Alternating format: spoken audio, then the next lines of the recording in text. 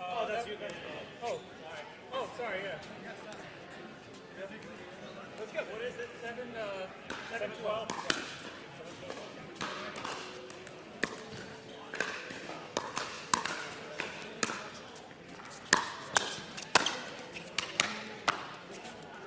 Timeout. 8-12-1.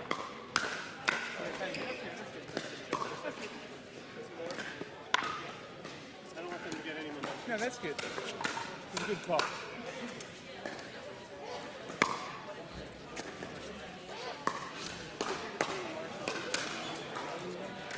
Yeah, I knew it was coming.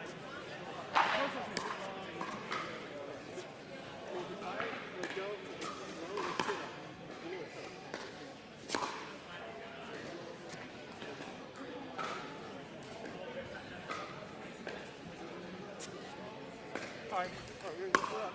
It's 8-12. You sign up, you get the ball back. Yeah.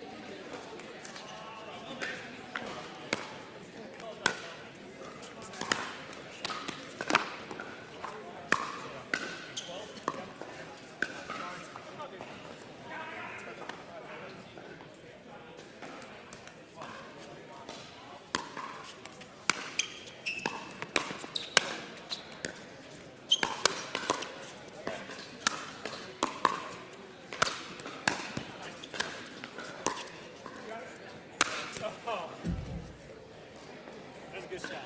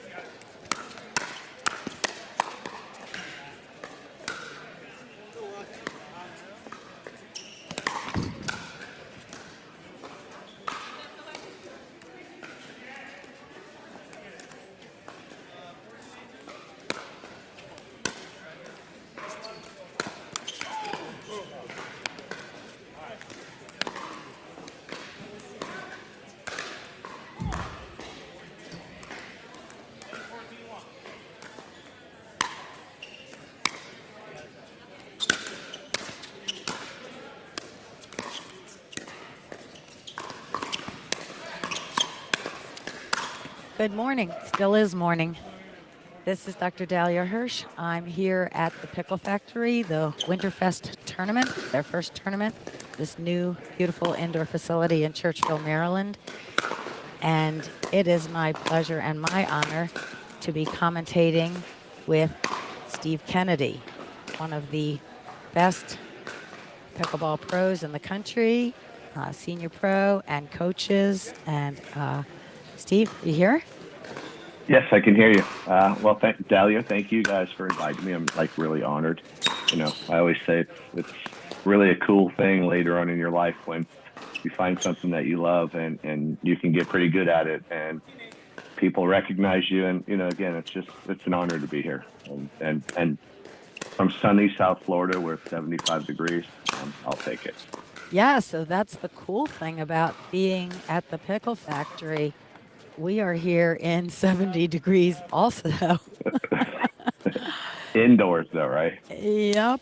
And we were just watching on court 2. That was the quarterfinals. And we're going to be here watching the semifinals shortly. In the background, we can see the women's 4.5, any age. They're starting to play, and we're going to be having some semifinals. Please take your attention. I need the men's 3-5 division. Men's 3-5, 5 to 39 upstairs. The adoption, please. Men's 3-5, 5 to 39 division upstairs. The adoption. Just saying hi to Keith Rawlings. Keith is one of the owners of the Pickle Factory. He's here with me. I don't think we have the camera on us yet, but we're just talking about, so I've got Steve Kennedy, the most amazing pro in the world, on with me. Yeah, can you mic up Keith too? Oh, we're going to mic Keith Rawlings up and join him before we go to the semifinals. Keith, say hi to Steve Kennedy. Good. I'm doing great, Keith. How are you doing up there? Fest, I think we named it right. Oh, there you go. Exactly. Well, hey, this spring is coming, right? It is. It is. Well, thanks for joining us and heard some great things about you. Right, Well, because thank you. every time I try to coach someone, I go like, Steve Kennedy says this. Steve Kennedy says that. That's right. That's right. Well, hey, let's just be careful though, because I always say there's more than one way to peel the orange, right? So, you know, I teach a certain way, other people might teach a certain way, but you know, there's more than one way to pull. So we're getting ready here soon for the semifinals. This is exciting. And Steve was saying he's down in Fort Lauderdale. That's where he has his academy. Okay. He said, oh, well, it's 70 degrees. I thought you'll never guess what the temperature is inside here because Keith hasn't said it. Yeah, it's sitting right. There's probably 68, 69. I think it's because it's so cold outside, but normally the temperature's in here right at 70. No wind unless someone ate the wrong food, right? Correct. Yeah. So your lobbing down here can be consistent, or up here can be consistent. I was in Florida last week, and it was tough to lob because the winds were pretty heavy. Yeah, it was windy last week. Yeah. Look, I'll take 70 degrees indoor on a real court all day long. Good. So that's better than being outside. Right. Hold on a second, Michelle. Can you ask him to put the camera on Steve Kennedy and us so we can see each other while we talk, while we're waiting for this for it to go?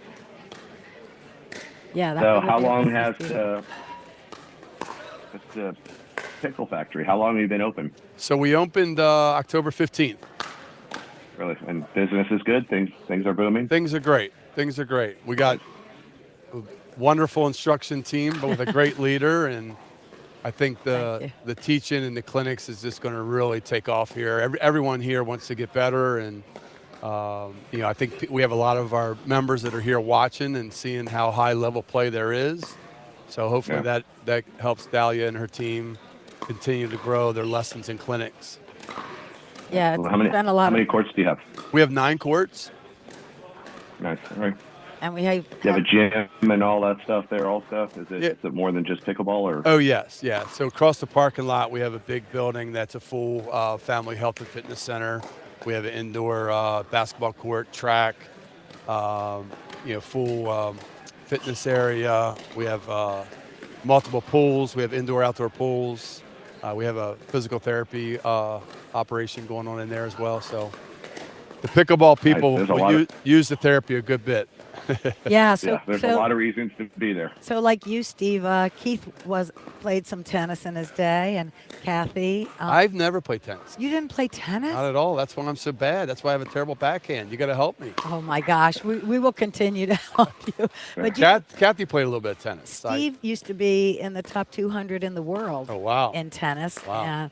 And then he was in the pro finals of the U.S. Open in pickleball. So he has managed to excel in both sports. Nice. He played against Ben Johns and Kyle Yates. Oh, did you? In the U.S. Open. Oh, How wow. about that? That's awesome. For some stardom here. Hey, Dahlia, that was a lot of years ago. And me and my partner Scott Tingley we go through the draw. We beat a bunch of 19-year-olds.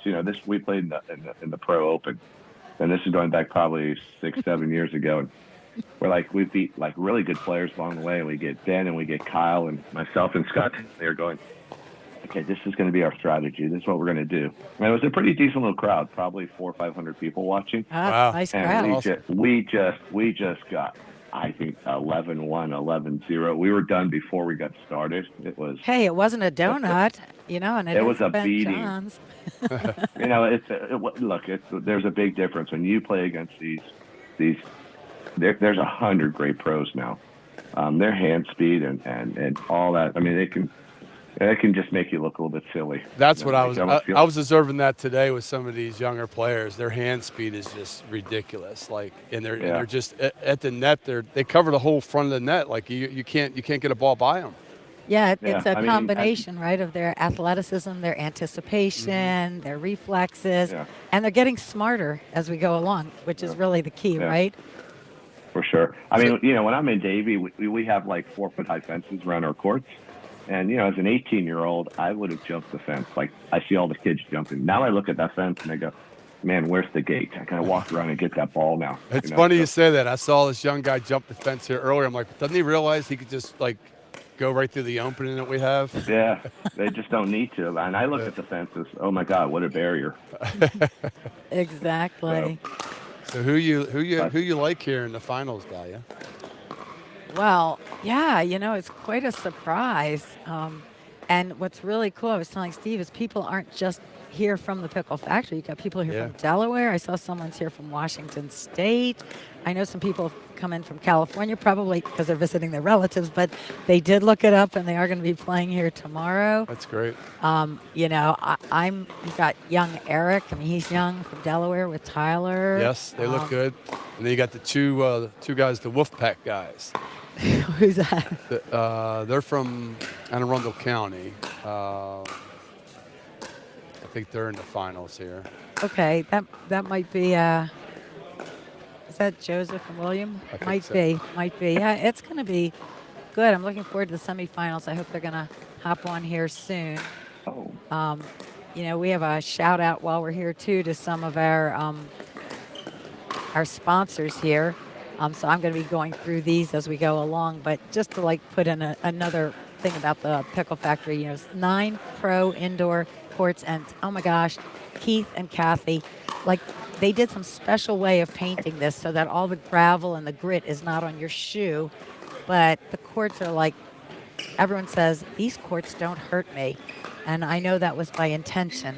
Some of the best Actually, I courts heard around. today from a group that came from out of state. They couldn't believe how quiet it is.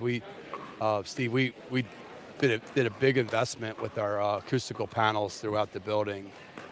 Really made a big difference. No, when I was watching the last match, I said to my wife, it's so quiet in there. I've been to a lot of indoor places where it's deafening. The chatter of the people, the ball, it's just it give you a headache. And yours was so quiet. I'm like, what is the feed bad or what's going on? You did well. You did good. Thank you. So we're sitting up at the lounge overlooking all 9 courts. I don't know if you can get a view of that. Probably not. But we got some information coming in. Do we have our semifinals coming in? Okay. Yeah. Well, that wasn't nice of them to wear the same outfits. That makes it a little That's difficult. the Wolfpack team. I was just talking about. Yeah, get that and then I know Michelle's going to get me a little information on each of them. So when you say the Wolfpack, are these college kids or? Great. Why are they called the Wolf Pack? Brady and Gaines. I don't know. We don't know yet why they're called the Wolf Pack, not versus the Fox Pack. All right, so Brady's wearing blue shorts. Okay, Brady is wearing blue shorts. Brady's got the white go. Abe is wearing camo shorts. Okay, my shorts. Tom is blue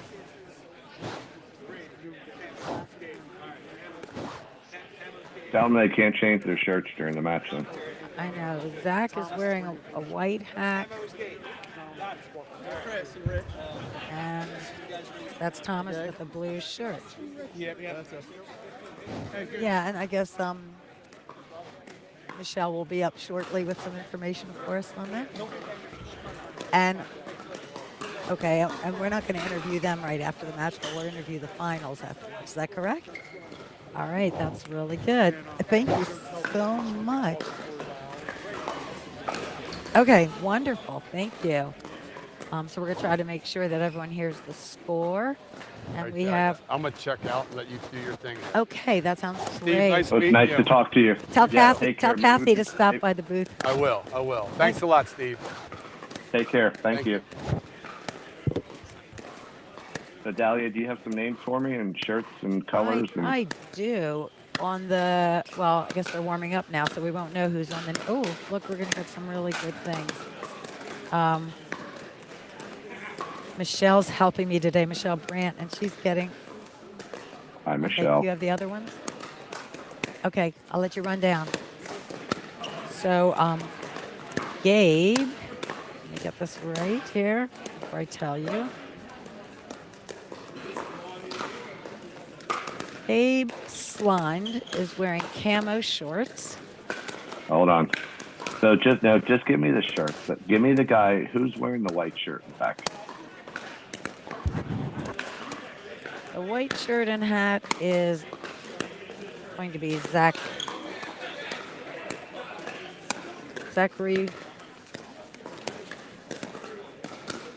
Right, Say again.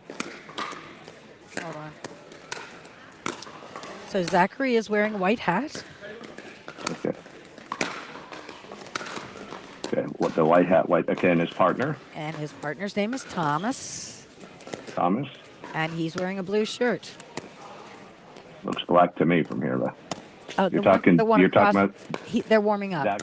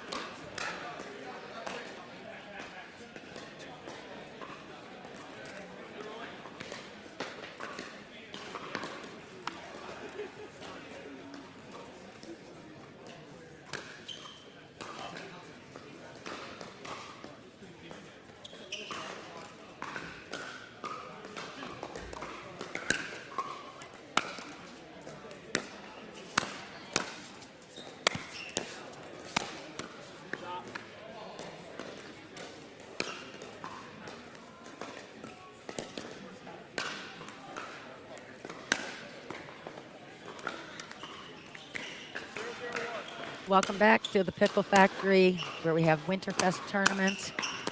We're at the semifinals of the 4.5, one of the two matches. We have Gabe and Brady on the far side, and Tom and Zach on the near side. And I am here. This is Dr. Dahlia Hirsch. I'm the coordinator of the Pickle Factory Teaching Academy, and it is my honor and thrill to be here with my number one coach, Steve Kennedy, top senior pro in the country for many, many times. And he's going to be commentating with me from, he's not up here in the snow with us. He is commentating from where he lives and teaches at his academy in Fort Lauderdale. Hi, Steve. Well, Dahlia, it's a pleasure to be here. I'm glad that I'm here, not there, actually. Davie, Florida is much warmer, but I'm watching this on a live feed, and you know, we'll do the best we can from a remote location, but I think we're in for a real treat. I've seen these guys play a little bit earlier, and they're very solid players here.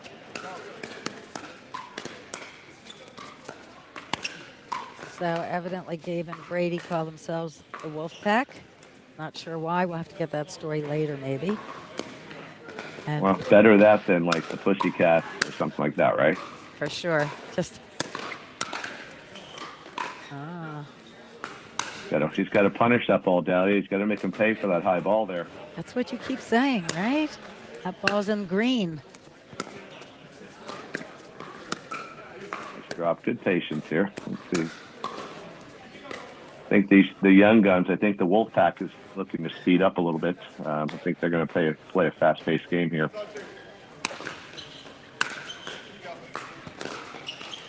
Oh, nice.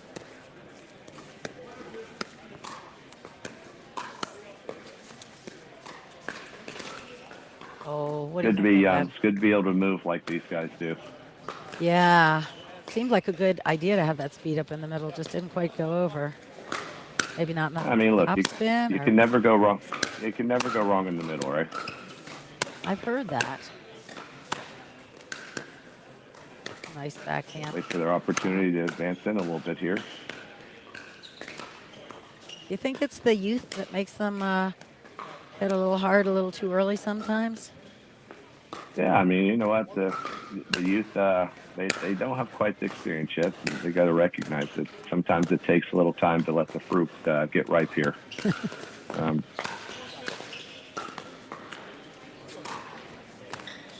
I do see, I think, the server right here might have a couple years on the rest of the group. So let's see if, you know, they start taking advantage of them a little bit. Not sure, you know, how many years they've been playing pickleball now. But let's see. Let's see how the match goes a little bit here. Each team has one person. Tom and Gabe have been playing 3 years, and Brady and Zach have been playing 6 years. Now, Brady and Zach have played baseball in the past, and Gabe and Tom have played tennis in the past. So you have pretty even there. I don't know their ages.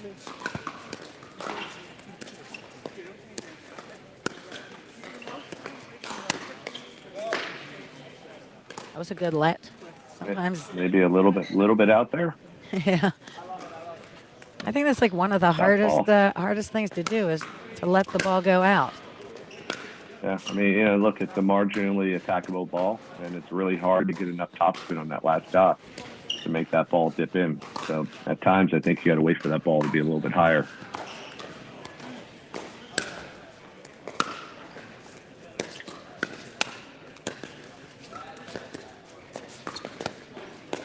Clearly see again that, you know, I think pickleball is just very predominantly, you know, coming from a tennis background here.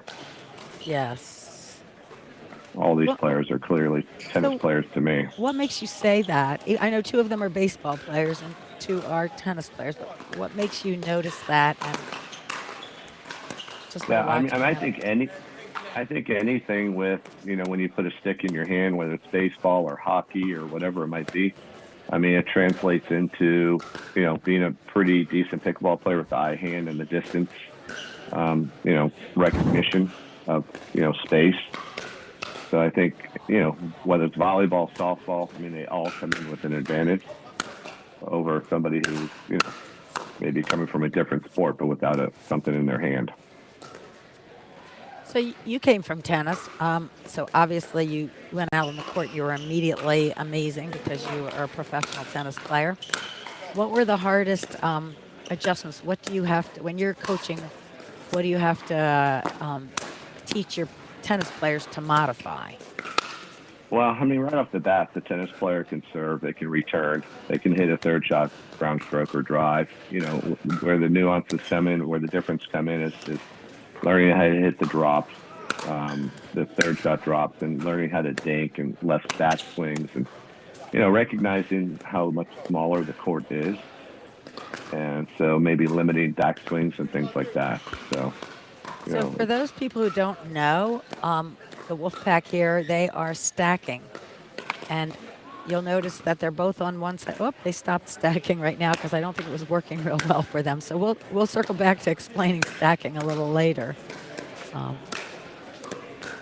yeah, I like to think when we stack, I mean, basically when you're stacking, you're trying to put the stronger forehand in the middle, or create, you know, putting the person out in front of you who you want to be out in front of you. So, you know, trying to create an advantage. Oh, Ernie, did it slide over? it didn't quite go over. Nice little backhand, Ernie, by Zachary there. And Little timeout coming here. here we have a timeout. I like the way he put his paddle on the edge there. Right? That's pretty cool. Yeah, there you go. Actually, have not seen that before. Yeah, that's a first, right? So looks like it's going to be a short timeout. What do you think they most likely are discussing during their timeout, Steve? You know, maybe a different strategy, maybe just trying to break up the tempo a little bit here. I'm not sure what the score is. I can't hear the score. But, you know, if somebody's running away with the match, you've got to change the momentum. You've got to change the strategy. Couple words here and there, maybe some words of encouragement to your partner. Come on, let's go. We got this. You know, so. Also, I think what you saw there, you saw hand signals. I think they're going to switch sides. Nope. Yeah, but they're thinking about it, right? Switching. Yes, I think they're doing a closed hand would be stay, and the open hand would be go. So now they went back to stacking.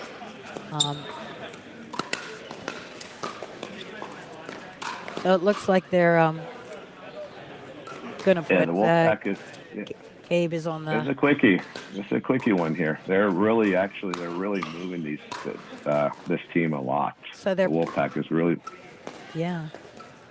So they're playing 1 game to 15, win by 2. So they're switching sides at 8 here. Okay. So the Wolfpack has 18.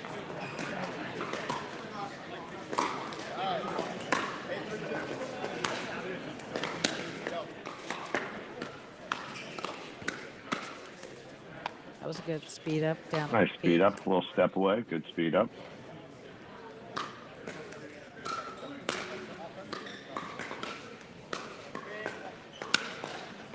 And they're stacking again here also.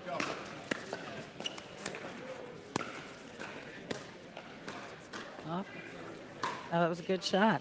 All right. A second speed up, though, was successful there. Yeah. They must have softened it up a little bit, right? Because they didn't have so much luck with that. Now they're trying to figure out what side they are. And that is one of the challenges of stacking, is figuring out who serves on what side. No, absolutely. Even after playing for 9 years this game, when I stack, my partner better know where I have to go next, or it doesn't always work out. So, I mean, really, people pay attention to where you belong, where you should be. Return of service right on the back line. Beautiful. It was a great attempt at a reset. I think they called that ball out, though, right? They did. I guess you have to have such a soft touch when you do those resets, right? Yeah, absolutely. They're making a nice little comeback here. Whatever they said during the switch must have helped. Yes, they are. Oh, they said, let's hit the top of the net. That's what they said when they had that Exactly. time on the switch. Well, the other team, a good idea. I think it's a 4 or 5 point run here. for Zachary and Thomas. You get the momentum swing, you get it back. You've got to, use your timeouts. You can't take them home with you. That's a good way to put it. So I just want to talk a little bit more about your academy down there. I know you've had a couple challenges with some foot surgery, but you're back at it, teaching a ton right now, right? Yeah, definitely. I'm able to teach now. I'm not able to play, which is okay. I mean, I'm back on the court where I'd love to be. I just love to help people with their game and see them improve and to get a little feedback from your clients and your friends, because ultimately they become our friends too. That is definitely it's so rewarding. true.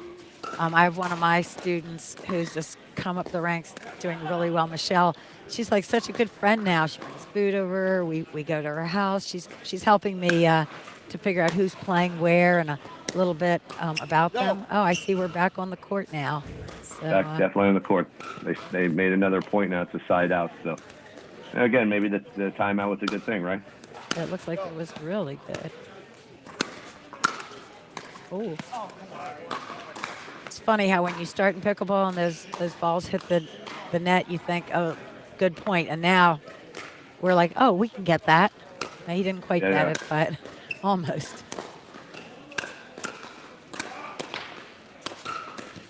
There we go. That's a good reset. Nice reset.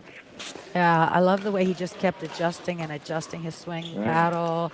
We gotta have patience here. Right now, the point's neutral. Now, No one needs to do anything special.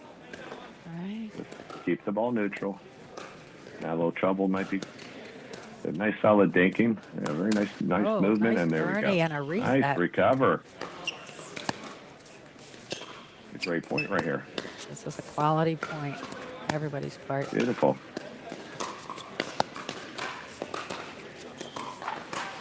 Oh, What a good point. And That was I a great noticed point. when they were going cross court, they didn't do it too wide so no one could get it, and around the post. They kept them just wide enough. Whoa, he almost took off the partner's head, didn't he? No, definitely. I think a mistake a lot of people make is they try to go cross court and hit lines. They try to get so far out there. And, it's just, it creates a lot of unforced errors, a lot of mistakes. If you watch the top pros playing, the majority of their balls are, 12, 18 inches outside the line, but still with a lot of angle. Now, what do you think about those third shot drops going straight across versus cross court?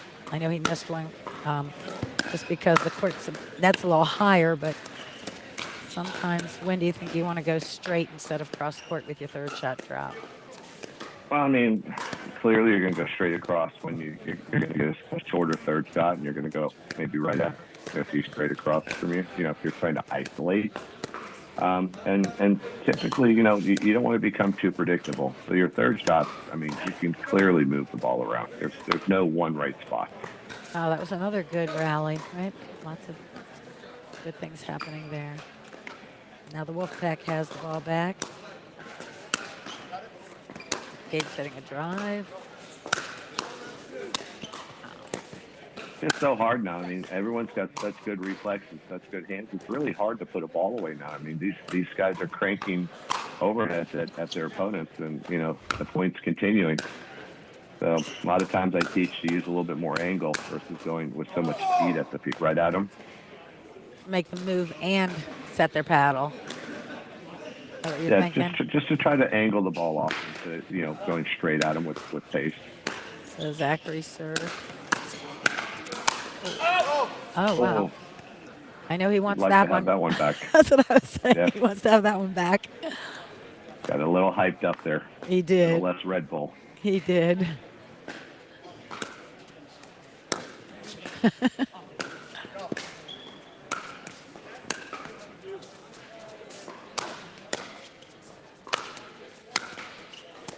Oh, wow. What a nice drop, right? Yeah, very nice drop. Kathy Rawlings is here with us. You want to hop in?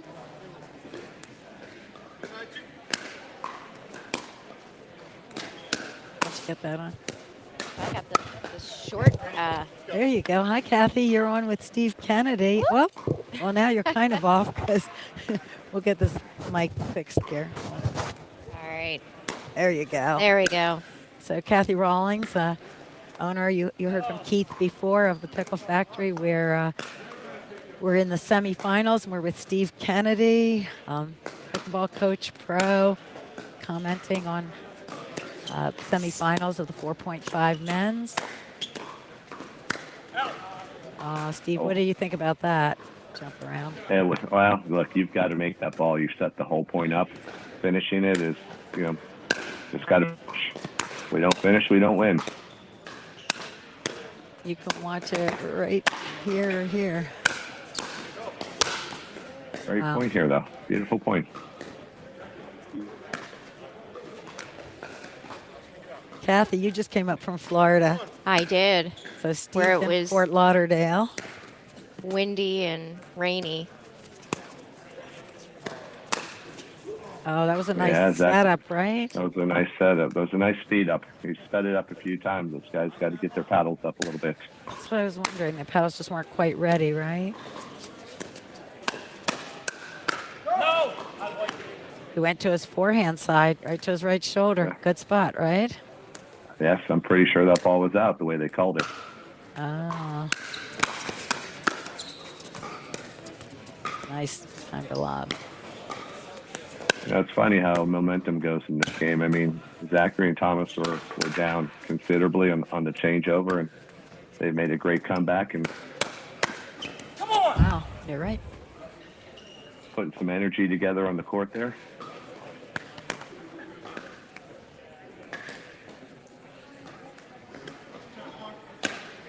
Calling the score kind of quietly, so I can't really hear it from up here in the booth. Oh. Yeah. So Gabe Brady. Gabe, kind of falling apart a little bit. It might be time to call their own timeout again. That's what I'm thinking. That's Oh, a beautiful beauty. shot right up the middle. That's an unorthodox type of execution, right?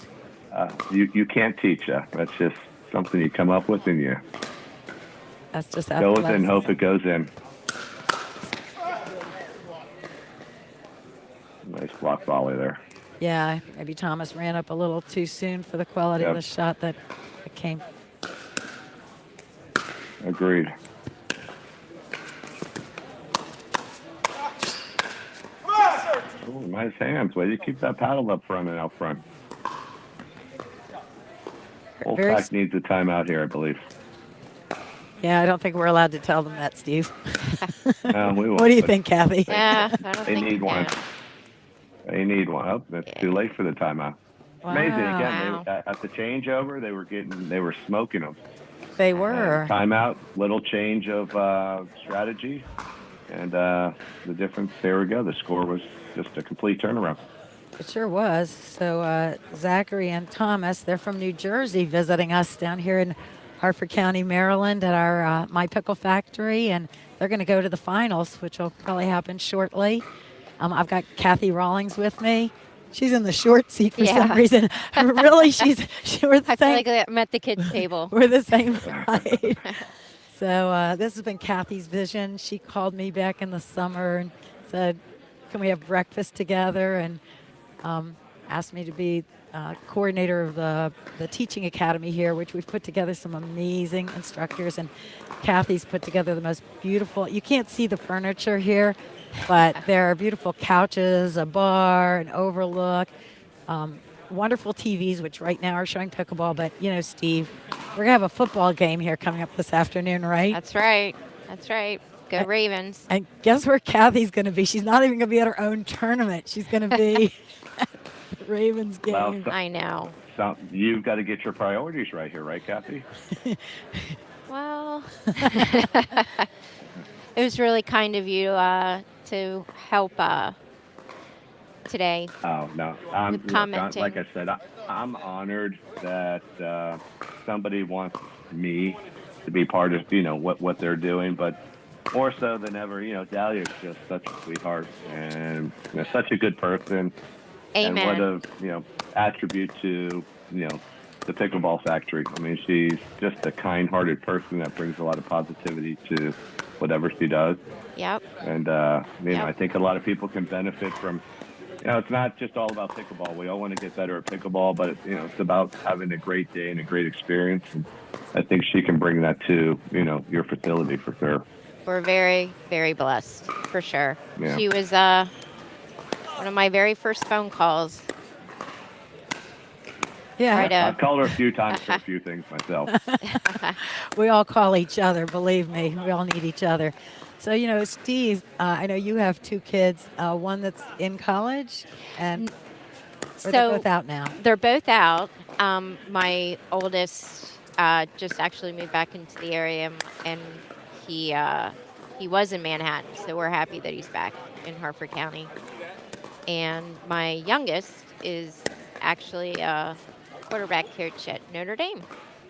Assistant Nice, awesome. quarterback. So Steve, in his a little bit younger days, not that much because he's still way younger than me, but Steve got a full ride to, he was at University of Miami for tennis. Oh, nice. And then he was in the top 200 in the world in tennis when he Wow. was younger. He was a junior champion.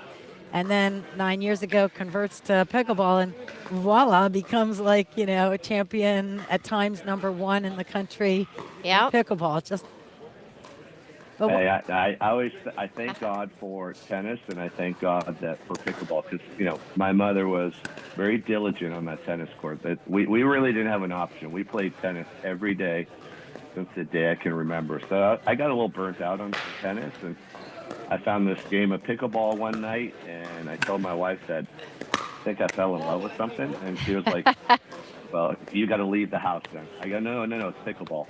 Don't worry." I swear I played pickleball for 9 months, every single night, 7 days a week. Wow. I came home at 10 o'clock at night. And when was this? When yeah. did you first start playing?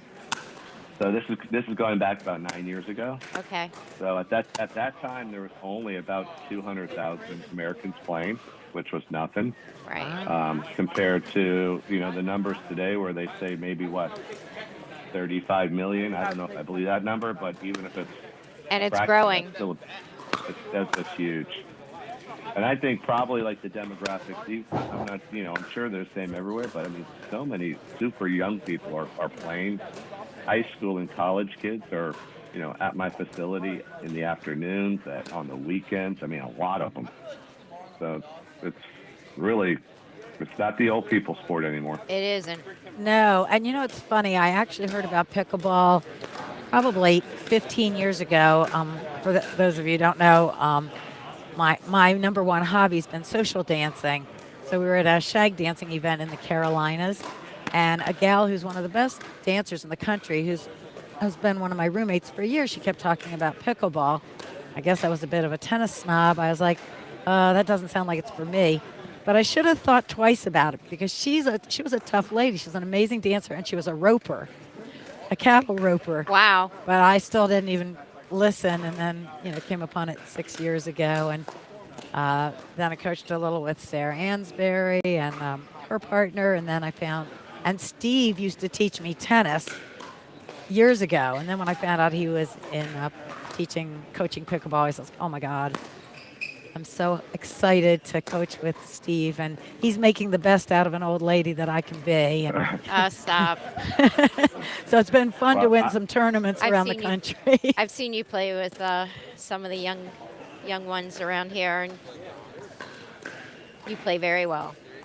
Yeah. Well, it's a great thing about pickleball that it crosses those lines, right? It's where the 30-year-old can play with the 60-year-old or 70-year-old, and that's a great thing. Yeah. Part of why we love this game. So, Steve, when you teach, what do you think? I mean, I know what I think your magic formula is. A couple things. What do you think your magic formula is versus other coaches in the way that you teach? And I know you're so modest, and you're, the first one to say it's, the different ways to peel an orange, as you said. But I know what I think your magic is. What do you think your special way of coaching is? If you were to sort of say it shortly. Look, I don't have any magic. But I hear a lot of people say, they drill, and that's a great thing. I hear them say they put in the hard work. And my thinking is that, first of all, we don't put in the hard work. We put in the hard fun. And we want to make sure that we have repetition. but repetition in a quality manner. If you go out there and you want to work on your serve, go out there and put a bucket of balls or a bucket in a couple different areas and Hey, get really that's good at good. hitting that bucket. Get Maybe do the same thing with your volleys where you can hit those buckets. Try to cut off your unforced errors. Try to play smart. Try to play by the numbers. In the end, you're not going to hit enough winners to win a match, but you're certainly going to cut down on your unforced errors enough to make a difference in the match. And just be really diligent in your practice. Whatever it is, it needs to be quality. Well, that's one reason I love to continue getting coached. And like you said, even the best players in the world have their own coaches, because you could drill the wrong way a lot, and then that becomes part of your system. And when you're watching, I could win a point, and you'd be like, was that a quality point? And it would have to do with, is my form good? Was I in the right place? You just can't be lucky or, you're not going to just give a compliment if one doesn't deserve it, because you don't want to have that be in my mind. Yeah, no. So I'm not a feel-good type of coach. I mean, you either do it right or you do it wrong. So if you want to feel good, let me know and I'll tell you that. I'll tell you it's good when it's not. But I'm a stickler for technique and strokes and all that. And I believe the better your form is, it will get you very far. Kathy will tell you my motto is form translates into function. Yeah, I 100% agree. Eventually translates into really good games and quality points. And I, like you, the reason to take lessons can be multifold. Like, the best reason is you'll have longer points, so it'll be more fun. You're not just counting to 11 really quickly. Yeah. I think, like, the way I try to teach is I try to teach people when they're doing something, do it at a slow pace, like you're sparring. Get good at it and pick up your sparring pace and pick it up again and pick it up again until you're at real time. Have you ever heard me say that? I know. So, I think you've got to do it diligently correct. My thing is, I tell a lot of people, it's like, I hate coffee ice cream and I love chocolate ice cream. So if you gave me a gallon of coffee ice cream or 1 cup of chocolate, I'm going to take the 1 cup of chocolate. So that's what I want you to practice in your pickleball game. Make sure that you're doing it really right. And you don't have to do it for a long time, but do it right until, you can't do it, and then step away and do something else. Don't stay in it too long. Just get that repetition in, do it perfect, and when you got it there, be done. So, Kathy, tell us a little bit about your pickleball journey so far. Oh, Lord. Keith's coming to see what you want to eat for lunch. What am I?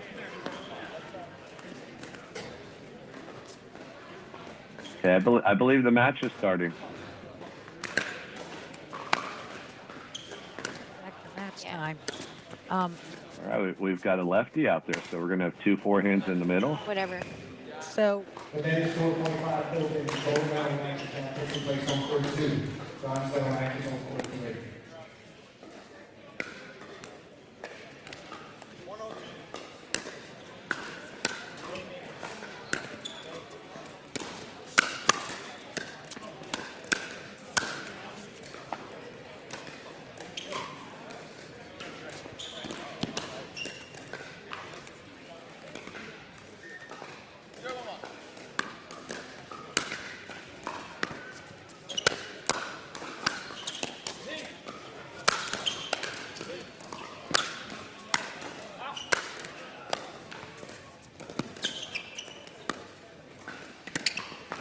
Oh, you call that work?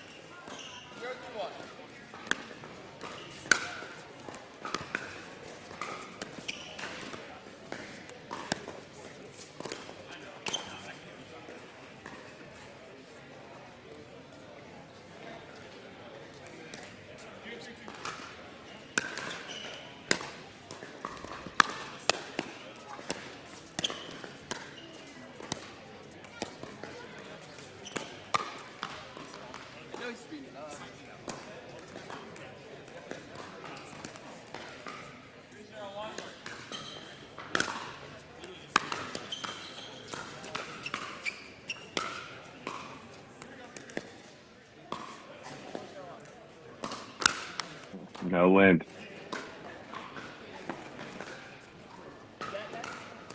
Well, you can go from pickleball to cross-country skiing, right?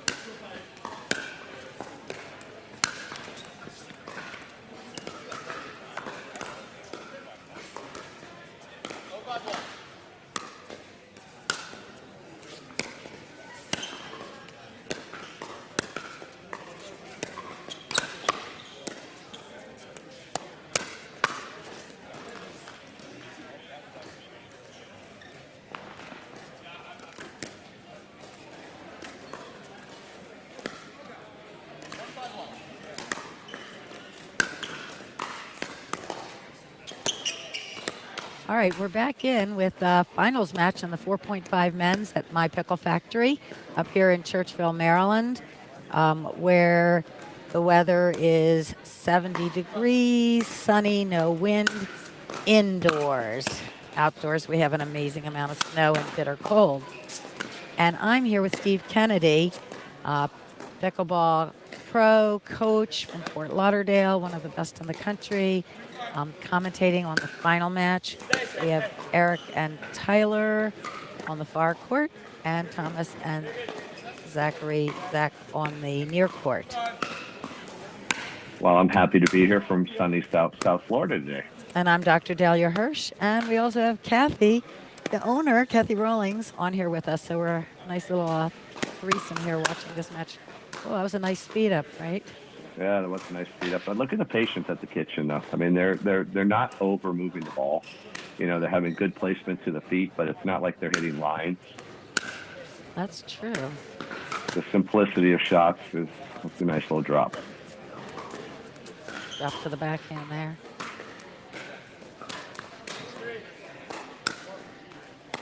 Is this one the best 2 out of 3, or is it still 1 to 15? I think it's 2 out of 3. I should know that. But all the matches coming up, because there were 20 people in this division, and they did 4 pools, and then they did games to 15, win by 2. This is 2 out of 3, I'm almost certain. And like we were talking about a little bit earlier, Dahlia, if you look at the crowd in the back, it's all the 20-something group. It's just a wonderful thing to see all the young people coming into pickleball.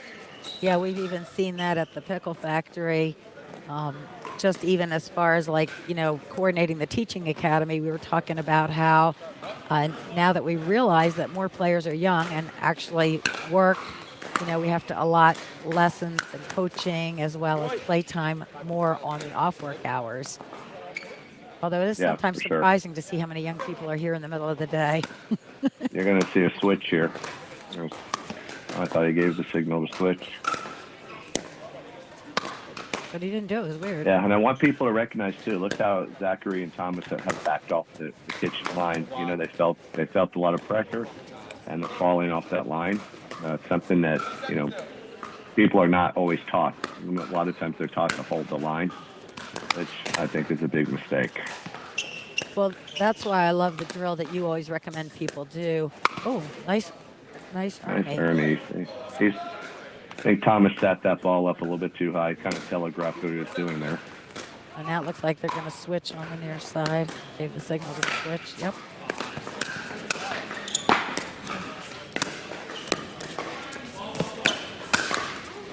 That's too high. Yeah. He got what he wanted. Surprised he didn't did. finish there. Yeah. I think Zach took a bit of a backswing on that and popped it just slightly. Or maybe not slightly. Oh, that was a good let. That's something I still struggle with, is noticing really quickly when the ball is going to go out. Yeah, I would tell you to recognize your shot before, because if it's a quality drop and below the net they're speeding up, the ball is the trajectory is different. So you kind of would already know that before they even hit the ball. If they set it up, it was going to be out. you think Oh, it's a that's beautiful happened ball. a little less often now that people have so much grit on their paddles and they can generate more topspin than they used to be able to at the beginning of this game? Yeah, I mean, but you still need to be proactive in your thinking and you know, recognition of your ball, because your ball determines what you get back, right? Yeah. So if we're more cognizant of what we hit, we know what we should set up for a little bit better. I love what you've noticed at this, now that we're in the finals at the higher level, how they're not trying to hit the actual outer lines. They're trying to at least go a foot within those, still moving the ball, Yeah. but not taking so Yeah. much risk. Nice ball. He side it up a little bit too. And you know what you've got to do too with their drives when they're hitting ground strokes is, you know, they've got their windows above the net, and you know, typically if the ball is going to be more than 12 inches above the net, they're going to get attacked. So their drives are controlled through drives. I always tell my people that you can hit as hard as you want as long as you can keep it within 12 inches from the net, not higher. So whatever pace that is. So as you're practicing, that's where we're going. If you see here, look, it's not all software thinking. We'll step over. Come on, you got to communicate, gentlemen. Go back into the simple thinking. There's no lines being hit here. And I always ask myself when I try something like that, where he tried the Ernie, was it necessary? And what was it going to produce? And if the answer was it wasn't necessary, first of all, then don't go there. You know, because flash doesn't win games. So now we have a timeout. When Zachary's got his signature, I'm going to put my paddle up on its edge. Yeah, that's On the butt of the handle there. I think at my old age, Dahlia, my shaking wouldn't allow me to do that with my paddle. Oh, get out of here. You're too much. So, Kathy, what are you thinking about this tournament you guys are running? This is your first big tournament. It's huge for a first tournament. Like Exciting. It's 200 plus people, 20 people in the 4.5 men's. It's off to a really good start. It's a good turnout, very good turnout. Here we're back in again.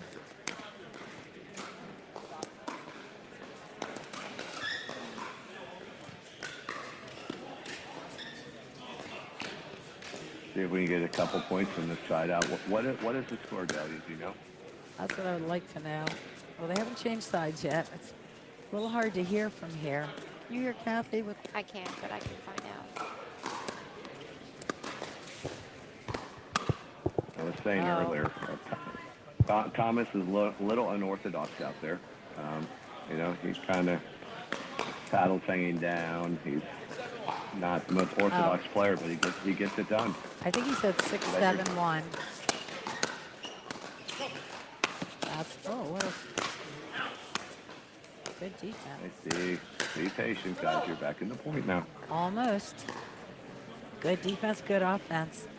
You kept pounding, right? Yeah, for sure.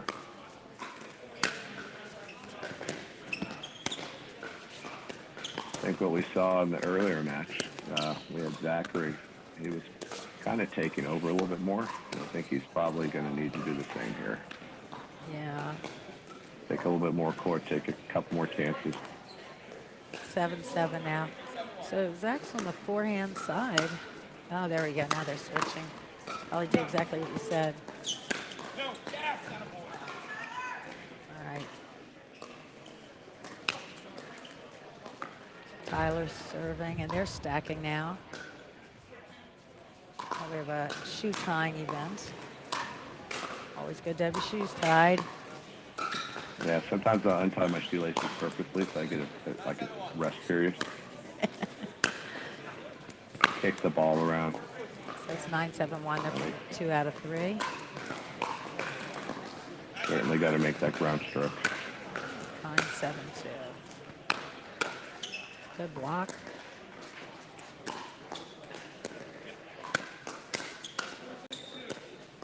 And Zachary is definitely cheating the line a little bit.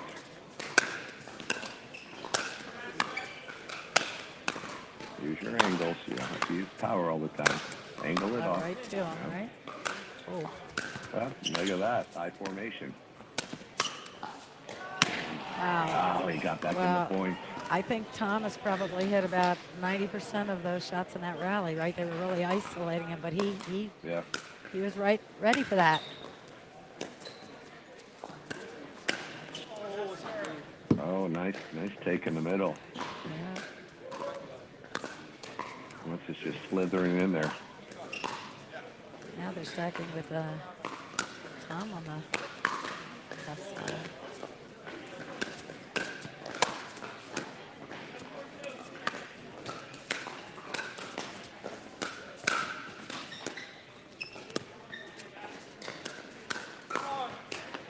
Wow. What did you think Nice about ball. those It's got a- drives from mid-court? No, I mean, look, the game is changing. It's clearly headed more into the power. Better athletes, taller athletes. I always tell people you just got to do that day what wins. If speeding the ball up wins, you speed up. If playing the soft game wins, you're soft. So you just got to come prepared for anything. Some players can handle it better than others. Nice take. And there's the first set. First game, yeah. So we'll be heading into the second game. I think that, let me wave to Zach here.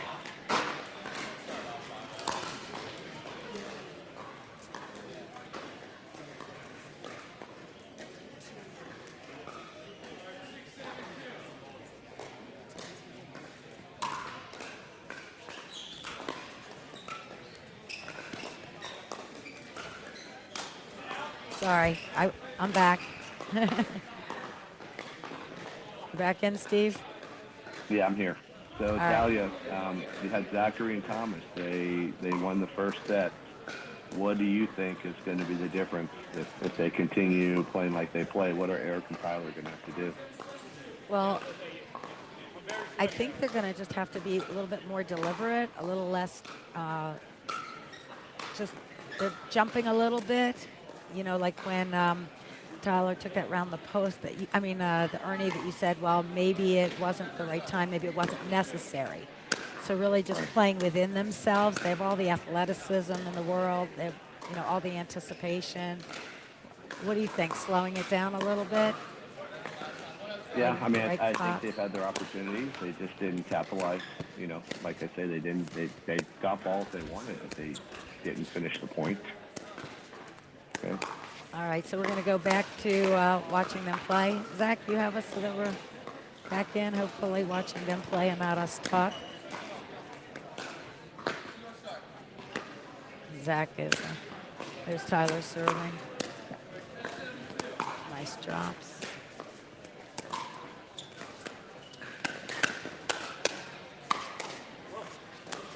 That's good defense. Very Way good. to hang in there.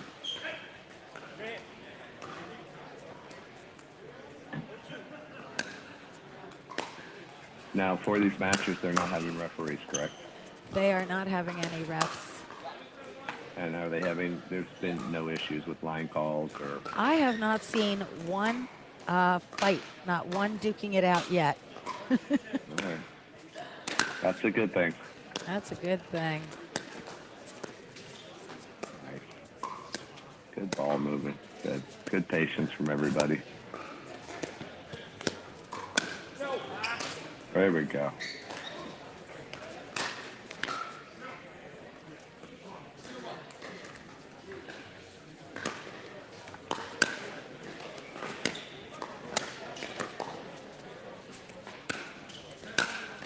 Look at the patience, guys. I mean, they're not rushing to come in. They actually never made it into transition areas from that point. From shot one, they were still always on defense. Look how he's holding. Now they're going to go in. Now they're all into neutral. We'll Yeah. speed up That was the a shot. good passing shot. All right. So for those of you who are just tuning in, we are in Churchville, Maryland at the indoor new facility, My Pickle Factory. Got over 240 people in this tournament, which is sponsored by My Pickle Factory and the Upper Bay Pickleball Club. Upper Bay Pickleball Club proceeds are going to the We Coalition of Maryland, helping women to get up on their feet, find resources for housing in Harford County. And we have Eric and Tyler on the near side playing against Thomas and Zach. This is their second game.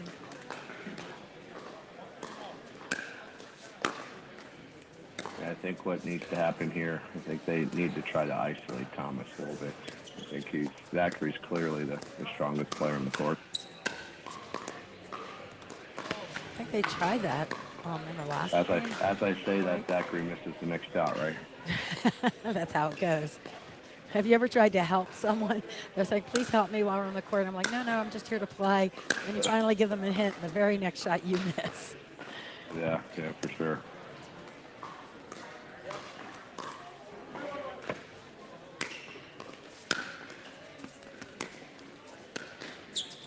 So, Dally, you were telling me earlier about the facility and the actual courts, and you're telling me that maybe they're not as rough on the body as some of the courts you played on. Do you know a little bit about the courts? Well, I know that a lot of times the sand is in the top coat of paint in courts, so it's kind of gritty. It feels a little hard. I know they put a bunch of layers underneath with the sand in it and then painted on top of that.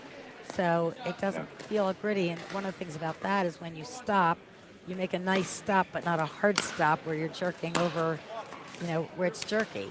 So it just seems to be easier on your knees and your legs. And well, I mean, you certainly know the difference when you play on a cement court versus an asphalt court versus a court that's layered. I mean, it's phenomenally different on how hard the surface is. So kudos to the Pickleball Factory for, being kind to the joints, because this game's not easy on the body. So that little dink there, I remember how you always say don't try to change the direction of the ball more than a certain amount of degrees if it's not there for you. It seemed like he tried to twist that. Yeah, I mean, I always say, you can't play against the grain of the body or the way that your body plays naturally. Not on a whole.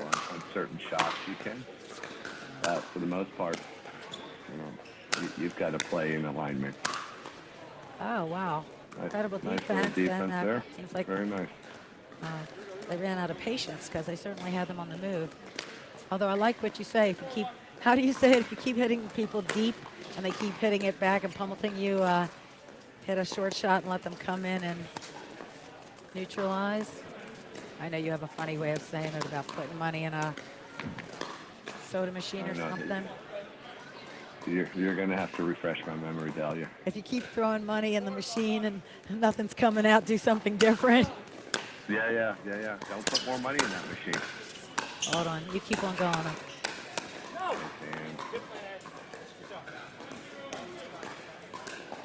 Yeah, we got we got a lot of speeding up taking place here.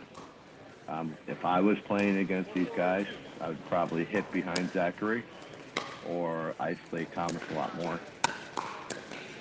Yep, I see what you mean. So Steve, we have Winnie Roche in with us now on the speakers. She and her husband, Mark Hummel, are the Upper Bay Pickleball Club, which I was just telling you about, and she runs the nonprofit I was just telling everyone about, the WEAP, helps women, and we're on with Steve Kennedy. Hi, Steve. Thank you so much. Hi, Winnie. What a beautiful charity that you guys have, and hey, I'm glad that I can give an hour or two of my time for Thank you. We really pickleball appreciate you giving your time today. Seriously. I'm glad to do it. So we're And it's always easy to watch good pickleball and say a few words about it. And I agree. We don't get enough of it at our house. That was, like you said, we're going to have Zach take over a little bit. And he did that. Nice Ernie there. Right? Yeah, I mean, and he looks like a tall fella, so I mean, he's going to cover a lot of court. And a young dude.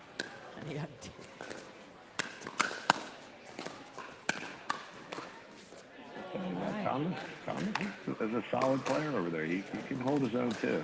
He sure is. He can hold it. Got good hands. So that's two backhands there that Zachary struggled with, right? One on a reset and one on a under drive.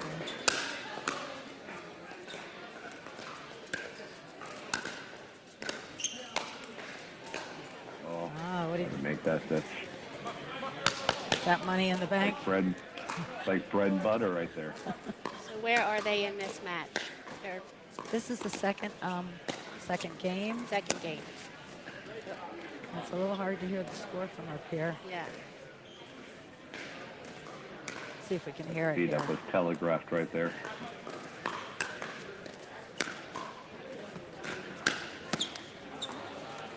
Interesting. So the score is what, Dahlia? That's what I'm trying to hear.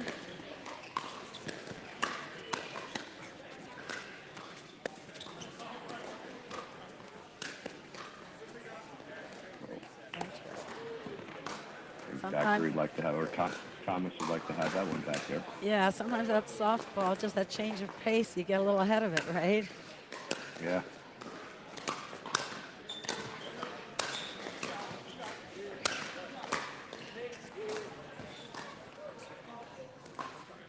A little bit long there.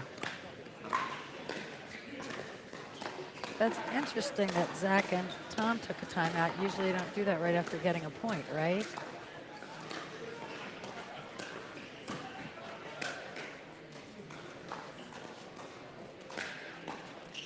You with me, Steve? I didn't hear you, Dahlia. I'm sorry. Oh, isn't that a bit of an unusual time to take a timeout when you just got the point? You know, look, sometimes he might have a little injury. He might be tired. I mean, I've won points before and they went really long. I look at my partner and say, hey, I'm going to use the timeout. Oh, thanks for joining us. I got to catch my breath, right? Yeah, it's true. I think sometimes one of the things that's hard to keep track of is like when you're ahead, you sometimes forget what you're doing that got you there and you start doing something different. Yeah, no, for sure. You have to remind yourself.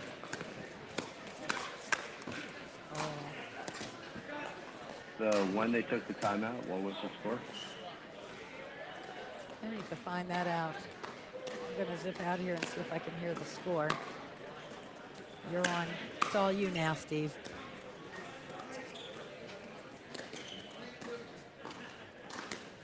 It's a nice lob. They can work their way back in. Just be patient. They're keeping them back on the baseline. Very nice there. Not really giving them a chance. It's kind of an invitation. I would not have invited him in there.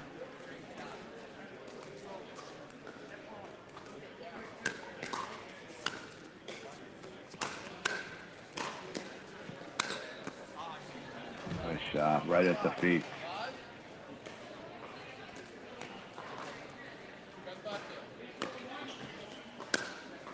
Seven, 5-2, I believe the score was. So we've got a game. It's going to be a side out here. It should be 5-7-1.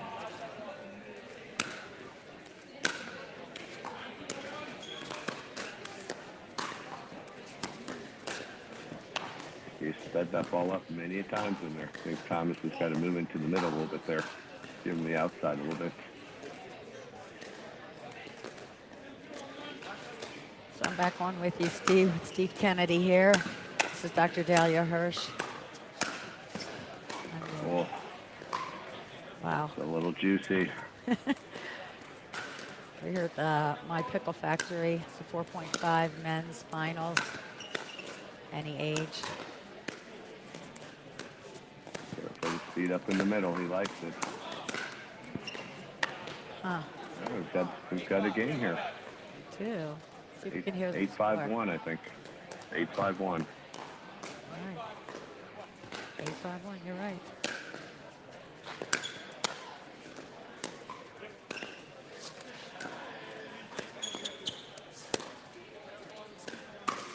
I think the difference here, right, what's going on, I don't think they've really changed their strategy. I just think they're making a lot less unforced errors. Yeah.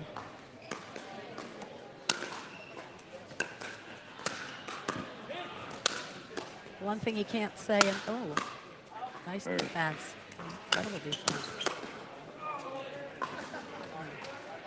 Nice point. One thing you can't say here, you can't blame it on the wind or the sun or. No, it's all operator error right here. Wow, he just came through that before he hit it, right?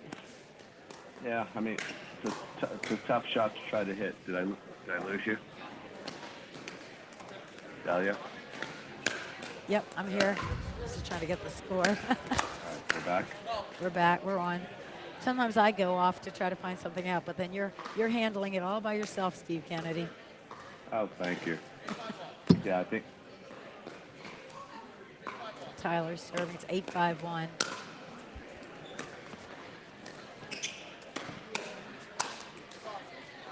Oh, that started with a good Ernie, right? Yeah, the Ernie was excellent. Although they did get the next one returned. It's hard to recover from that. 9-5-1. I think it's time to use the timeout here, boys. I think it's now or never, right? Yeah, or they're just going to let it roll now.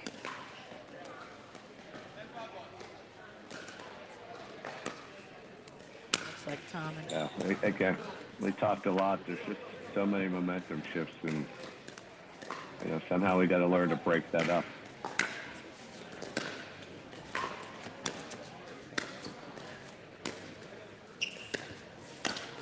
Zach really crowds the middle from the forehand side.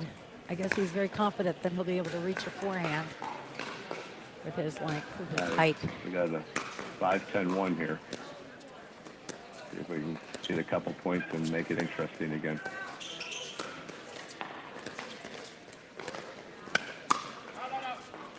That was a good speed up. Right, here we go, 6-10-1.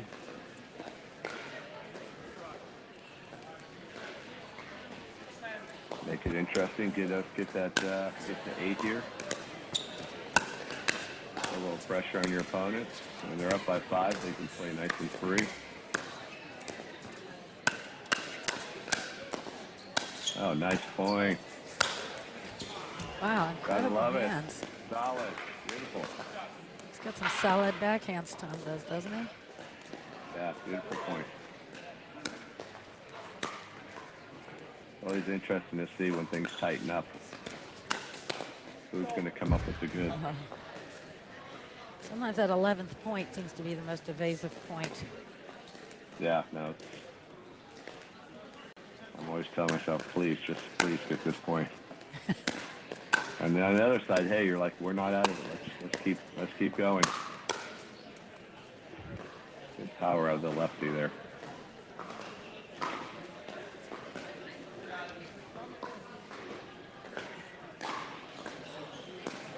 Some good women's pickleball going on in the background there. Oh, that's the 4-5 women. See, Erica and Lori playing against Kelly. Dahlia, do you know what kind of ball they're using for the tournament? I do. They're using the Eula ball, which Ooh, okay. definitely has a lot of pop to it. I've been practicing with it all week. Just to see. Takes a bit of time to really adjust. Cool. And there we go. We're going into a third set. Going into a third game here. So it's Eric and Tyler. They're Hartford County folks against Tom and Zach. So, hold on a second. I'll be right back with you. Hold that thought. Steve, you could talk for a second. Okay. Okay. Well, we're now going into the third set here. Zachary and Thomas took the first one. Then we had a nice little turnaround. Eric and Tyler took the second set. So into the third set, here we go. Yeah, they should be getting ready. What do you think they're saying to themselves? I mean, they won that first match, Tom and Zach, and then they just won the second, lost the second game, doing pretty much the same thing. What do you think they're going to say?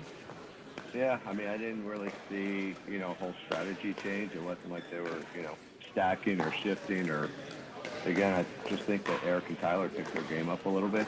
And you know, it happens. It's a good thing. It's good to be competitive. And if all 4 people are bringing out their best play, we ought to have a really good third set here. So I'm here with Steve Kennedy. I'm Dr. Dahlia Hirsch. I'm at the My Pickle Factory in Churchville, Maryland, where we have a just great tournament going on, run by Upper Bay and the Upper Bay Pickleball Club. Winnie and Mark and Keith and Kathy are the owners here. A lot of the money here goes to charity, to the We charity, to help women in need. I'm the coordinator of Pickle Factory Teaching Academy here. We have just some fabulous instructors. But I'm here with the most amazing coach ever, Steve Kennedy from Fort Lauderdale, who's helping me commentate. He's also my coach, as well as some really great players, coaches. He's a professional. He's a Thank you. champion, and an incredible human being, as is his wife, Tara. Well, Tara is. I don't know if I am. I know you. Thank you anyhow. You and I have something in common, Steve. We have incredible spouses, incredibly Oh my God, supportive do we? spouses. Terry is awesome. Tara's awesome, and I'm just along for the ride. Yeah, they tell us what courts to go to next when we're competing. They make sure we're Yeah, well sure. fed, we're well hydrated. They take good care of us. Absolutely. I mean, look, it takes a village, right? It does. It does. So we can see that. I think we're all very lucky people. I think, you know, most of us will feel very lucky that we found pickleball and that there's a lot of courts now. You got facilities like the Pickleball Factory, which looks absolutely gorgeous. What more can we ask for? Pickleball, friends and family, and there we go. Here we go, starting back in. Hopefully the cameras are back on the players. But we certainly don't need them on us at this moment. Got a really good. And again, look in the dinking strategy, but you know, I always stress, look, there's not one ball here. That's the first ball. That's the first ball that someone tried to hit the line. Yeah. And there the mistake comes in. It's just not necessary.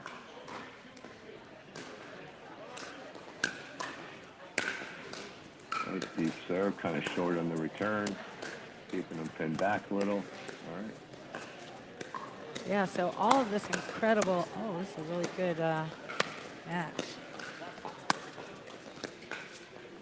You know, with the young kids coming, you take someone like Zachary there. You know, they work in all kinds of different spins and rolls, and you know. Hey, Pastor I Ben, don't teach. stopping in to say hi. Yeah, I don't teach a lot of that, although I use it myself. I mean, the basics coming in, and that's probably, you know, where you start getting into your 4.5 or 5.0 play, where you start working with different spins. Yeah. So just a shout out, this whole production is being brought to you by Jared Noah with Suited for Productions and the State Theater of Havre de Grace.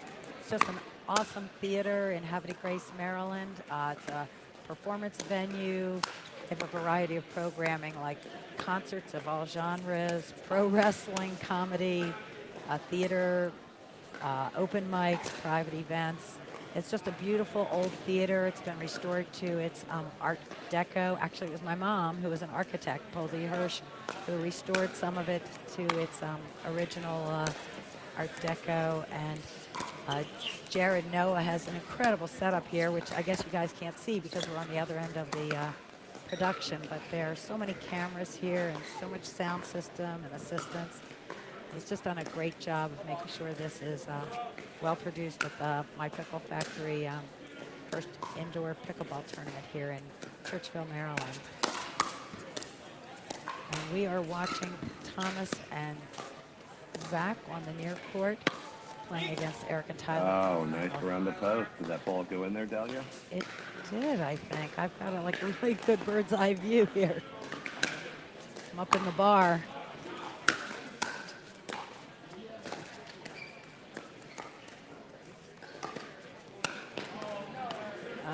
If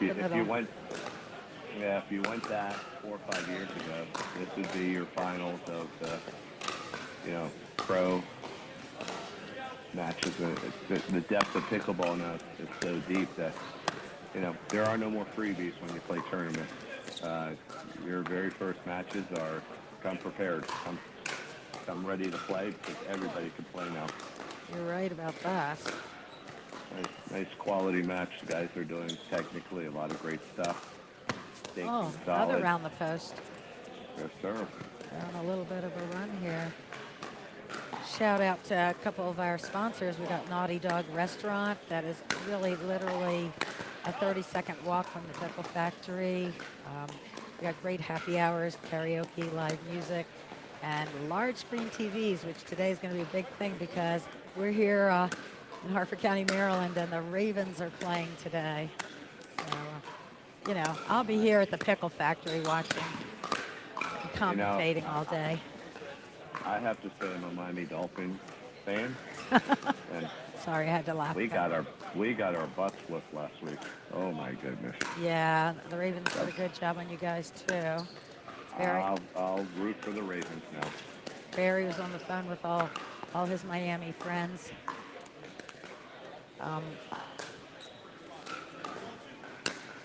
Also one of our sponsors, Aberdeen Proving Ground, Federal Credit Unit, APGFC. We've seen that shot before there.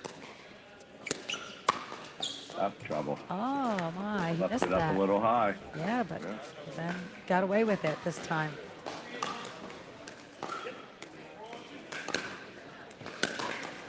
So 6-4-2, is that what I heard? Oh, Wow. Can't miss those opportunities, right? yes. They all know he missed an easy one. So he's in a little bit of a funk about himself, right? He needs to re-message himself. I can do it. Yeah, well, he got a freebie back, so let's see where it goes here. That's incredible defense, right? Oh my goodness gracious. What do I always teach you on that shot, Dahlia? Get the paddle up, right? Above the ball. Above the ball. He's a tall guy, so you know, it's a little bit more difficult. He might have had to bring that paddle around and do something differently. I get it here. But, you know, he waited so long, he let the ball drop. So the ball wasn't above the net.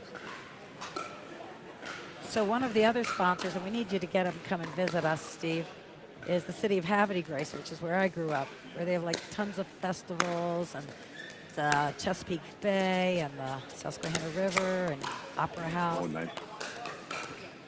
Nice speed up. You never know, Dahlia. I might get up there. Have to do it when it's beautiful weather, spring and fall. Yeah, spring and fall are beautiful up here. We tend to hang out at another sponsor's place, Copley's Pub and Restaurant, where they have great outdoor venue with music and right across from the Susquehanna River. Lots of TV screens there too at Copley's Pub and Restaurant, another one of our sponsors. Nice speed up. We're gonna be switching sides here. Dahlia, on that note, I have got to get going. Oh, is it already 12:45? Wow. It is. Great pickleball. Oh my Pickleball gosh. Factory, a beautiful facility. I think they're in very qualified hands in Dahlia Hirsch here. And thank you for having Steve Kennedy being just a little tiny part of your production. Oh my gosh, Steve, I was looking forward to this so much, and I'm just so honored and thrilled and so happy that you came on. It was such a big favor for us to have someone of your quality and personality on with us to start the day out. Thank you so much. Well, thank you. Honestly, it's my pleasure. And guys, I'm with you all. I love pickleball. I love the camaraderie. Let's pickle on.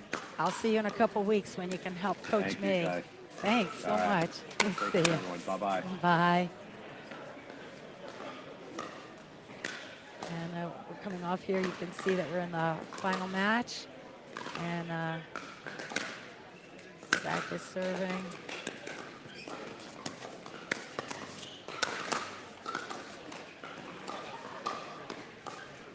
I want to shout out to also Hartford Bank, another one of our great sponsors, serving Hartford County. Here we have another timeout. And State Farm Insurance. Definitely want to thank Jared Noah and Suited for Productions for their wonderful, wonderful production they're doing here. Been busy setting up on the State Theater of Havre de Grace, one of my favorite venues because they have such a diversity in their programming. And it's just great that they were willing to sponsor this and put all this work in. Upper Bay Pickleball Club and the Pickleball Factory are putting together this tournament. We have over 240 people, amazingly great people. Winnie Roche and Mark Hemmelt running this tournament, along with Keith and Kathy Rawlings. A lot of this money goes to We, which is a nonprofit helping women. And now we're back in the match.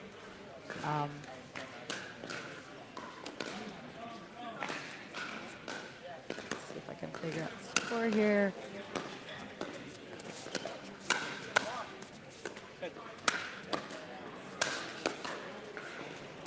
Tylen's partner backing up, which, as Steve pointed out, is something we sometimes don't work on enough, is knowing when to back up and when to come back up.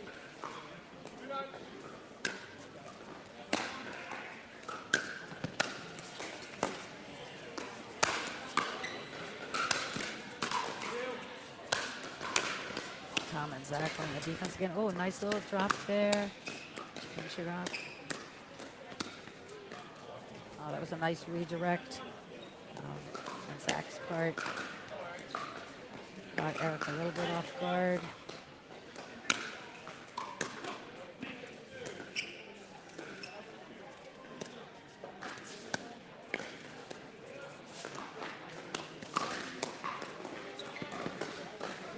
After this, I'll be going down to interview our winners and our runners-up.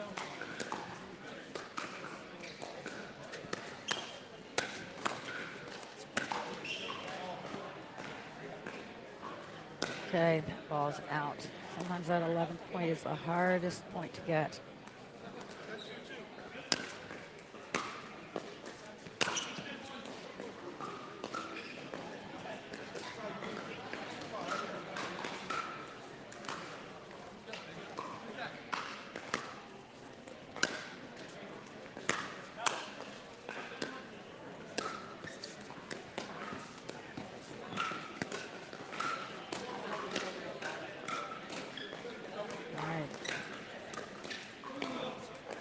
It's very hard. Eric got a little bit tight there and missed that push dink.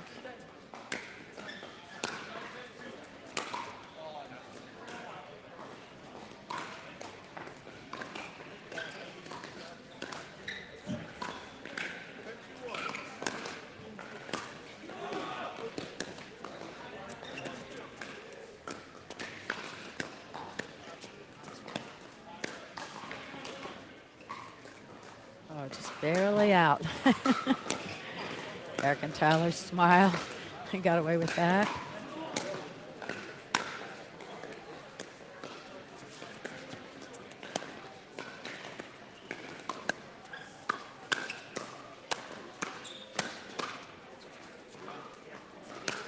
Zach gets a drive and gets away with it, and the winners are Zach and Tom.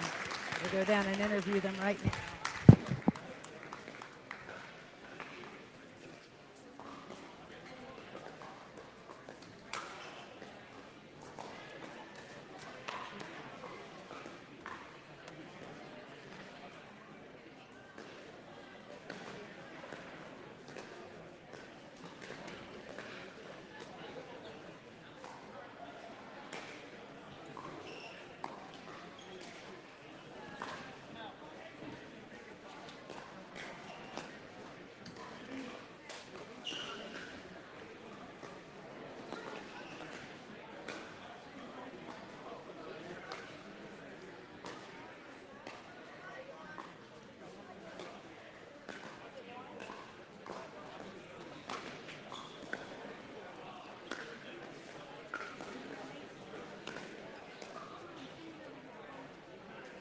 The runners-up and the winners.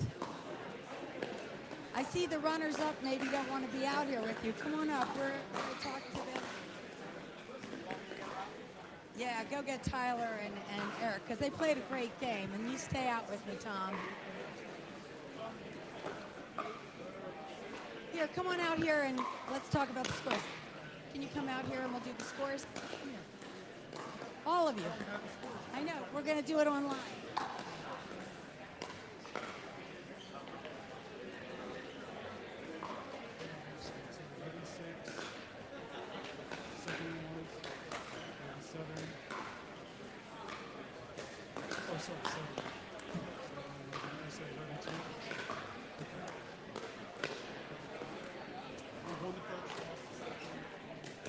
Okay, so we like to have our runners up out here with us, but I don't see where they've gone to, but we certainly have Tom and Zach here with us. So come on over. Congratulations. You guys did an amazing job. You won the first game, and then you lost the second game. What was going through your mind at that point, how you were going to switch it back up and come back to win? When we got to the second game, they started to get privy to our aggressive game.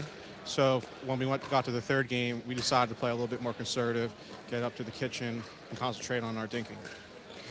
Your backhand blocks are amazing. I just want to say that. And your speed and around the posts. And I guess, tell me what you were thinking after that second game, because you certainly came back quite amazingly in that third game, and there was no question. Yeah, I think in the second game, they kind of took it to a place where they were very comfortable and you know, wanted the game to be played. And we knew in the first game, we kind of had it in a place where we knew we could win.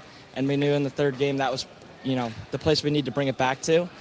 Keep them on their heels, try and pressure them as much as possible and keep it in a space we were comfortable with. Ultimately, that's what we did, and we took it, pulled it out. Now, you played tennis before, right? And you played baseball. And here you are. Where are you from, and what do you think about my Pickle Factory here? I think it's your first time here. Is that right? Yeah, it's amazing. Courts are super, super nice, and nets are perfect. Very, you know, not so forgiving that the ball's going over all the time, but you know, tense enough to not, you know, to knock some down. I think it's a beautiful place, and very happy to be out here. And where did you play tennis, and when did you convert to playing pickleball? I've been playing tennis since I was about 10. I just play all over. I used to travel and do different tournaments.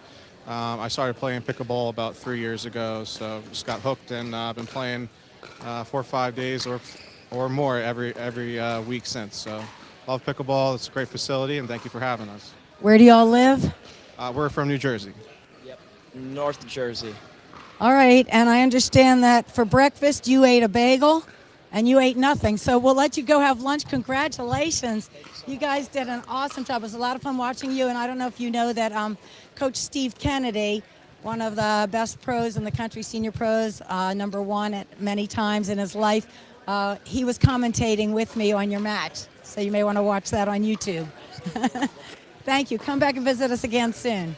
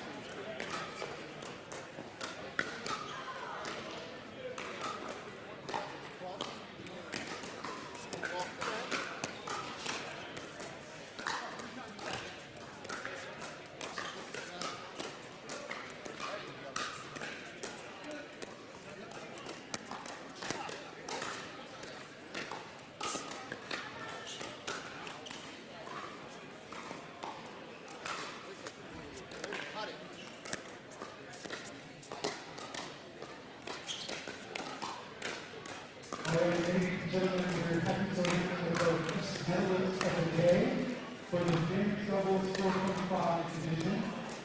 Bronze medalist Brady Artback and Gabe Swan. Silver medalist Eric Petty and Tyler Wood. And our gold winners are Thomas Connolly and Zachary Marceau. Give them a big round of applause. For all of us, medalists, please come up to the top balcony of the team for a picture. And all the medalists for the big 4-5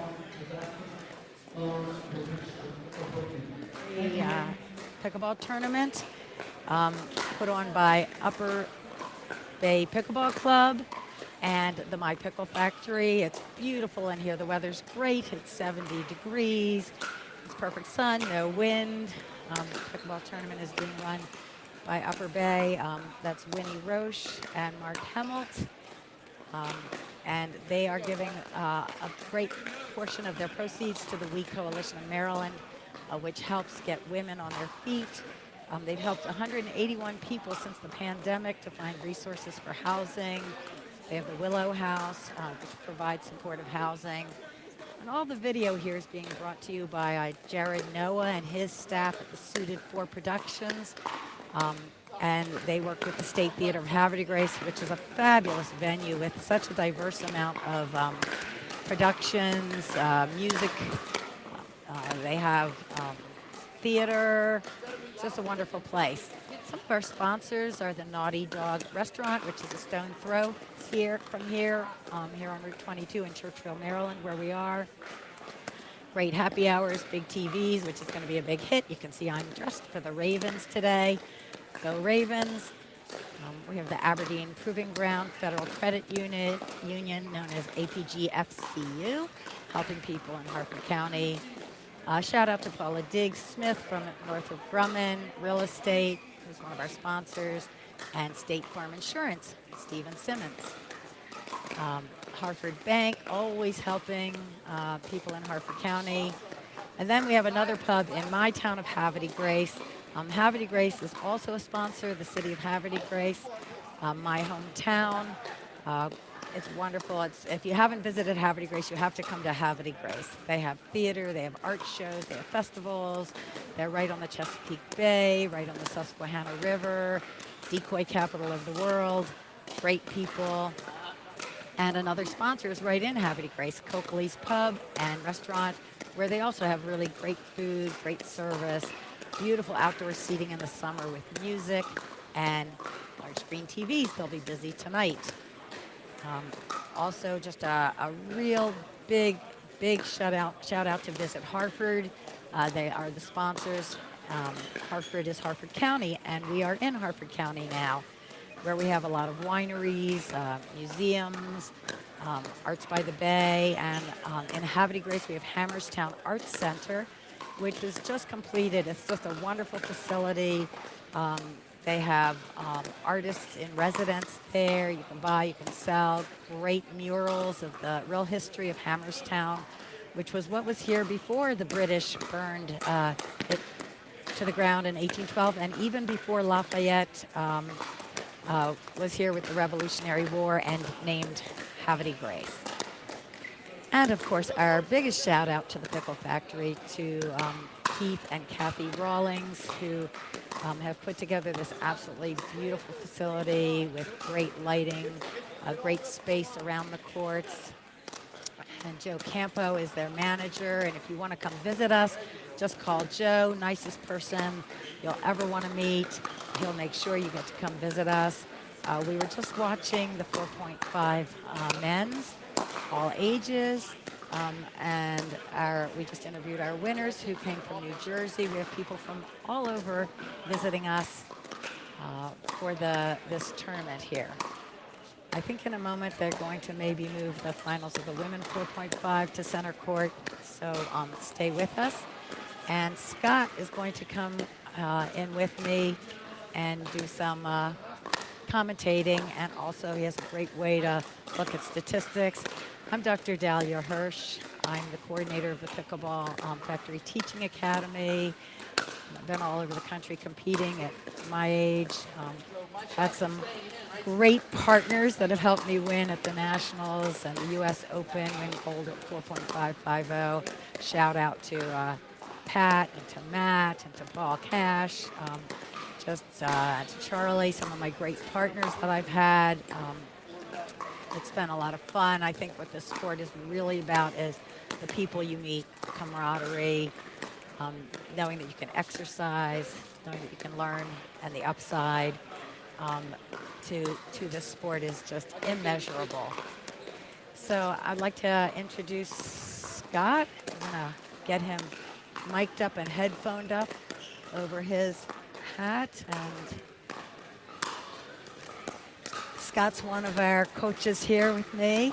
Yeah, hi Dahlia. I'm glad to be here. It's exciting. There's so many people out here and a lot of good play from all over the different states that we have around here. I know the guys from New Jersey just came down and played in the finals. Yeah, they sort of taught our players a thing or two today, didn't they? They did. They were just so consistent. They seemed to know when to attack, when to do their earnies. Very patient. Very patient. And you can see that even at that level, you can lose the game, right? Yes. And then you have to learn how to regroup.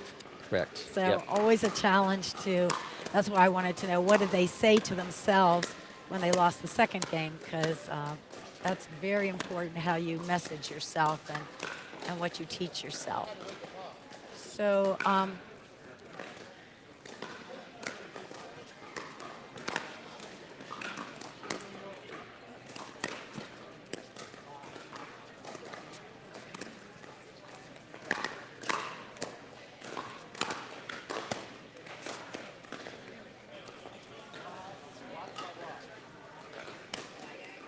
So a couple of things that we're going to discuss are about the Pickleball Factory.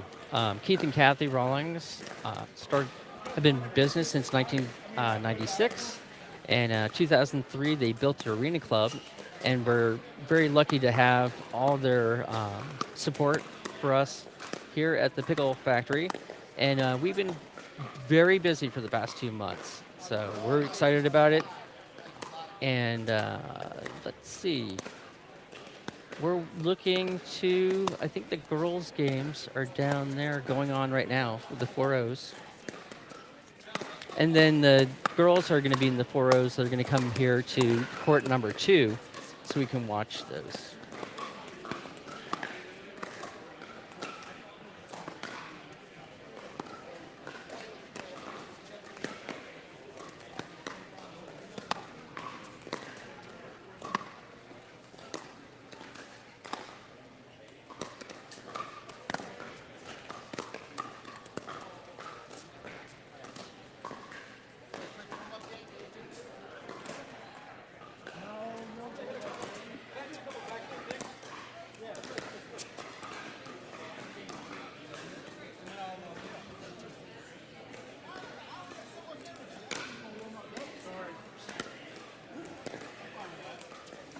All right, we're back.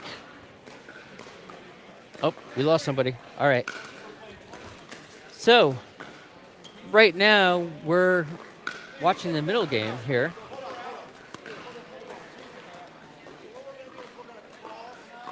Oh, they're just practicing here in the middle right now. And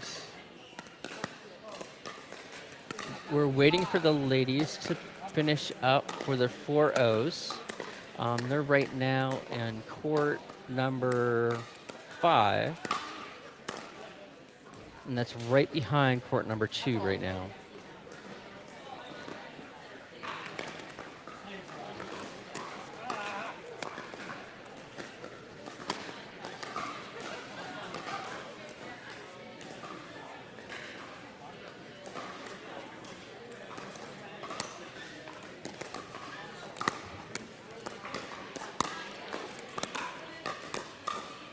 So one of the things that we do here at... Good? Okay.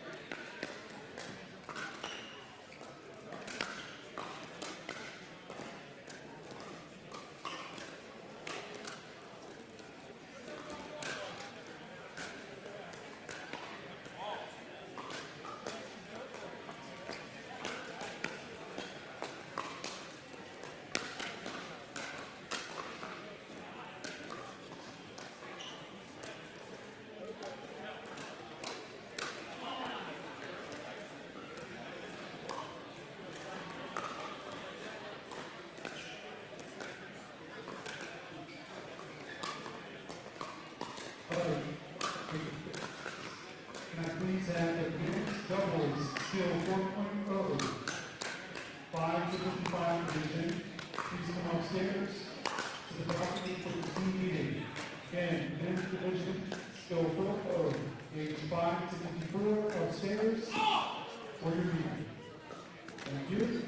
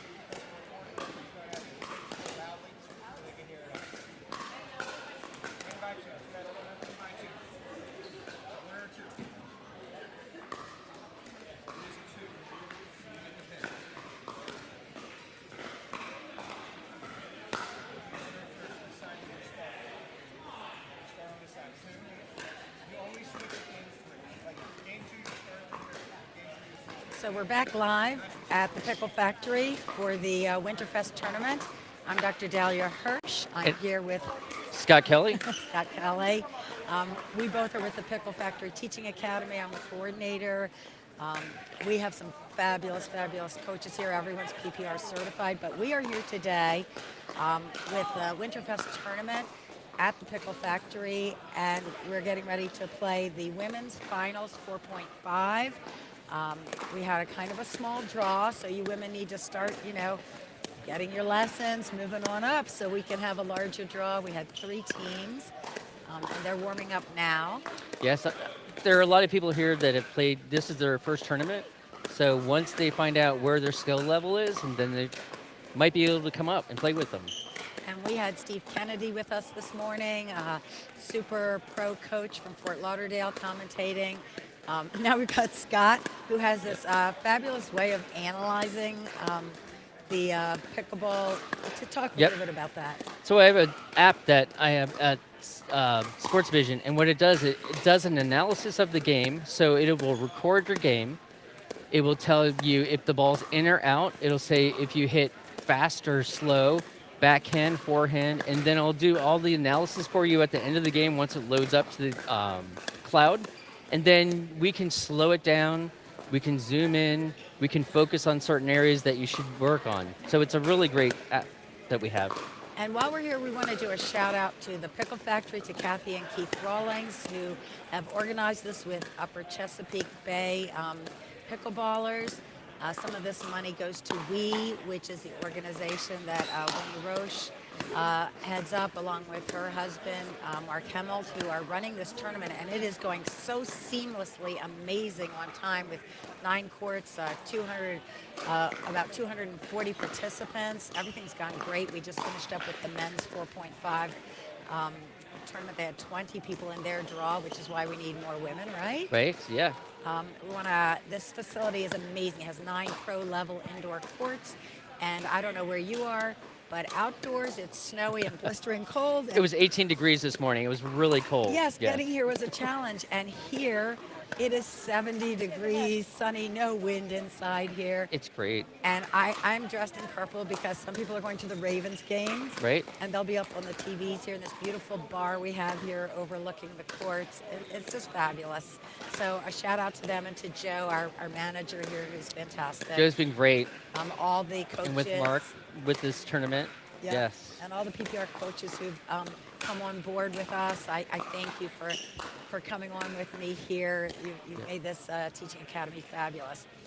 A couple of shout outs to, first of all, Jared Noah, who's doing all this video. You can't see it, but there are cameras everywhere down on the courts. He's got his amazing staff here. He's with the Suited For Productions and the State Theater of Havre de Grace. The State Theater of Havre de Grace is also a sponsor. They have it's a phenomenal venue.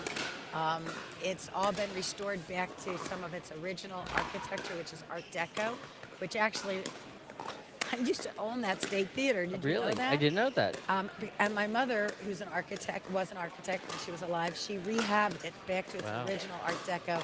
It was incomplete, had been let go and empty for many, many years. Wow. I've driven by a couple of times, and it's absolutely gorgeous. Yeah, and they have all sorts of music there, and theater, and karaoke. It's just a great theater. Also in Havre de Grace, the city of Havre de Grace was a sponsor. What a great city. They are. It's lots of fun down by the water. They have tons of activities year round. Right on the bay and the river, a lot of history. They have a pickleball courts right there over the marina, and it's one of the best places to watch the sunset too. I agree with that. And they have Hammerstown, where they support artists that are living there and selling art. I think that they're ready to start here. We need to start watching these women. And we have in the finals Erica and Lori on the near side playing against Kelly and Jennifer. In the far side, yeah.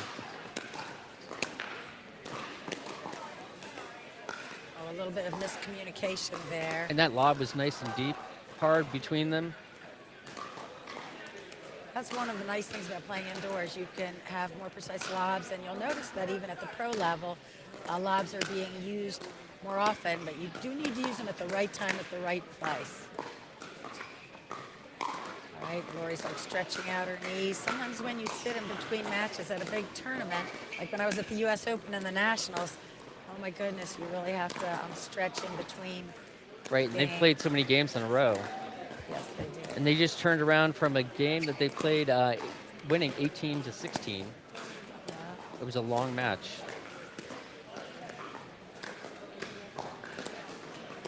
Nice. Another lob down the middle. Really nice reset. Another reset.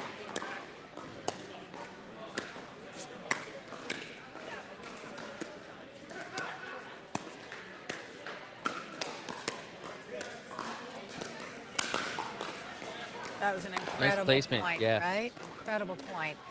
They all got to neutral, lots of dinking. Went to her backhand. Placement over power, right? Yes, definitely. Very important placement over power.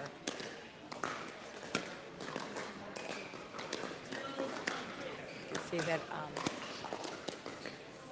just a great push. Unlucky. Dink to the backhand. A little hard to handle for Kelly at that point. Kelly serving. And you might notice that Erica and Lori gave the switch signal.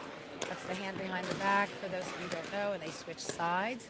And that is because Erica is left-handed, and so they're trying to keep their forehands to the middle.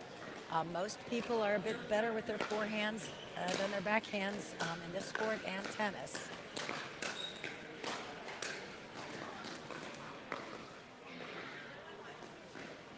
Lori serving.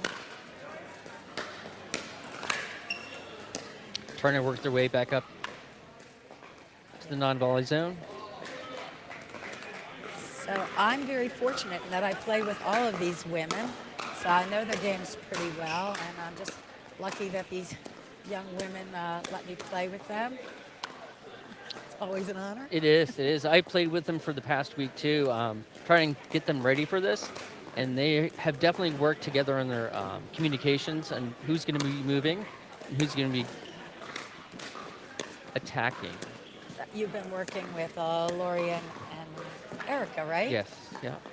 And so Kelly's spent some time at my home, you know, where I've done some training of people. Well, you've spent some Right, time at my home. yes. Court. And now I'm mostly here at the Pickle Factory. Oh, And I played with Kelly down in Pine Valley, and then Jennifer up at Habitators. yes. So I have to say I love that 3 out of 4 of them are wearing what? You tell me. What am I happy about, Scott? I have no- Protective lenses. Yes. You know, I'm an ophthalmologist, so a lot of people report their eye injuries to me.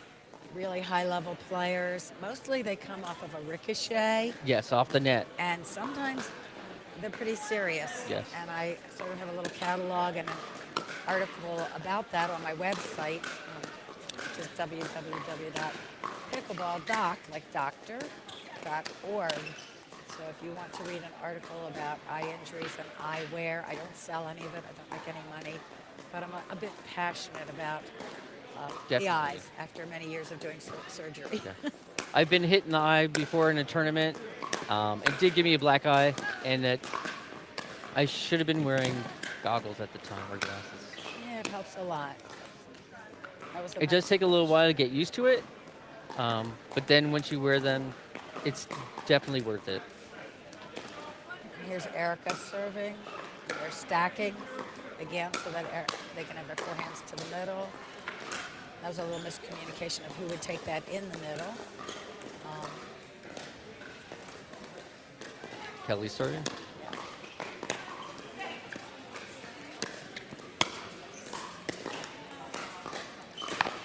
There's a good push to Kelly's backhand by Erica.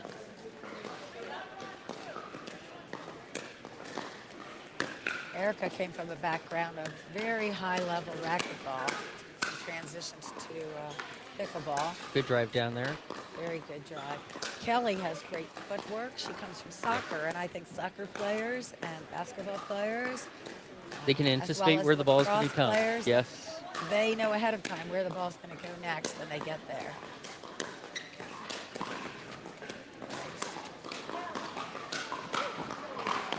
Lori comes from a background of tennis, where she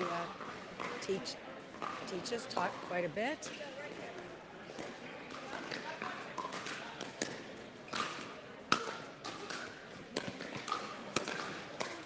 Nice reset.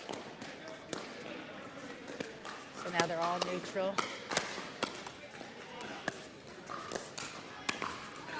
What a nice rally. That's great. What a Straight nice down. Yeah. rally. Nice hand Ball battle. got up a little high. And, Yep. That can get you in trouble if you get it up high.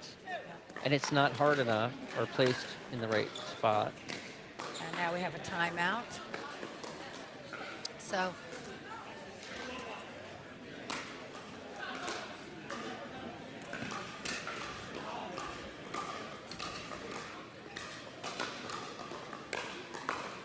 So here we are. I'm here with Scott and Dr. Dahlia Hirsch. We're both coaches here at the Pickle Factory. I'm telling you, this place is amazing. The surface, they did the surface in a specific way so that it's very easy on your knees and your Right. Has a legs. cushion, asphalt cushion, and they did 2 layers of it. So it's much easier on your joints, and it's great. And they put the sand underneath instead of in the top layer of paint. So it doesn't Right. fall off. Anyway, Kathy and Keith did a great job of the My Pickle Factory, and we hope you visit us here in Churchville. If you want to visit and you aren't a member yet, you could always call Joe, our wonderful, very nice manager, who I'm sure will make arrangements. We want to thank Jared, Noah, and Suited for Productions for bringing us this. And now we're back to the court.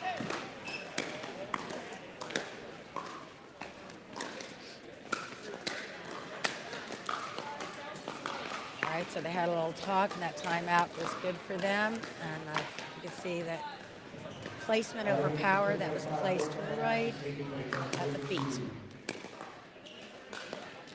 We have multiple tournaments going on right now inside of a tournament. So the next group is starting right now. all different levels, opportunities for people to compete Yeah. no matter what level they're at. And the beauty of competing is it, first of all, allows you to play with people you may have never played with, to really work on partnering, to see just how natural your skills are and your body memory once you get nervous, and hopefully to remind yourself that this is Good fun. speed up.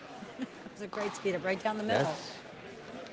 You have to be patient, and then when the ball comes up to the top of the apex, then you can drive it. And she did a great job driving it right down the middle. Erica's serving. Erica serving, yep. One thing you will notice at the higher levels is that most often people have nice deep serves and nice deep returns. Now they're trying to move him back.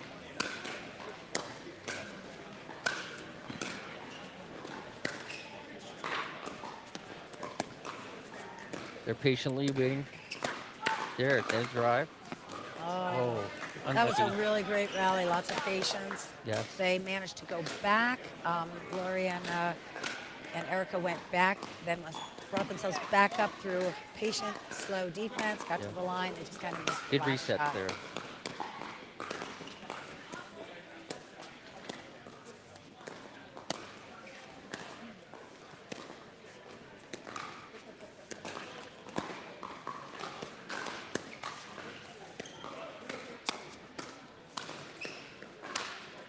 One thing you'll notice how everyone moved together, covering each other. When someone goes wide, the other person comes and covers them in the middle, working as a team. One thing you notice as people get better and better, the rallies get longer and longer because they don't just end with one shot. Definitely. Erica came over to poach. It was a great idea. It was just a little too soft, too low. Great.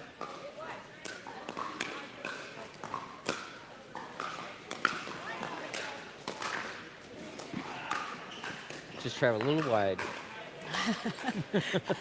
Sometimes you just are like, what was that Yeah. about, right? Just ricochets off the paddle. I have no control. Uncharacteristic. Yes.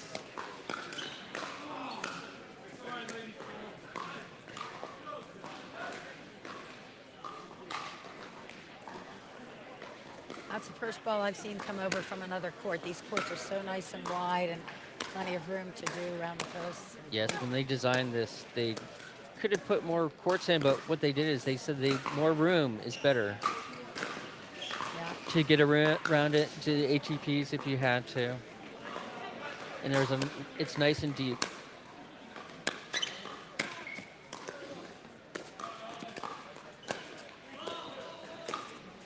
Oh, there's a ball coming in the court. They're gonna have to. Oh, I wonder if they're gonna say that disturbed them or not.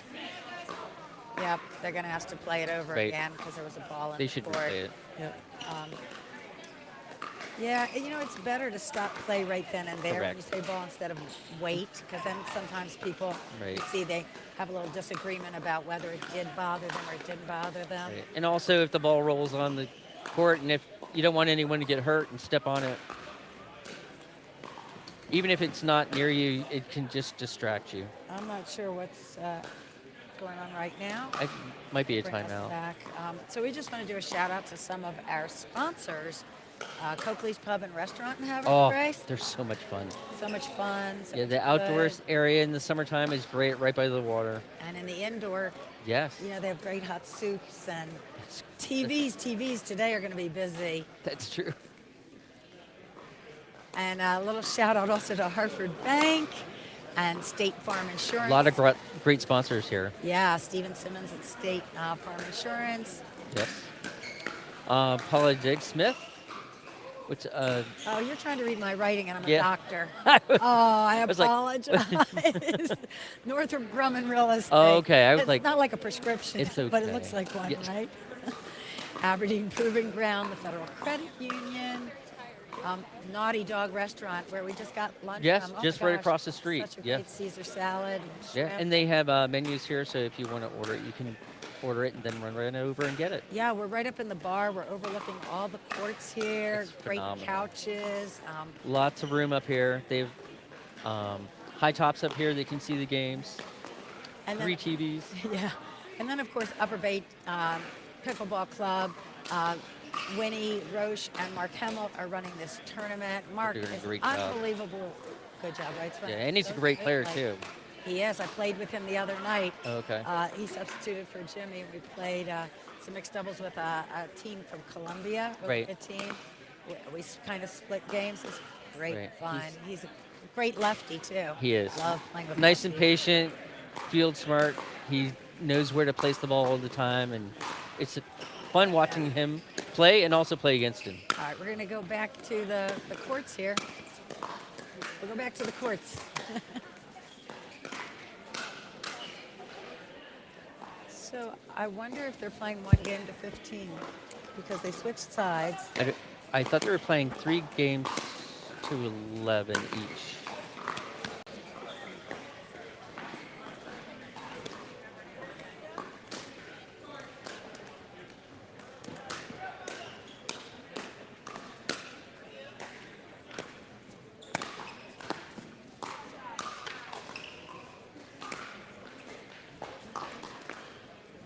I'm back with you.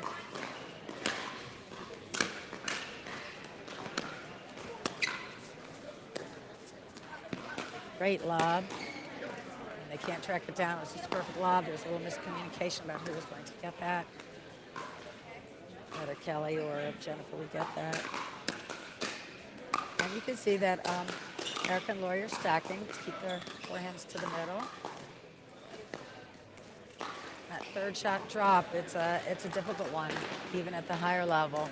They all do a fabulous job. That's why they're such good players. And, they also have spent a lot of time at my home playing, and I just love playing with all of them. Great sportsmanship, sports ladyship. Super fun.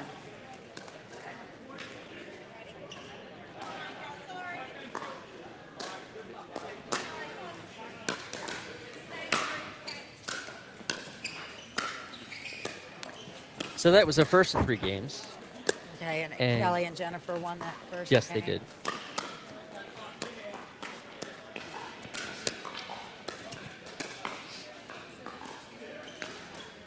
I'm not sure what the call was there. That was a close one. Right, I'm not sure. See if you can hear the score. Sometimes it's hard from up here in the bar to hear the score. I think it might be 0-1.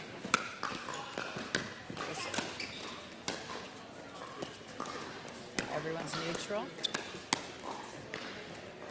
There's a good speed up by Jennifer. Yes. Hard to handle those speed ups at close range. That's one of the amazing parts about pickleball. There's so many different kinds of shots and placements. It's a nice redirect by Lori. Beautiful lob. Yes, it was. Lori's Just lob. out of reach. Spot on today. Yeah, exactly. Sometimes you shouldn't swing for it and just let it drop and come around behind it and then lob it back. But sometimes it looks like you can get to it. It's hard to know, right? Yes.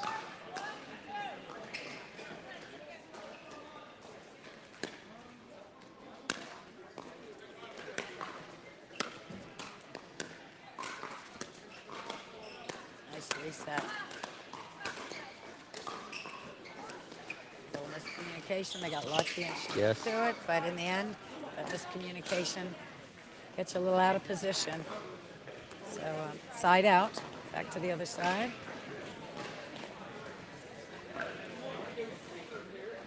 Little logistics issue with the knee brace there, but here we go. I think she said 1-4-1.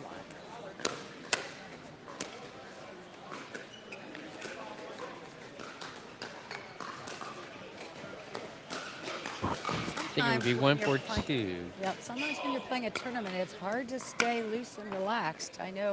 Yes, and they've been playing a lot of games. Yep, but everybody has, right? Yes. They're all even that way. Yeah. It's more of an endurance. But oftentimes when you find yourself hitting into the net, you would imagine that maybe you're just not quite loose. Right. I always try to remind myself when I'm in a big tournament and I get really nervous, I try to say backyard pickleball, Right. But I tell everyone they should have their own mantra. For some people, it's focus. For some, it's relax. Yep. Mine is like patience. Patience. Yep. You have to figure out what your own mantra is. Yep. And just reset if you don't have a good hit, or if it goes out, and say, all right, let's try to do it again better next time. Nice resets. Nice lob in the back. Yep. This time Kelly went back right away. Oh, net shot. Those are hard. Oh, another net shot. They're moving the ball around great. Another lob to Kelly's backhand. So not only are they moving the ball right and left, they're moving it short and long. Yes. That's- They're trying to move them all over the court right now. They're doing a good job with that. Yeah, I think now it's 4-4. Yes, 4-2. 4-4-2. Second server.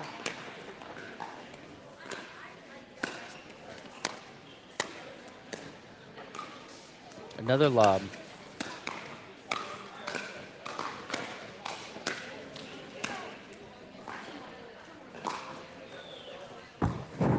Kelly's a little frustrated with that. They're running back and forth. That's part of the game. More and more pros are hitting more and more lobs. That's true. You know, it helps to be indoors where you're don't have the wind as a factor. And the great thing is here they have high ceilings. Yes. That lob's working really well for them. Yes. Timeout should probably be called at this point. Right. I would suggest that. Momentum shift. 6-4-2. I think that, did Erica and Lori call that timeout? I'm not sure which one. But it was 6-4-2. All right, so we're upstairs at the Pickle Factory. It's a wonderful place. And, And it's just warm. One more shout out. What I really like is that a lot of the money from this tournament is going to the We Coalition of Maryland. They help women to get on their feet. They find resources for them for housing. They have the Willow House in Aberdeen, just up the road, which actually does provide supportive housing.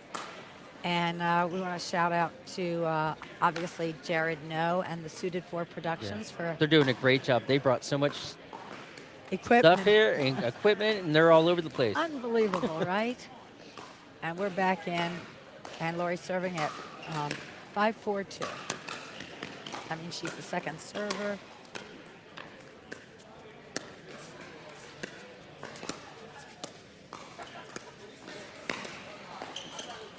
Oh, they're really going to use Another this lob lob. a lot today. I think that's going to really be...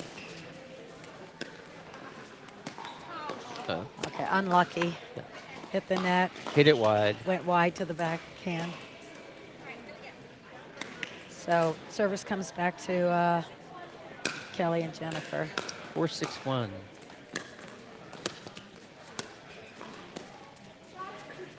And I think she's going to keep using the lob as long as it works. Yes. And it worked again. It's hard not to really the lob. It's easy to get. It's easy for them to get the lob. Correct. But then you are moving your way up, and you have to be a little more patient because Right. if you run in too fast, it comes to your feet. right, because you need to stop when they're ready to hit it, so you're in placement and not running through the ball. Exactly. I know everyone says you want to get to the no volley zone, but you have to get there in a controlled manner. It's more important than getting there quickly. Yes. Four, But it's six- very hard to run back and run up, and Well, as I always say when I'm teaching, you don't actually want to run. You want Right. to glide like a cat. that's never heard that. I like that. You know, you're kind of low and stealth, you know, and just going as far as Cautious, you need yeah. to. Stop to see where that mouse is going, right? Good analogy. Right side out again, so a bit of a fruitless effort 6-5-1. there. There we go with the lob again. Nice. And then Kelly and Jennifer are trying to keep them back so they can't get up to the non-volley zone. Yes. And then sometimes what you do, if they're back, you don't hit it as hard, and they don't anticipate it so soft, and then it drops into the net and doesn't go over. Oh, very good spin serves. Lori has a really good mastery of this. Good get. Serves. And you might notice that what Erica did there, Lori wasn't up at the no volley zone yet. So even though Erica was, and she maybe could have done a little more with that ball, in her mind she was like, let me reset this to allow my partner to come up so we're neutral. Yes. So To help her it's come called up. neutralizing, right? Is the most important thing so that you both can get in a good position. Good get, Kelly. Of course, Kelly had to go to the left. Jennifer came to the left with her, and then kind of opened up and exposed the right-hand side. It did. That's the, I don't think, you know, that ball coming over was a surprise. So Kelly went wide. No, not at all. Oh, it was a nice speed up, Yeah. but Jennifer was right there on it with her paddle in Yep. front of her and paddle up above the net. Right, and Jennifer was protecting the line, which she's supposed to, and then Kelly gets everything else across.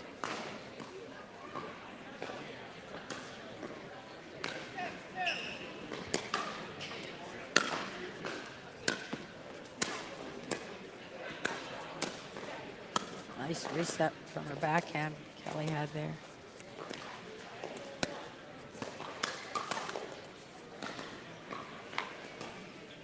Another speed up from Jennifer. Yes. I've played against her. She's very good at that. She is. If it comes above the net, you got to attack it.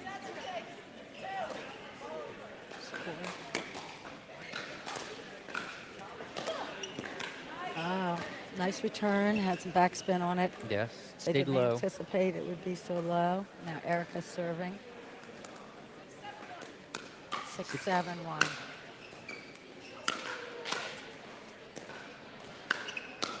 Nice reset by Erica. She's so steady.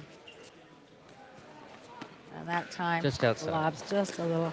And Just we're a little playing off. at the Pickle Factory, this incredible tournament, Winterfest, right in Harford County. It's And Visit Harford is one of our sponsors, one of the sponsors. And there's so many things to do in Harford County, wineries, 7 museums, the Decoy Capitol and Maritime Museum in Havre de Grace, the Concord Point Lighthouse in Havre de Grace, and the city of Havre de Grace is also a sponsor. Arts by the Bay, Hammerstown Art Center, where artists live and buy and sell art and create. good drive by Kelly. It sure is. Right down the Fabulous. middle. Fabulous place to live. And we want to thank the State Theater in Havre de Grace. Great Art Deco facility. It's an old theater, renovated back to its original Art Deco style. They have pro wrestling, concerts, open mics, theater, private events. It's a beautiful dink there. Moving it around. Definitely moving around. Oh, a ball on the court. You know, it's funny, when my family owned the State Theater, when we bought it, it was in total disrepair, Oh, wow. and my mom renovated. Right. The first movie we showed, because it was second run movies, Right. was Summer Vacation with John No way. Candy, where they move into a house that is abandoned, and he tells his family that he rented a vacation home. Right. Nice return by Erica.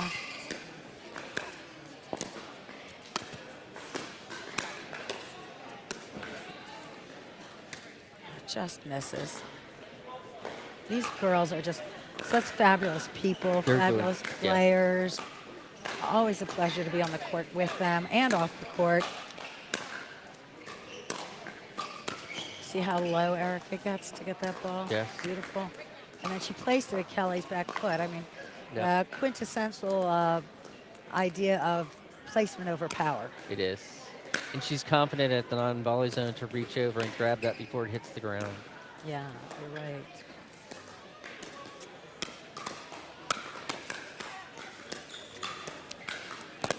Wow. Oh, That was a great placement. yes. To the back foot of Jennifer. Jennifer, right? Yeah.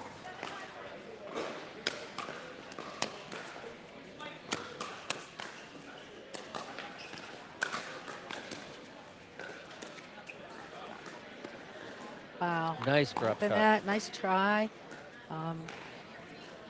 Boy, I remember when a ball used to come over the net, and I would just go, "Oh, good shot." Now I'm like, I can get that. Right. It's Even at- amazing how much even more at my time age, that you right? have. Everyone tries to rush it when it gets to the net, but it's easier to just slow down and just lift it over the net. I'll tell you, here at the Pickle Factory, I've been coaching here while, being the coordinator of the teaching Good guess. academy and having all you. But don't you notice what all the different ages are that are getting into the sport here, right? It is, and they're younger and younger each day. Oh, Roll along I think it the stayed net. up there for a half day. It did. Wow. Yeah. Yeah, we so have, we have students who are like 5. I bring my granddaughter out, and she's like, 4, Yeah. 5 now. So they're teaching in middle schools and high schools, college teams. They have a lot of club teams. I think there's 16 different club teams. They just played in their championship down in Texas last month. It's unbelievable. And here I am, 72, and still playing in the Nationals and playing with these young girls here. And, Yes, you just have to, it's the quality of the play just gets better and better. it does. And we teach a lot of 101, 102 classes here for people that are just learning how to play pickleball and never played before. After 1 or 2 classes, they can't wait to come back and play I know, right? more. And then you come out with my husband, Dr. Barry Walsh. Shout Yeah. out to my amazing, amazing, supportive, wonderful, athletic, loving, kind, brilliant husband. He's not here today because, the Ravens are playing. Yes, at 4:30. 4:30. This is a nice rally. That's a great They're rally. working their way back up to the net. Right. You They think did a the lob? thinking, lobs. You think a lob's going to be coming? I think so. Right here. Yep. Way to get it, Kelly. There. Ah. How did I know a lob was There you- coming? Right. We've got a little Yeah. pattern going here, and it's working well for Lori and Erica. And Jennifer and Kelly are doing a great job to run back, get it, and try to lob it back over, give them more time to come up to the non-volley zone. Yeah. I think sometimes, instead of just keep hitting back those lobs, they're so good at re-lobbing it. You just want to drop the ball a little shorter and say, all right, come on back up with us up Yes. to the no volley zone. We'll just do some thinking. Wow, what a get Wow. Erica had. Lori and Erica celebrating that get, which they should.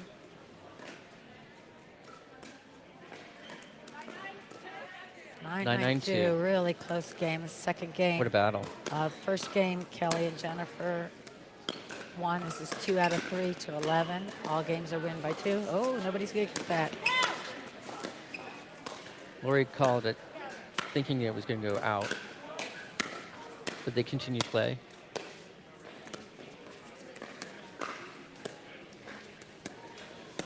They're slowing it down. Nice lob again. Ooh, that's a great Wow. angle right there. The lobs are just, Sometimes you don't Really need to drive tough. it back and keep them back. You just use your angles. yes. So when you said that, she said no, but it was hit anyway.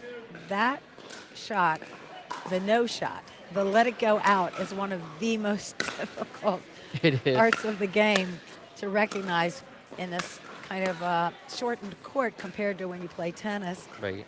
when a ball is actually going to go out and you have to somehow duck, get out of the way and let it go when your mind says hit that ball. Right. That was a nice deep serve right off the back line. And deep serves and deep returns are a really important way to get these started. Another And lob. They're going to keep doing it till it doesn't work.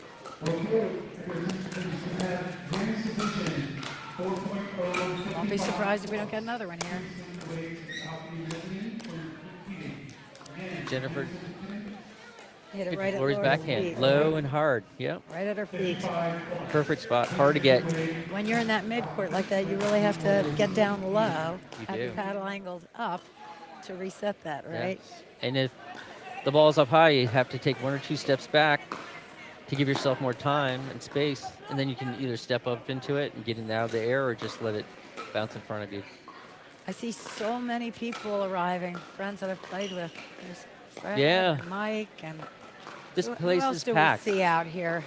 Friends that we need to have a shout out to. It was hard for me to get a parking spot. And oh my gosh, Michelle Brandt, she is one of my best students and has become one of my best friends, and she's been helping me here.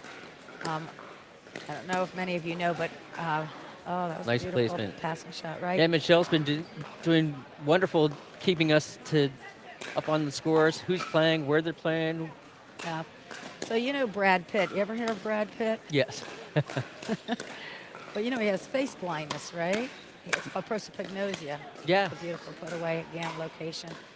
So it's Which great means to have he can't Michelle here. recognize faces. He can see them but can't recognize them.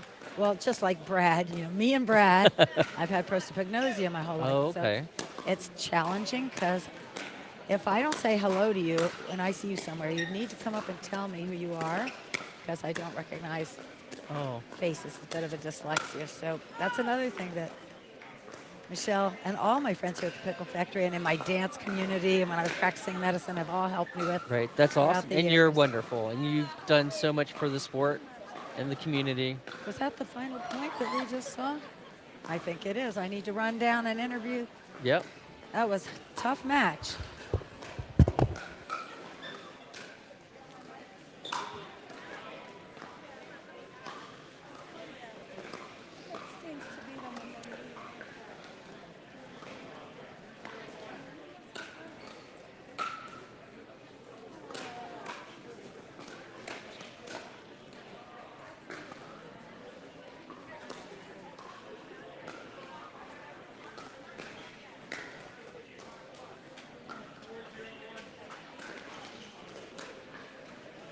So we're here at the Pickle Factory, and we'd like to interview the silver medalists, are Lori and Erica, who just did a great job of hanging in there. They have the most amazing lobs. I don't know if you guys are going to come out. I guess they'll come out in a minute. And we have Kelly and Jennifer. Come on up so that you can be seen through the camera. Our gold medalists. And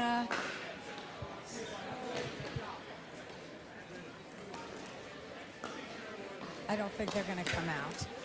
But I wanted to interview Lori and Erica because they did such a great job. They were so tough to beat, right? So I just want to ask you, I know that your background is soccer and your background is nothing but amazing. And in the preliminary matches coming up to the final match, you had a tough time. Actually lost a couple games to this team, right? So I want to hear from you what you did differently when you came out to play the finals match. Kelly? We knew that the lobs were coming, so we tried to just be prepared to retrieve a lot of lobs. Let's talk to Lori and Erica. Come on out. We want to talk to you. The silver medalists for the 4-5 Women's Championship at the My Pickle Factory. We're on YouTube, so say hi to all your fans. Yes, let's all. All right, well, come over here so you're looking front. So, look, you come from a tennis background. You're an amazing tennis and pickleball coach. This is Lori and Erica. You come from racquetball, that other racket sport. You guys were amazing. I know that this was a very, very close match. Your strategy, I want to hear a little about your strategy because I thought it was phenomenal, and so I want to hear you talk about it. Well, I guess it was not let them get to the kitchen line, lob them when we can because we knew from the other games they didn't move lobs, and we had it in the second game and just couldn't lose. You are so consistent, and the way you get down on those balls and your angles are phenomenal.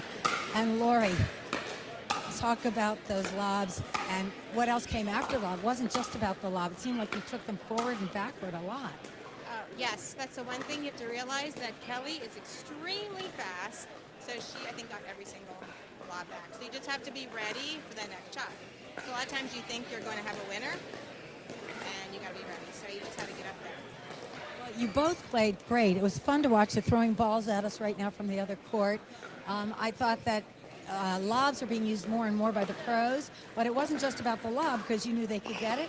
You had to be ready, and then you had to think about the next shot, which was placement overpower. Well, congratulations on your silver medalist. And, you know, I love playing with you both. And we practiced just the other evening for, we played.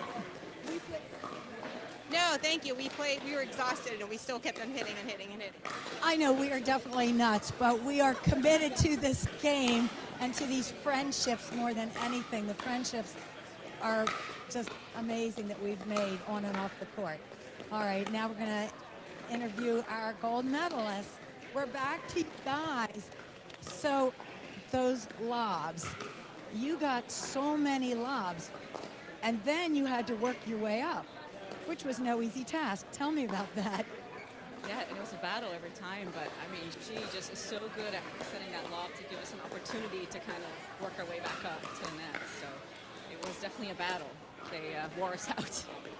I think that every time a ball was even remotely in an orange zone, just over the net, you just reached in, right? And you so that helps. The long arms, you use them well, though. You can have a lot of long arms. And I just want to tell you both how much I've enjoyed playing with you these years. And congratulations, just a great gold medal.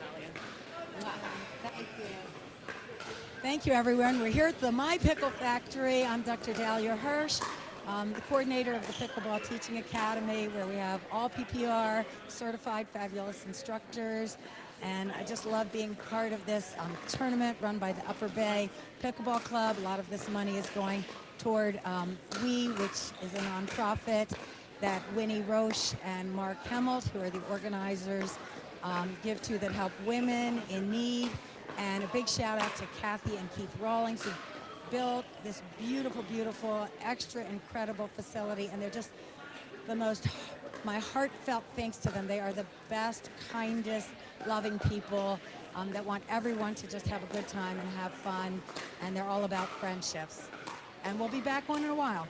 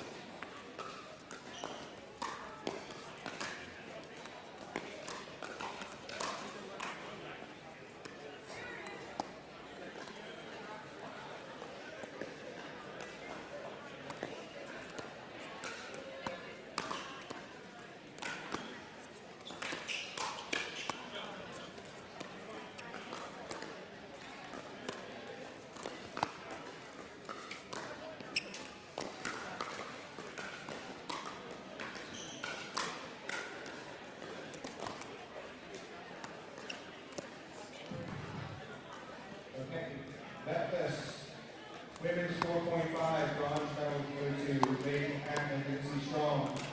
Silver to Erica Hawley and Laura Phillips. And gold to Kelly Dietrich and Jennifer Wolf. Please come up top to receive your medals and photos. Thank you.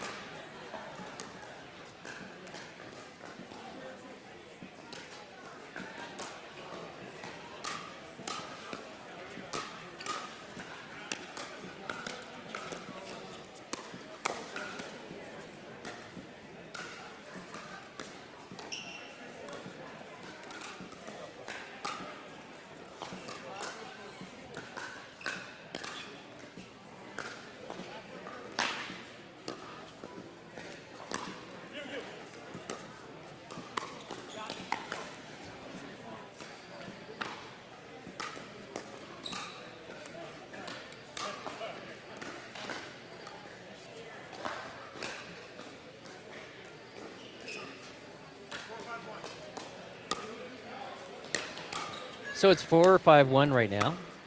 Kevin just served.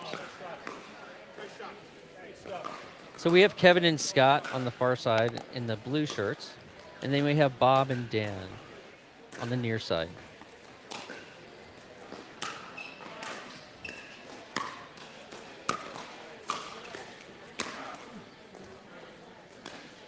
And this is Dr. Dahlia Hirsch with Scott and I, Dahlia and Scott, are commentating on this 3.0 60-plus medal match.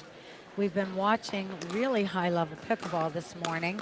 4.5, for those of you who don't know, it goes pretty much in competition, usually between 3.0 to 5.0. And then you have your ratings. And then they go by age as well. See, when you get to be 60 plus, you're not even sure what the score is or where you're going. It's a good thing you have 3 other people on the court to help you out with those scores. Always lovely, right? So this is 3.0 level. I think you'll notice quite a difference. But yet the fun part is that at any level, you can play this game. The rallies usually aren't quite as long at the lower level because you don't have the resets to keep you back in the game. At this age, you don't quite reach things as easily. But nevertheless, you're going to see some good points here. That's a nice drop, nice hard drive. And mobility can be challenging. But the one thing about this sport, it makes you want to stay in shape and eat healthy, right? It gives you a reason to think about your food. Like, I look at food differently now. I'm like, is that going to make me play pickleball better or not? So on the far side, we have Kevin on the left with the white paddle, and then we have Scott on the right with the white hat and the black paddle. The other thing you'll notice at age 60 plus is there are usually more braces on. Yeah.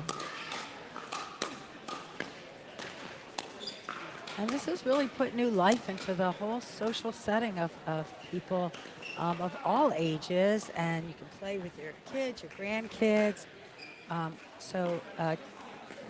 You have Kevin and Scott on the other side, and Scott came from racquetball, but Kevin in the light blue has not played any previous sports. So if you haven't played any sports and you think, well, I can't play pickleball, you see that that indeed is not true. You can come learn to play pickleball. Yes, definitely. Everyone can learn. It's an easy game to learn how to play, but a hard game to master. That's a good way to put it. Perfect. Yeah, it is. I'm still trying to master it. And like, like us, we've been playing for years, but we still take lessons all the time. Yes, well, that's the thing. Here I am, the coordinator of the Teaching Academy, and Scott's one of the 8 PPR certified pickleball instructors here. Everyone who instructs here is certified. And I don't know about you, but I have my coaches, my main coach being Steve Kennedy in Fort Lauderdale. Luckily, he was here today. Yeah, he was with us. That was wonderful, yes. And Sarah Ansberry, who's the director of PPR. I've coached with her. I've had several coaches, but you'll find out that even the pros have coaches. Yeah. As they should. Things that you don't see that they see during the game when. That's a nice Nice rally, hand right? battle, yes. Nice. So on the near side, we also have Dan in the gray and then Bob in the white shorts. So on that point, the people who got to the no volley zone, Kevin and Scott, ended up winning the point. And that is where you win most of your points, is if you can make it to the no volley zone. And then the trick is how to get there. So good lob. In that case, Bob did a lob to try to hold the other team back, and so he could take time to get up to the volley zone, and that worked out for Dan and Bob. Yeah, and they sent that to Scott's backhand.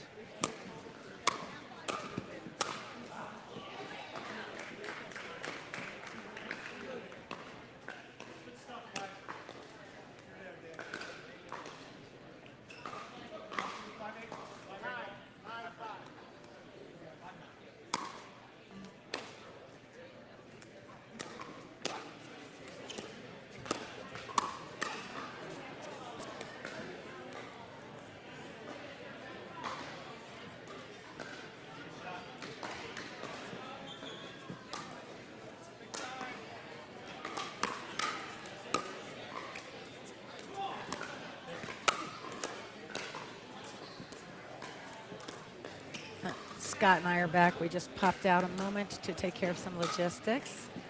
Hi, Lori, coming to visit us. Gloria Phillips. She's visiting us. Come on Here, in. you wanna Here, jump on. Oh, come on. jump on with me, Lori?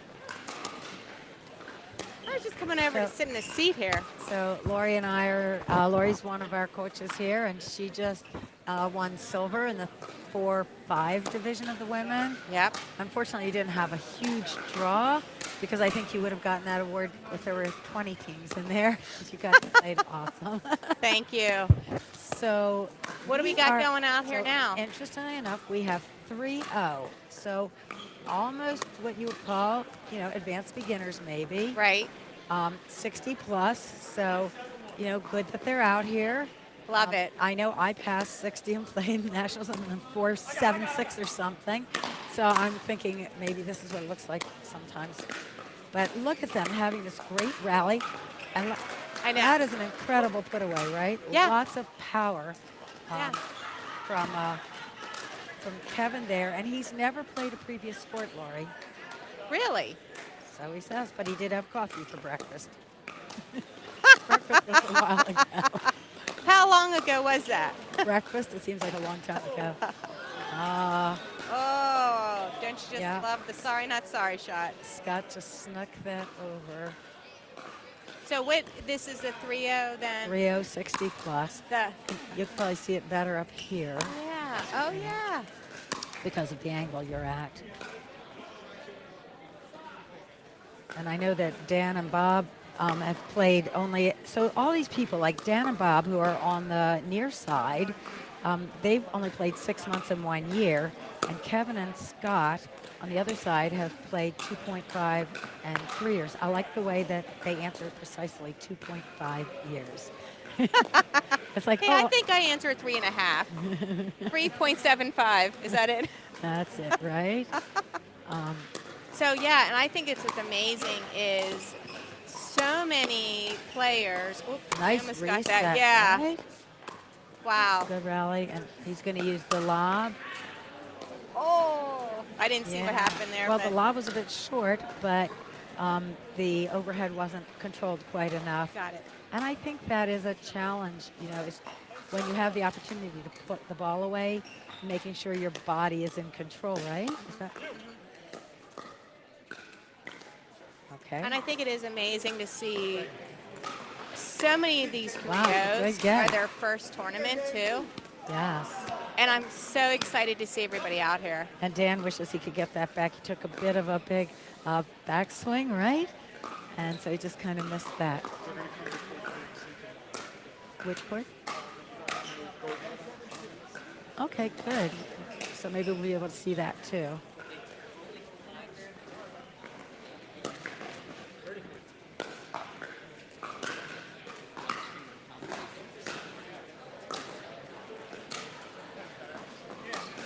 Okay, it's really busy here at my Pickle Factory. We're here in Churchville, Maryland. I'm Dr. Dahlia Hirsch. I'm here with Lori Phillips. I've just loved having different people help me commentate. And Great shot. We're at this 3-0, 60 plus, great lob, get. followed by a lob. What a good rally, right, Lori? And the women's 4-0 championship is getting ready to take place on court 6. I don't know whether you guys will be able to see some of that peripherally. To the left, we'll help comment on that a little bit. So they're on court 6 there. Let's see.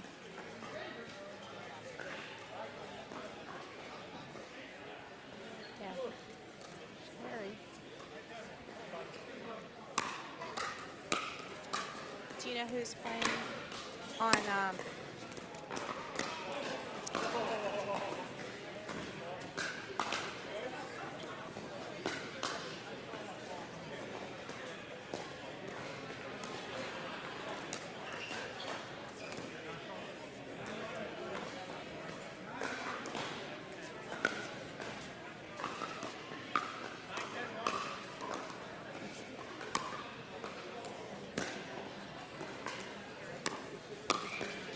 So we're back here, and I'm telling you, these guys might be 60, but they have some good power.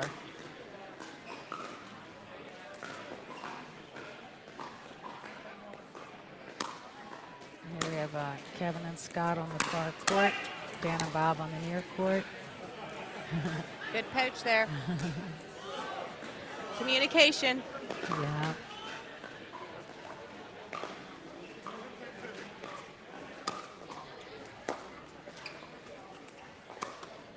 Oh, hit the net. And look at that good Great get by get. Dan. Oh. It paid off, too. Yep.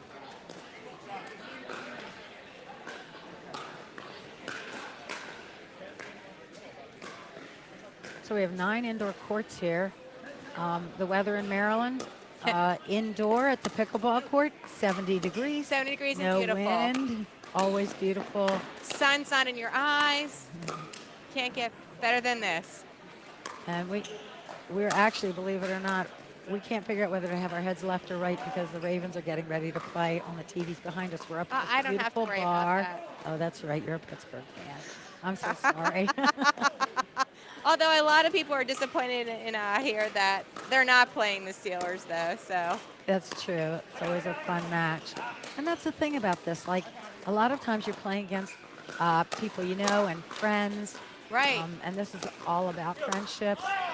And think about it, like the other evening, I got to play with you and Erica to help warm you up for this tournament. Yep. Did well. And Yep. We've all played together. But the interesting part was in the men's. I know you had a small draw of 3 teams, but the men, 4 or 5, had 20 teams. That's amazing. What do you think that's awesome. about? Why do the men have 20 teams and the women had 3 at 4.5? I think that there is definitely more guys around that are that level, and I think the area will start generating better women's player. So I think, eventually it'll happen. But I think it's interesting though, looking at some people were from New Jersey, even for the 4-5, the men. There are a couple here playing tomorrow from California, but I'm sure they're visiting people. Oh yeah. What else would you come here in the middle of winter? So again, we're here with the Pickle Factory and the Upper Bay Pickleball Club. We're putting on this amazing tournament. First tournament here at my Pickle Factory. Over like 240 people participating. Yep, that's awesome. The money goes to We Charity, helping women in need in Harford County. Awesome. Mark Kemmel and his wife, Winnie Roche, have done a great job of organizing. And of course, Keith and Kathy Rawlings, they've created this beautiful club and people getting together. It's just an amazing time here in Harford County. And some of our sponsors are the Harford County, City of Havre Grace, Coakley's Pub, Paul Diggs from Smith and Northrop, State Farm Insurance. We have Stephen Simmons. Just trying to go through some of these. APGFU, the Naughty Dog restaurant where we got our lunch from. Woo-hoo! They're right around the corner on Route 22. Anyway, you should come visit Harford County. And Jared Noah and his team at Suited for Productions are putting all this on. You should see the camera equipment. It is just amazing. And the State Theater of Havre Grace, they also work with them. It's such an amazing venue. Have you ever been up there, State Theater? I have never been there. Oh my goodness. They have opera, they have blues, they have theater, they have rock and roll, karaoke. Well, you're going to have to take me one time. Everything. It's a beautiful old theater that's been renovated. That's awesome. So, yeah, I hope you get to come up there. Let's go. All right, so we're back on. Here we go. Is this the second game then? Best out of 3?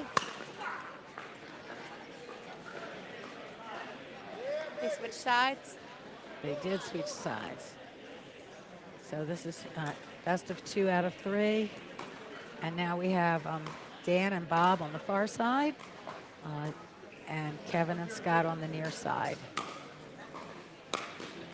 Dan with a nice deep return. Makes it a little harder to put that third shot drop in, doesn't it? Yes, it does. Deep serves and deep returns. And that's one of the big differences between the 3-0 and the 3-5 level, I would say. What do you think, the third shot drops? Yes, definitely third shot drops and patience. Patience. And then the biggest difference between 3-5 and 4-0 is maybe the resets? I think definitely the resets, and also it's patience. I think at each level you get to, you'll see the players have more and more patience. Yes. And variety of shots. Yes, a well-rounded game. Sometimes people come in here from another sport, and right off the bat, they do pretty well because they're athletic, Right. and they can anticipate, but they favor their favorite shots, and they don't really have shot development yet, and that's what we like to do at the coaching level, is Yep. to help Yep. them round out their game, Yes, definitely. which makes the points last longer and be way more fun. Way more fun and get more exercise. And so on the court right next to us, we have women playing. We have Lynn Price and Janet Larson playing against Terry Santoro and Christina Marsiglia. That's the 4-0. That's the 4-0 gold Yeah, match there. I don't think you all can see it on your screens, except for maybe peripherally at times. But we'll try to keep you posted. They would have been on center court other than the fact that they all want to get home and see the Ravens game. I'm still here. It's okay. I know. I'm rooting for them still. So they're playing 4-0, and I believe they're looking really good there. I'm trying to think. I think they're having the 3-0 women's 60s are going to start coming out.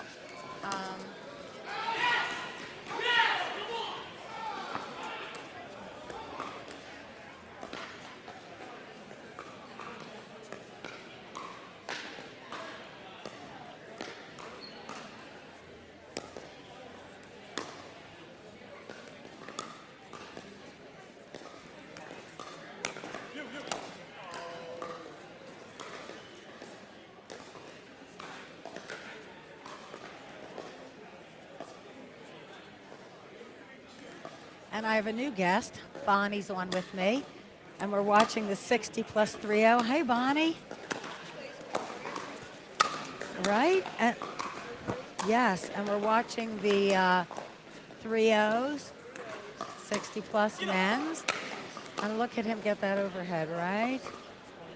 That's the 3. And we have Dan and Bob playing against Scott and Kevin. Have you played with any of them?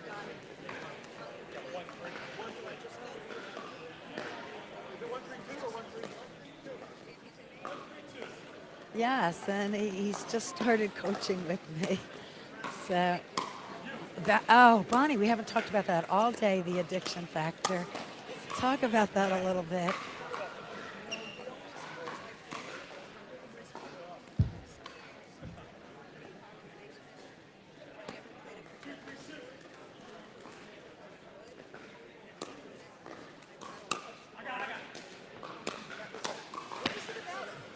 It's the sound, the movement, the camaraderie, the partnering.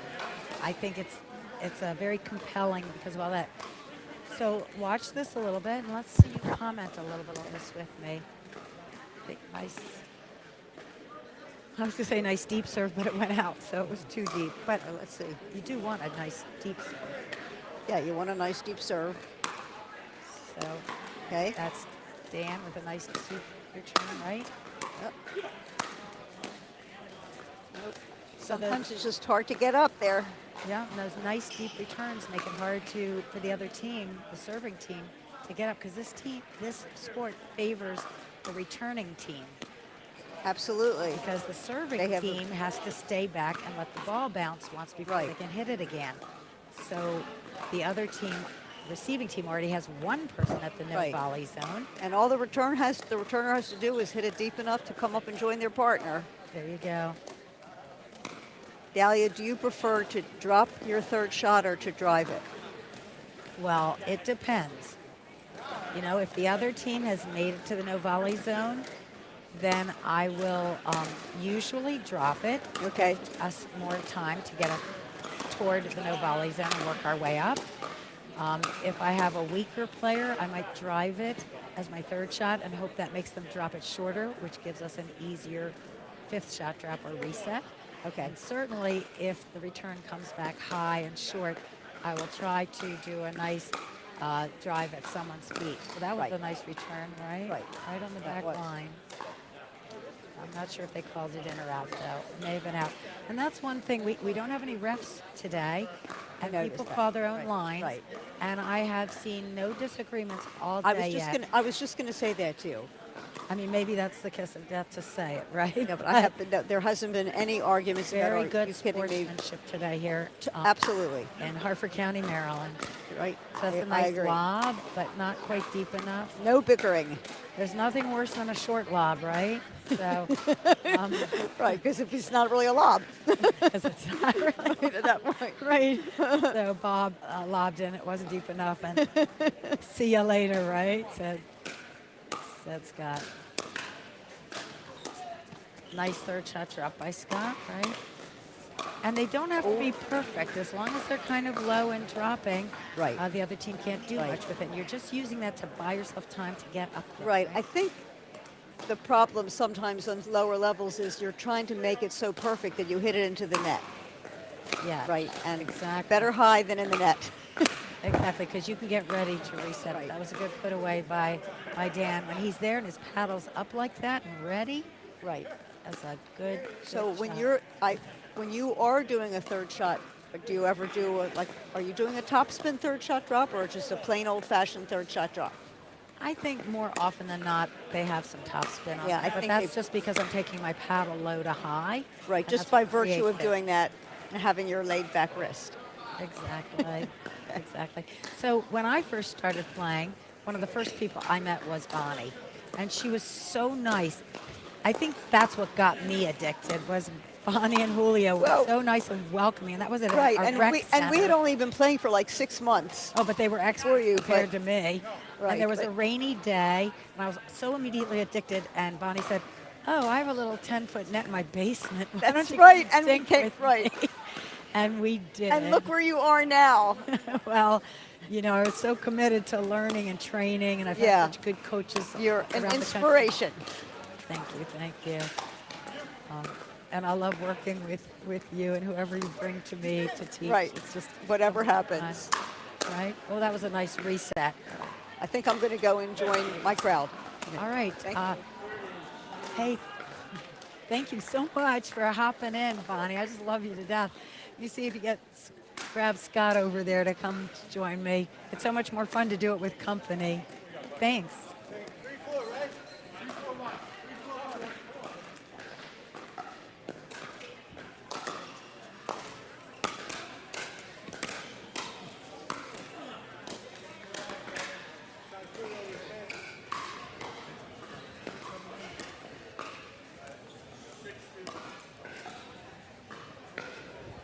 I love seeing all your new guests come up and talk about their game and the excitement that they have here. It's awesome. Yeah, it's kind of fun having all It is. these guests, right? Yeah, we're going to see what the score is down there. Wait, we were supposed to be paying attention to that. But I can tell you they might be playing 3-0 and they might be 60 plus, but they are hitting some resets. They are hitting some good deep serves, good deep returns. Good talk, great communication. Yeah. Just a little hard.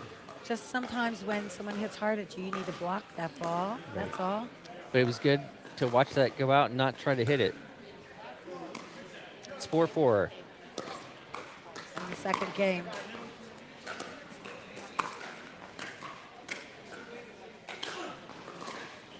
In the second game, Dan and Bob won the first game. It's a close second game so far. Yeah, it's been good. 6-4-2. Some of the things you saw at the higher level that you don't see here are stacking, which means serving from a different side or choosing who's going to be on the strong side, switching, and now there's a timeout. Timeout. So we might be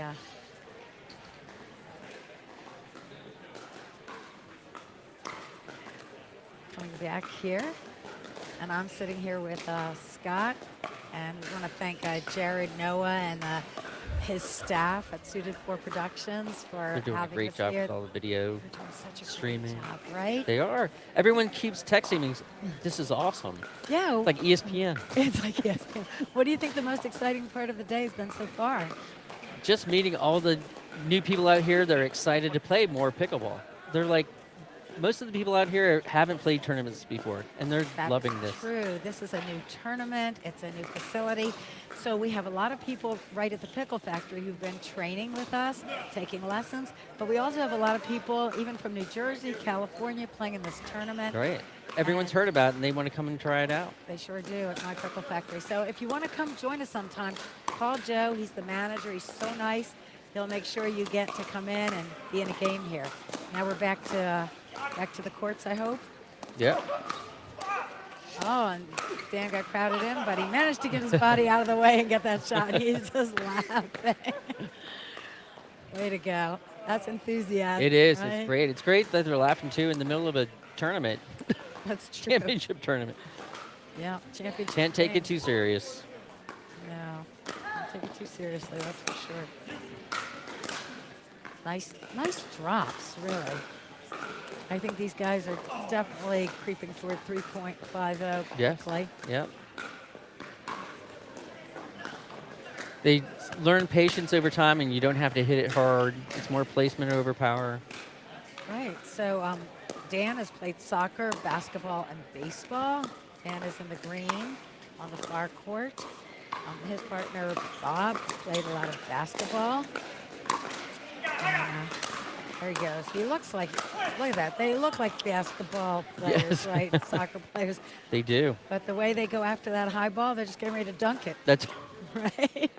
It's true.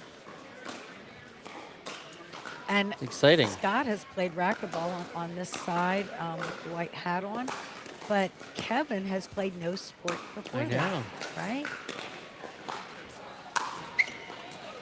And like we said before, it's an easy sport to learn and a hard game to master, and you can play it. And that's the game. Yeah. We're all in. I'm going to head down to interview these guys. All right. What a great sport. What a great game. All right, we'll see you down there.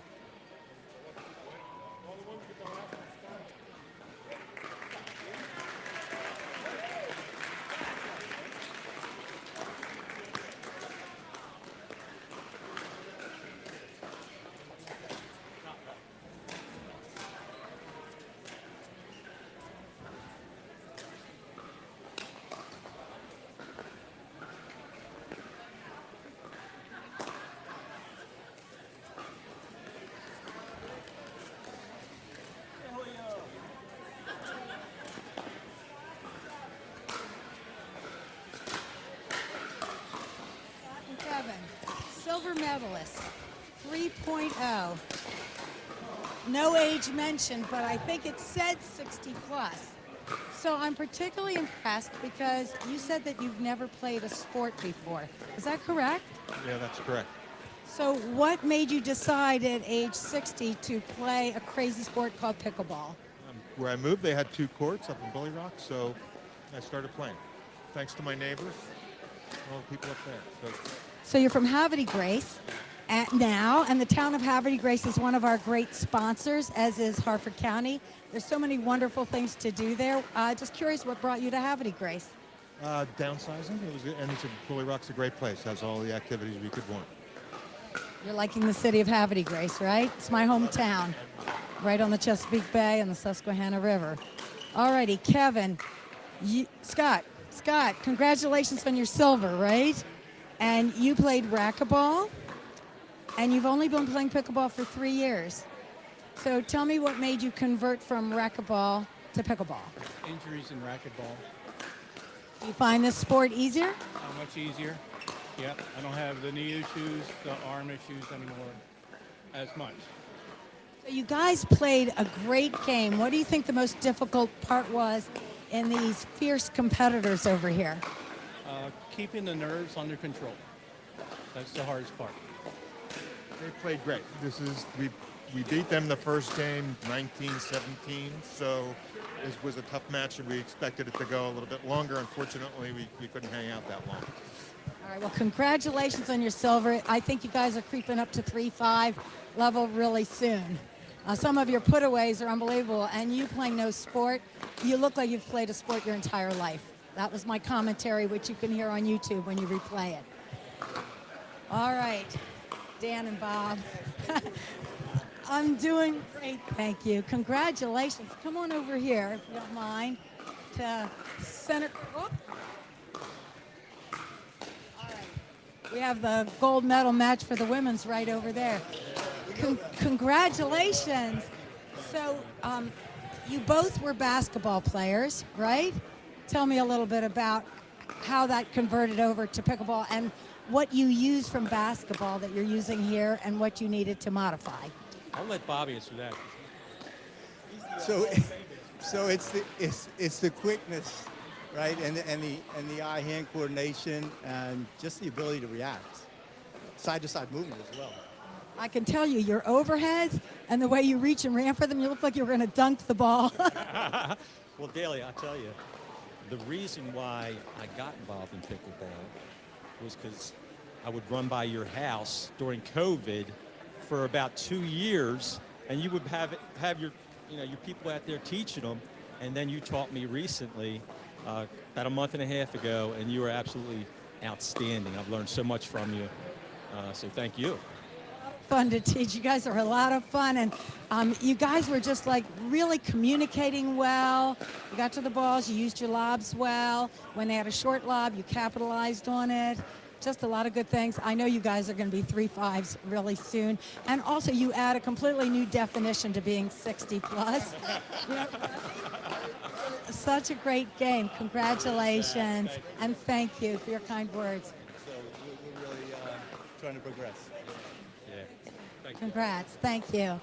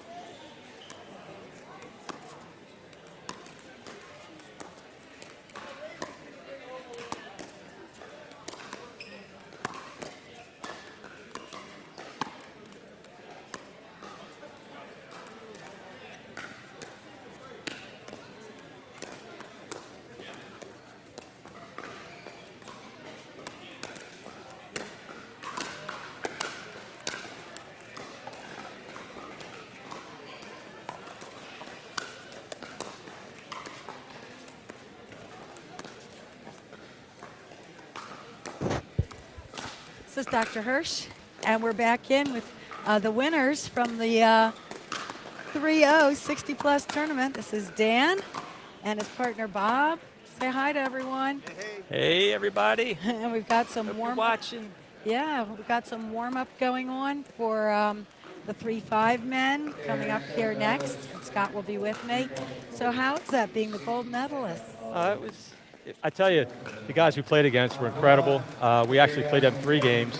They beat us, it was like 18-16 first game, and then we played them in the finals. And first game of the finals went to overtime also. And then third game, they said they were wearing down a little bit. I was just trying to look at what you ate for breakfast. You had a smoothie and you had... Bobby had the smoothie, yeah. Oh, and you had a bagel. I did. I'm dying. That's very important, and you guys like rock and roll and classic rock. Do you have that running in your head while you're playing? All the time. that Well, you good? play it when we play here on Wednesday, once in a while with the seniors. Right, I You got make rock you and do it roll when, going. when I give my lessons. It's all about the music, Yeah, right? no doubt. Nothing about what I'm teaching you. You did a hell of a job teaching us, Dahlia. Well, you guys are going to get better and better, so it's Thank a you. lot of fun. All right, go get your medals. Call me. I want a picture with you guys. Cool, sounds good. Most important thing, everybody, go Ravens. I know. You notice what I'm wearing, right? I'll see you. Oh, wait. We want to hear from... We're going to get... Bob. Hey, Bob. Yeah. Come on in. Say hi to everyone. Hi, everyone. Now you're saying it twice. Oh, Dan- I got you. I got you. Say hi. Yeah, so it was. We had a really nice time today. This is a really good tournament. This is our second tournament.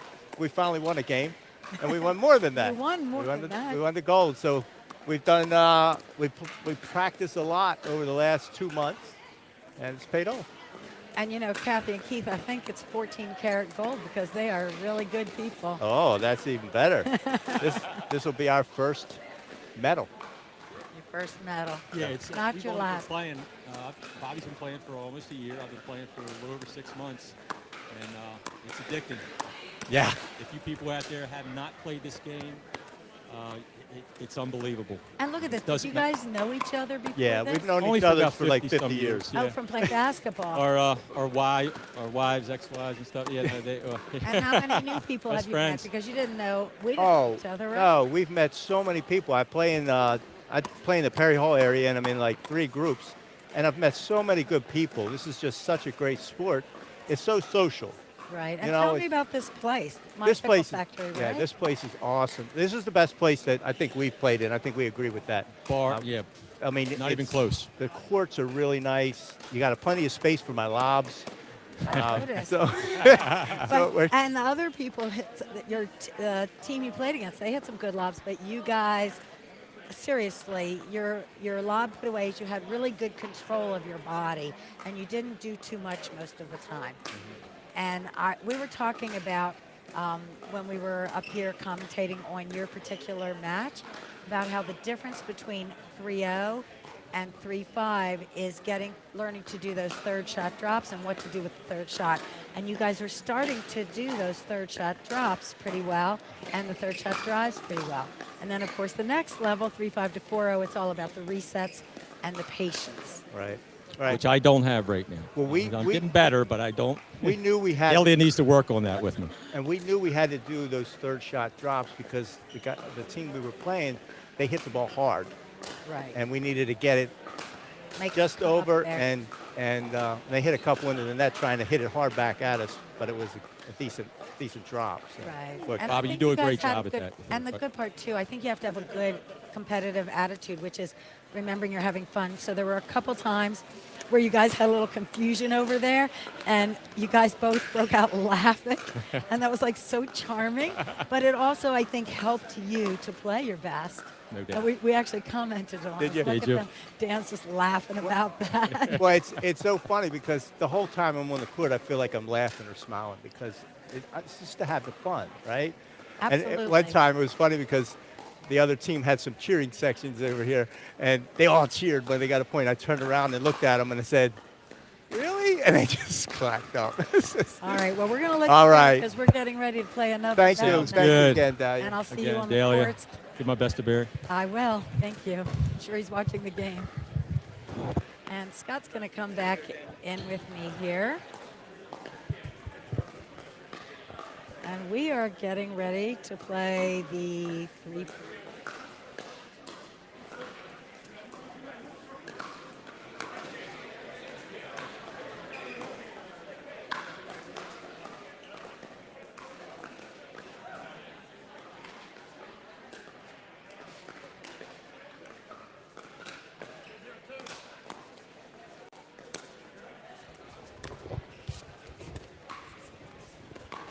Okay, Scott, we're back in watching. Yes, the, we are. So the Naval Academy is on the near side. Oh.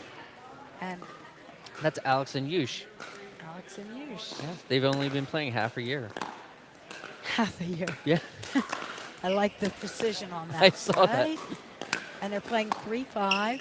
And I love the name of this category. It's age 5 to 39, yes. And they're playing against Sam and Dan. Who've been playing 0.75 years. I saw that 3/4 of a year. They're Yeah. even more precise. I love it. And, you know, not only is it Navy against black and blue shirts, Right. but Alex and Yush come from a background of tennis. Yes. And Sam and Dan are softball. So I'll be very curious if you can see any aspects of their game that resemble, other than the fact that they're incredibly fast. Yes, all of them. they are. And that's a little bit of a Youth contrast comes with from our speed. 60-year-old championship match we just saw. Yes. So let's see what we notice here, okay? Definitely.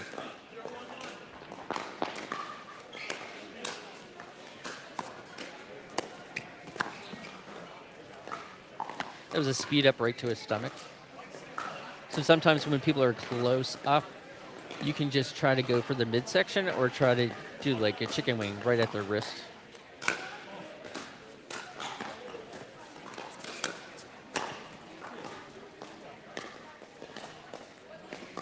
Nice drive down the middle.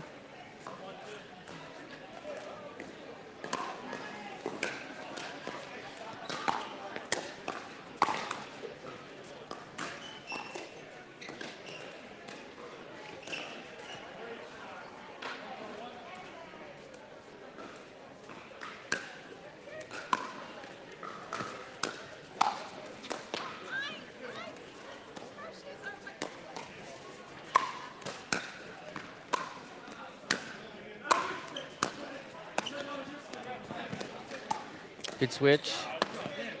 Almost got it.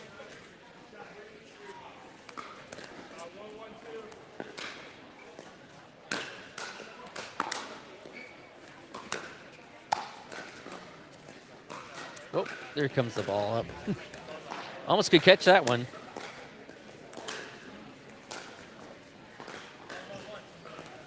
It's 1-1-1.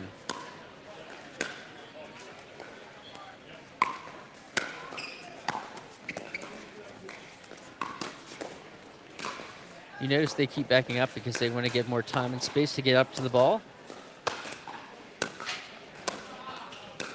And they're trying to do reset to come back up.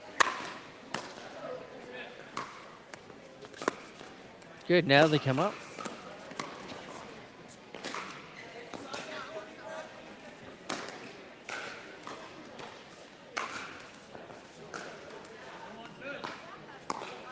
I think it's 4-1-2.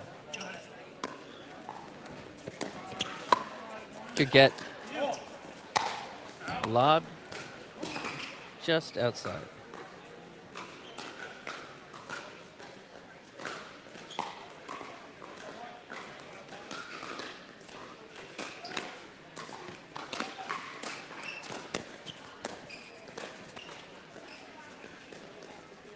Again, welcome to the Pickle Factory. We have the Winterfest going on right now. We have the 3.5 championship for ages 5 to 39. And both of these teams have played less than 1 year, but they made it to the championship.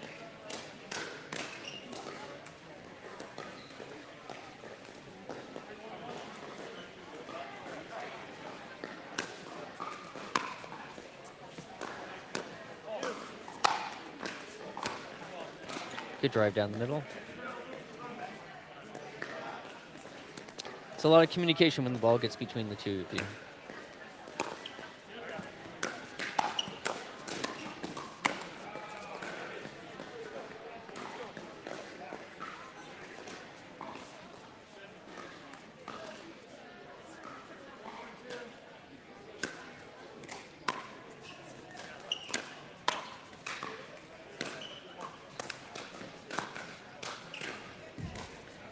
It's better to push the ball than to try to spike the ball, because often when you hit it straight down, it just goes right into the net. It's easier to push it down 3/4 of the way into the court.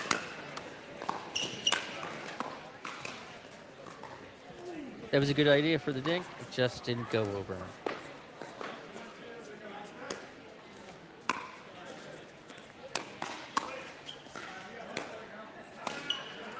We're trying to keep him back.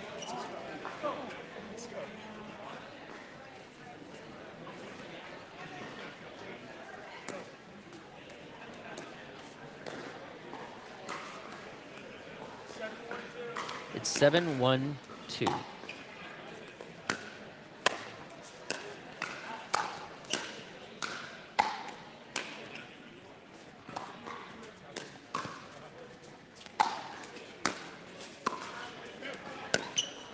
Dahlia's back. The I'm score back. is 7-1-2 right now. Ah, who's up? Navy or? The Navy's up. Stan Now or it's Dan? inside out. 1-7-1. Tough serves, huh? Yes. We've had a lot of close games today, so maybe they'll figure out a way to come back. Have they taken a timeout? I'm not sure. I didn't see that. I didn't see them. And sometimes younger people, They and I forget that they consider have a them timeout. younger, they forget that that's a really good part of the strategy to regroup Yes. and think about, well, what could we do differently? That'll work. Look at that defense, right? Yes. They're smart to step back, give more time, space, try to do the lob, and come back up to the non-volley zone. All right, so we have Alex serving. Nice deep oh, returns a little too deep. Yeah, but it's better to have you want your deep returns, right? Yeah, but you don't want to run through it, because that's what happens when you run through it. You don't stop and hit the ball, it tends to sail out. Right. And a lot of times, the younger people at the 3-5 level, they are very athletic. And they're very fast. And so their athleticism works to a certain extent. Yes. But I don't think they, until they start to meet a plateau and they see, gee, I'm so athletic, but why am I losing to older people like you and me, maybe, sometimes. We make them run around a lot. And then they have to think, well, maybe placement is important, a shot selection, staying within your body, not running through the ball on the way to the no volley zone. It's not the destination of the no volley zone. It's the journey. Right. Especially when the ball is high and the team's up to smash it, you better step back and prepare for it to, defense. Right. Instead of staying up in the non-volley zone and just reacting instead of. Right, unless you have a very good reset and you can take all the power off that ball with a very soft touch, Yep. right? And make it go back into that no volley zone, so people have to dink. So what you see is a lot of fast and not much slow or precision. Or methodically trying to slow it down and wait for the right shot to hit. And rushing it. All right, that was a good dink, good pressing dink by Dan. Actually, that was by, Dan. Sam is serving. Nice deep serve, nice return. Poach on the backhand side. Yes. Didn't turn out to be the best idea, did it? A little late getting to the ball. But he had a point because his partner was far back, right? Right. Bish was back. But when that happens, the best thing is to poach, but just block the ball. Make it soft so your partner can come up with you, right? It's not the time for a winning effort. Right. Get it in. Don't try to hit the win. So this is 3-5, 5 to 39 years old. Nice youngsters, you know, playing a great sport. Good drive. Nice drive. Created that soft shot. Nice reset. Oh, wow. Oh, that was a good really try. good rally. That Lots was of great. good Yep. things, right? Nice placement in the back corner. You should a really nice reset there, and then it was placed, like you say, Dan put it in that back corner. Let's see. 8-9-1. Yeah. They came from a deficit 7-1. Unbelievable, right? This is a game of runs, right? Yep. Never can give up. Aw. Nice soft shot down the middle. And it was right to his low backhand, and it wasn't a lot of power. Right. That was a well thought out shot by Yush. Placement over power. Nice third shot drop by Dan. Oh, just a little Just deep outside, by yeah. Sam. Good idea. Yeah. You have to mix it up. You can't just keep everything out in front. You try to lob it behind him, get a little movement from the team.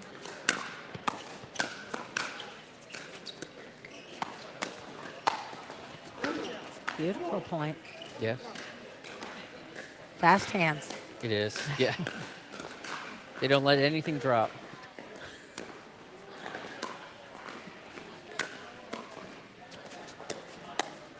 So I like the way Alex does that really good drive, and then it causes a short drop, and then he's coming in to attempt that fifth shot drop. He's doing pretty well. Yes. It's working for him. Then just needs to stay with it and keep up that patience at that point, Yep. right? Next step. And you can see that it's a little bit of a challenge when they put it down to Sam's lower part Right. of his body. He's tall, He's and very that is tall. one of the challenges of being tall. It's got a great advantage for overheads, Yes. but a little bit of a disadvantage on the low shots. All right, a little frustration on Dan's part.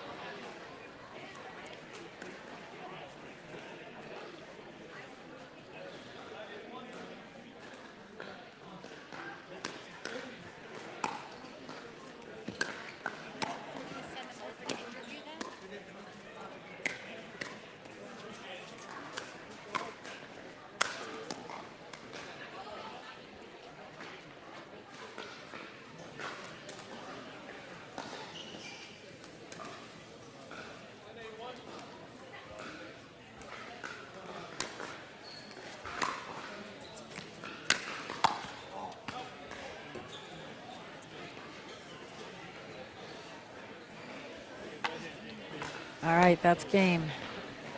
So it's 2 out of 3. They'll switch sides.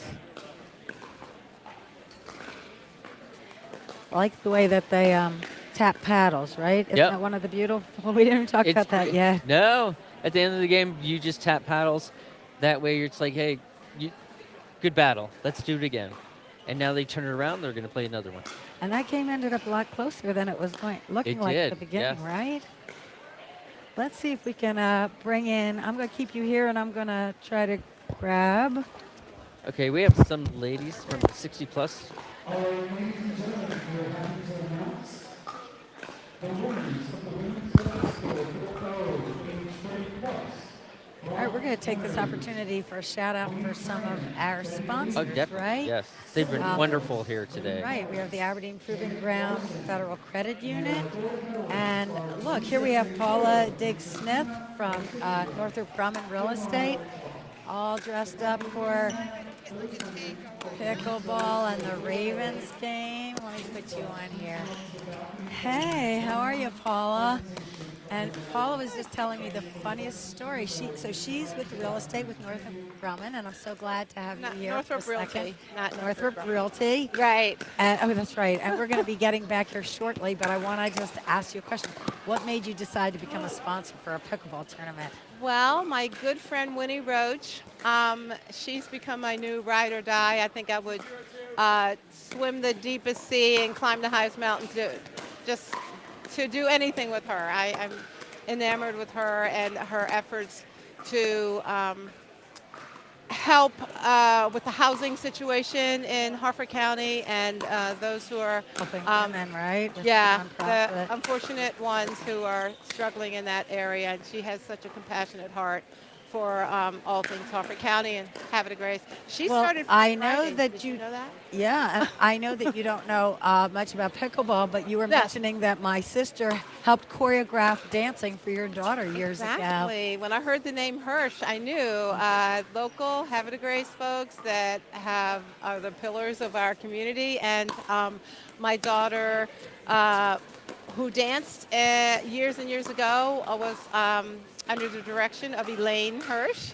And I wanted to come over and say hi just because I was so grateful for that relationship back then. Well, I'm so glad you did, and thank you for being a sponsor for this fabulous tournament. Sure. My And we'll have to get pleasure. you out here playing pickleball. We have the championships going on now, the 3.5 men. Wow. We're going to go back to that. Okay. And we're just going to be on sound, so we'll go back to watching. And what do you think? I mean, look at I that, right? am so impressed. I am so excited. I didn't even know this was all here. I'm just thrilled to be here and so proud of Keith and Kathy Rawlings for everything they've put together here as well So as watch them. winning. See how Wow. they're both from Navy, and a nice lob, and it doesn't quite deep enough, but look at that lob, nice and deep. Nice grab. Good retrieval, and boom. I'm a tennis player, and this is a lot faster than tennis. It has a lot more variety. I played college tennis also, and this is so much more intriguing to me because of the variety of shots, and also it's way more social. Yes, yeah. For A lot some more reason. finesse with it. There's It's like There's everything. nuance. There's finesse, there's strength, nuance. That is such a good word. Yes, yes. Thank you, Paul, for that word. So let's see. The guys at 3-5, they're not as nuanced as the 4-0s and 4-5s, but they are getting there. They're like brute So strength. you see that was a little bit of a strong shot, a drive, maybe not quite the right shot, versus a nice delicate drop. But they're getting there. Let's see, that's a nice serve, return. And so here he did a nice drop, okay? He redeemed himself there. Sam did with a beautiful third shot drop. And look, that ends in winning the point. You think that third shot drop isn't important, but it sets up the whole scenario. I love coaching, can you tell? Yes, I can hear it. I can hear the passion in your voice. Wow. Oh, sent him flying. He sure did. Right? I love the fact that you know nothing about pickleball, but you do know that he sent him flying. Yes, I it's love like, oh, there you are. You're a good commentator. Oh, I love it. Yeah, and a lot of these shots that are like right on the line, they're perfect placement.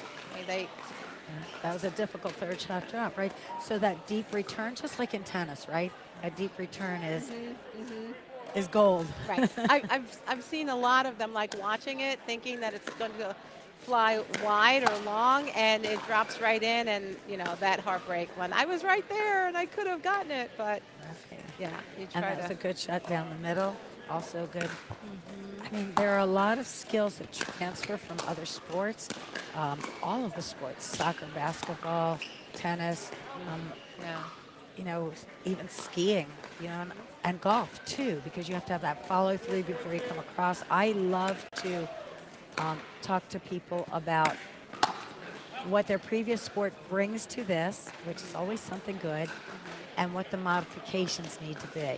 I was just thinking about that because I imagined that there would be more colliding into each other, or just trying to move four people around in a smaller space than your typical double. And there can be. But they seem to just have a really good communication and moving together. Moving right? together and just kind of like instinct, And your geometry knowing- is a bit smaller. Oh, that's a beautiful shot. Right. At that time, there was a nice controlled shot by keeping the paddle in front of him. Sam did a great job of putting that down. I thought I would be hearing more like mine, or I got it, but they don't. They just know. Well, they are feel it. men.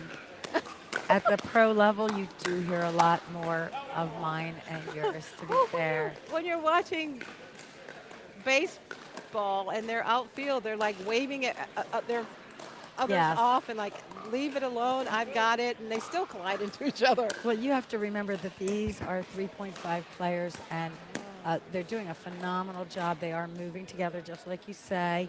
They're communicating without even communicating verbally.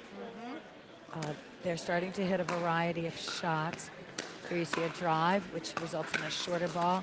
Now, that fifth would be a fifth shot drop at a higher level, possibly. Could have been so good. So you'll be coming here and learning that. I know you will. I Jen. will. I'm planning to be on board. I'm just talking to Winnie about the summer tournament and then the next tournament There and you the next go. tournament. So There I think I'm hooked. Well, listen, I thank you for being here with me. I'm going to get Scott back in here. Thank you so much, Paula. And Thanks for having me. I'm thank happy you to for stop by, and I'll be selling tomorrow. good homes all over this. I'll be here at 6 when whoever wins my basket Go. wins my basket. All right. Love having you here. Thank you. Thanks, I'll say hi to Dahlia. my sister from you. Will do. Thank you. All right. That was great. Thank you. No, you were perfect. I mean, people get tired of me talking about how great Winnie is, so it's good that you were. You're fabulous. Thank you so much. And I'm back in with, there's a timeout here.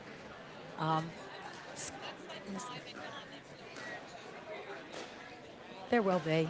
Yeah, so here we are at my Pickle Factory in Churchville, Maryland. And we have a timeout. We're getting ready to come back in at the 3.5 men's. It's been a great tournament day. We thank Joe, the manager here, for doing such a terrific job with everyone. He's such a good guy. And here we are with Sam and Dan against Alex and Yush. Alex and Yush are in the far court, and Dan and Sam are in the near court. Oh, well, come on and say goodbye to everyone, Scott.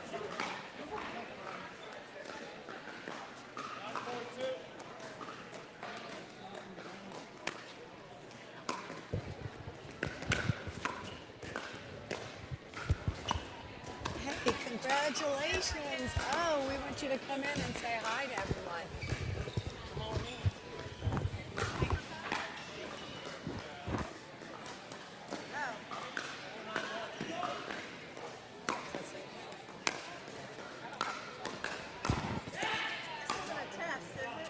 No, not at all. We're here with the champions at 4-0 women's doubles, Terry and Christina, right? And I just want you to tell me a little bit about what you think your best assets were in playing that helped you to get that gold. Come on in a little closer so we can see you. Well, today it was staying together, a lot of teamwork, her picking me up when I missed a few and me picking her up when she missed a few, and staying positive. Lynn and Janet are so good, so we had to keep it going no matter what. And what do you think you were doing so well today? I think it's because we really just stayed together and didn't really give up, because we had lost to Lynn and Janet in the round robin. Way up? And came back to beat them, and they're just, they played really well. I think it's just really just. Look at that beautiful medal for the Winterfest Pickle Factory. Yes. Right? My first time here. It's a beautiful Yeah, it's facility. beautiful. Isn't it? Yes. Yeah, Kathy and Keith did a great job. I'm so glad to see you here because I love playing with you guys. Yes. I want you to come back often. Okay. Your friends are here. They're playing with your groups too. And it's so social. I went to the fundraiser that you had at your church. Lots of energetic dancing. She's the most energetic dancer I know. She's an energetic partner, too. And we want them Ravens to bring it home. Bring home the gold, Ravens. Ready to play right there on the TV, and I'm so glad that you're here with us. All right. So you can Thanks go for on. volunteering. You're always so helpful. Yes. Thank you. Everybody's mentor Dahlia, right yes. here, Dahlia. She's a great teacher. Oh, I love it. Thanks for coming by. I'm sorry I didn't get to watch your match. But it made sense for you guys to go cheer on our Ravens. All right, Scott, you going to come on and say goodbye to us? Oh, and Michelle, you got to come here.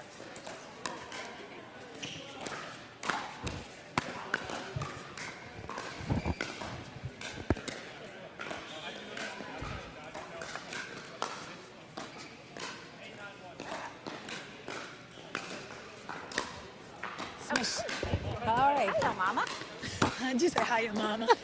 Hiya, Michelle. Michelle has been helping me all day to get the names, who's playing, where they're playing, what they're wearing, what they ate for breakfast, how long they've been playing. Gotta fix her hair. Here we go. And she's just an incredible friend. Thank you. Student. Thank you. Can't wait to get back to playing tournaments. She's had an injury and she has been doing all the right things and she's out here drilling again. Thank you. Thank you. Yeah, gonna get back at it for sure. Pickleball Factory rocks. Wonderful tournament. Everybody have a great time. I'm out. I know where you're going. Thank you Mwah. so much. And Scott, we have to say goodbye to you too. Everyone's abandoning me. It's not going to be as good. I'm gonna have Jack.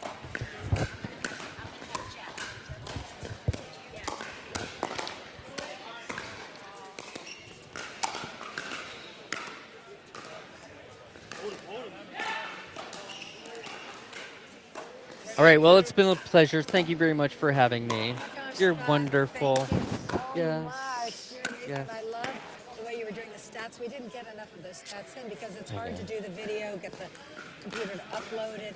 But it sounds like so much fun what you're going to be doing for students and people. Yeah.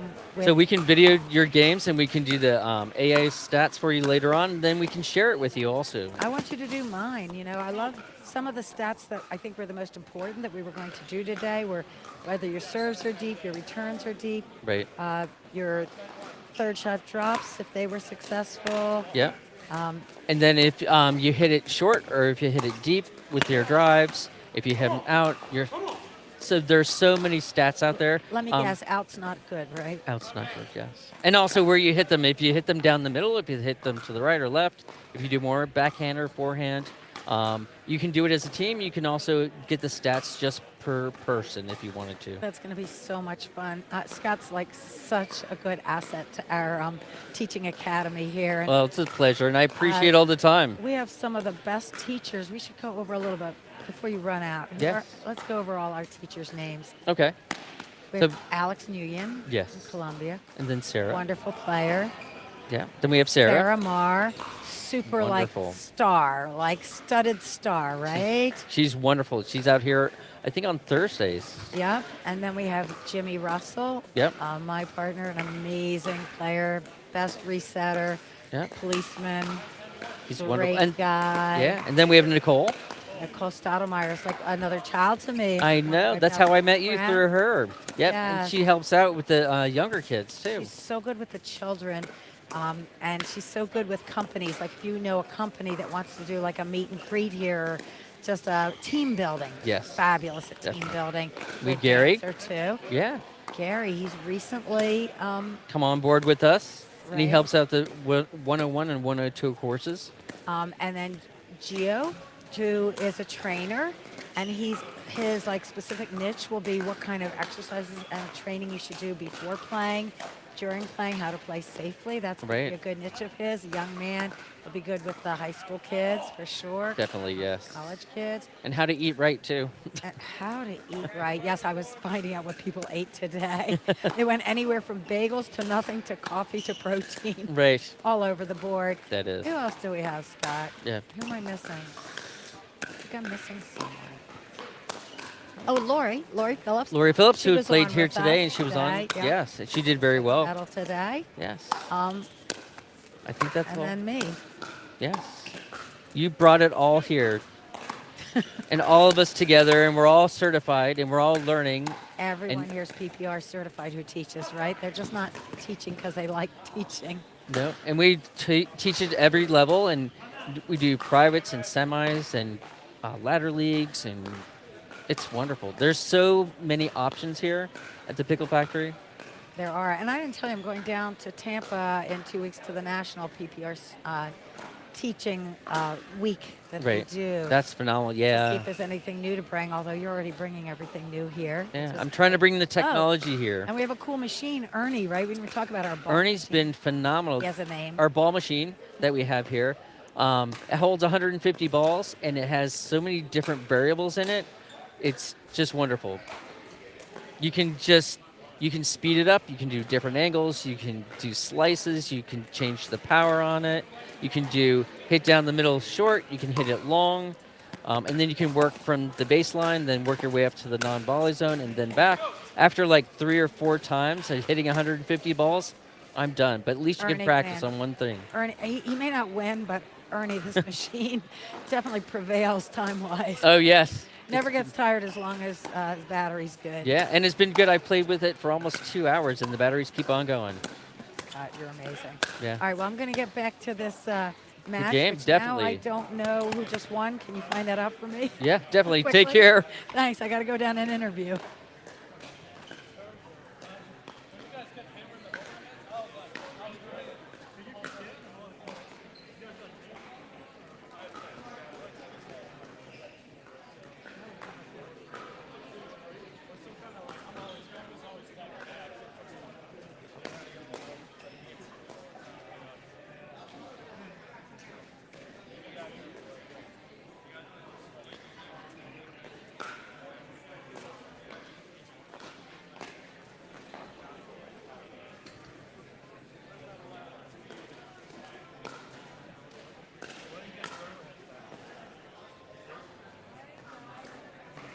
You right at this little corner right here. That's where they told me I have to stand. So, come on over here, Sam and Dan. Look, you guys, right here. I want to talk to you guys. Congratulations on your silver medal. This is the 3-5 level, age 5 to 39. I know you're not 5. You guys played amazing. You both came from softball. I'd like you to tell me a little bit about how you translated and transformed from softball to this sport, and what you think is the same and what you think might be a little different. I don't really think it's the same at all, except for maybe quickness and strength, but I don't know. Well, that quickness and strength, I could see you hit a lot of good overheads, and when you're in control of those overheads, I don't think anyone can hit a better overhead. I think as you guys progress, which is obviously you're doing very quickly, you've played like 0.75 of a year. You guys are amazing. So you're going to learn where to place the ball and, you know, a couple different strategies and shots, and you'll be right up there. You played very well. What do you think was the best part of your game?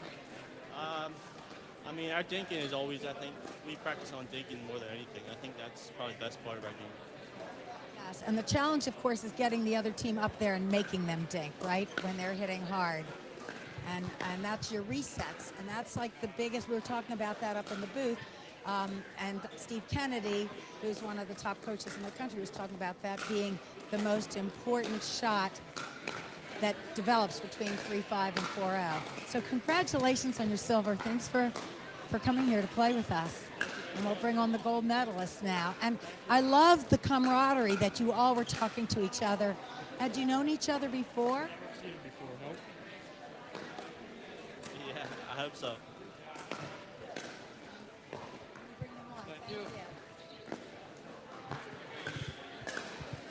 Come on in. Alex and Yush, very impressive. I love the way you say so precisely that you guys have been playing 0.5 years. Do you know how impressive that is to win a gold even at 3.5 after 0.5 years? I mean, I'm coming from a tennis background, so like I just like use tennis strategies and apply to pickleball. It doesn't really work a lot of the time, but sometimes it just works in my favor. I also come from a tennis background. I mean, it's a strategy. We lost a game, but then we won all our others. This is a fun to play sport, and just go around, put all around, slide around, run around. But yeah, I don't know how we've been doing so well. So I'd say we're lucky. Well, you have a lot of athleticism. You have really great hand-eye coordination skills. You have that tennis background, and you love country western music. So I love you because I used to be on television doing two-stepping and dancing to country, and I was a clogger, so I'm all with you there. And I also played college tennis. It was a little while before you played college tennis. I mean, I play like club tennis, and that's like sort of taking up as much time as pickleball now. But yeah, looking forward to it. And a lot of the skills you have from tennis do translate, and then you have to learn the modifications, which, you know, there's some shots that we never use in tennis, that we use here to bring people into dink, the soft game, when to use the lob. The geometry is a lot closer, so it's a lot more important. And I think you guys are well on your way to learning that. And I'm so happy for your gold medal here at my Pickle Factory. Where are you guys from? You came all the way from Jersey. Where do Yep, we're in Navy. The Naval Academy. Yeah. like who's buried in Grant's tomb, right? Well, congratulations. We're really glad to have you here representing Navy, and I hope you'll come back and visit us soon. Thank you. Congratulations on your gold. The medals are right upstairs. Thank you so much.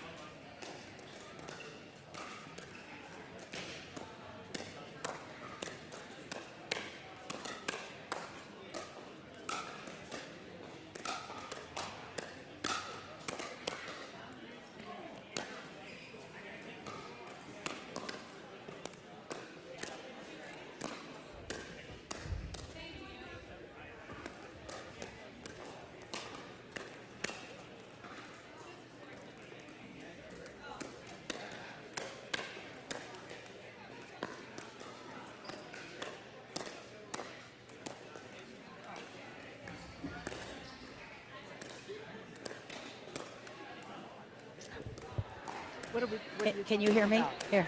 Can you hear me? Yes. All right. I said I have a lot of pieces of paper. Does this make you feel at home? Yes. Like my desk.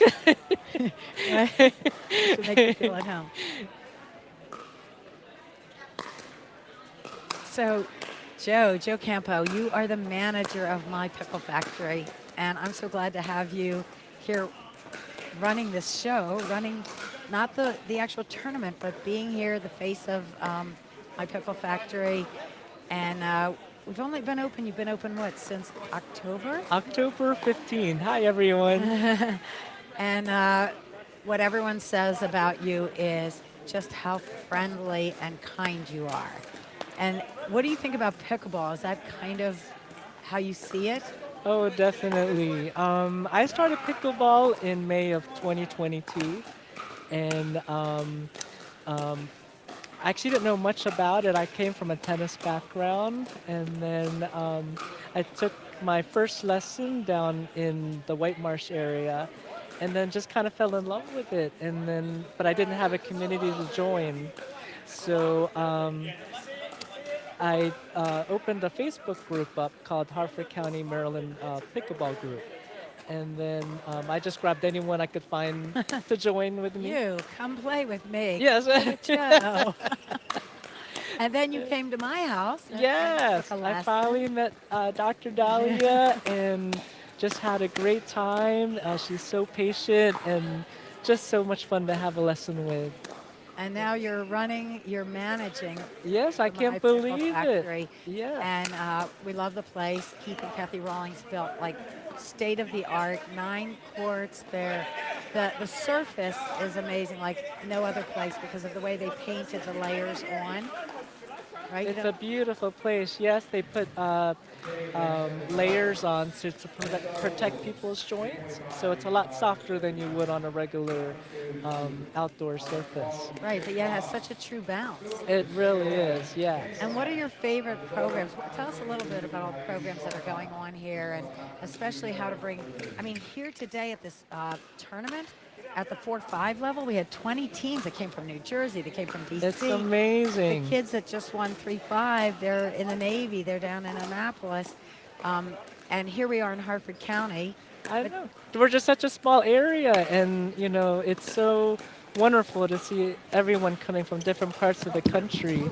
I met a couple from California yesterday that came to play yesterday. They'll be here tomorrow, right? Yes, I'm I so can't excited wait to see meet them again. They might get the prize for coming to the wedding from the furthest. I think so, yes. Although I did see someone from Washington State on there today. Wonderful. So I think that's what WA meant.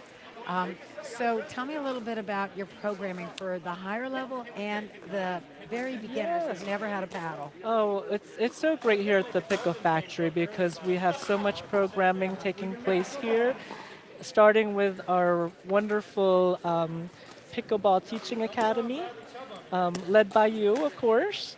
We have wonderful instructors, and there's so much to learn from different levels, starting from Pickleball 101 to Intro to Pickleball.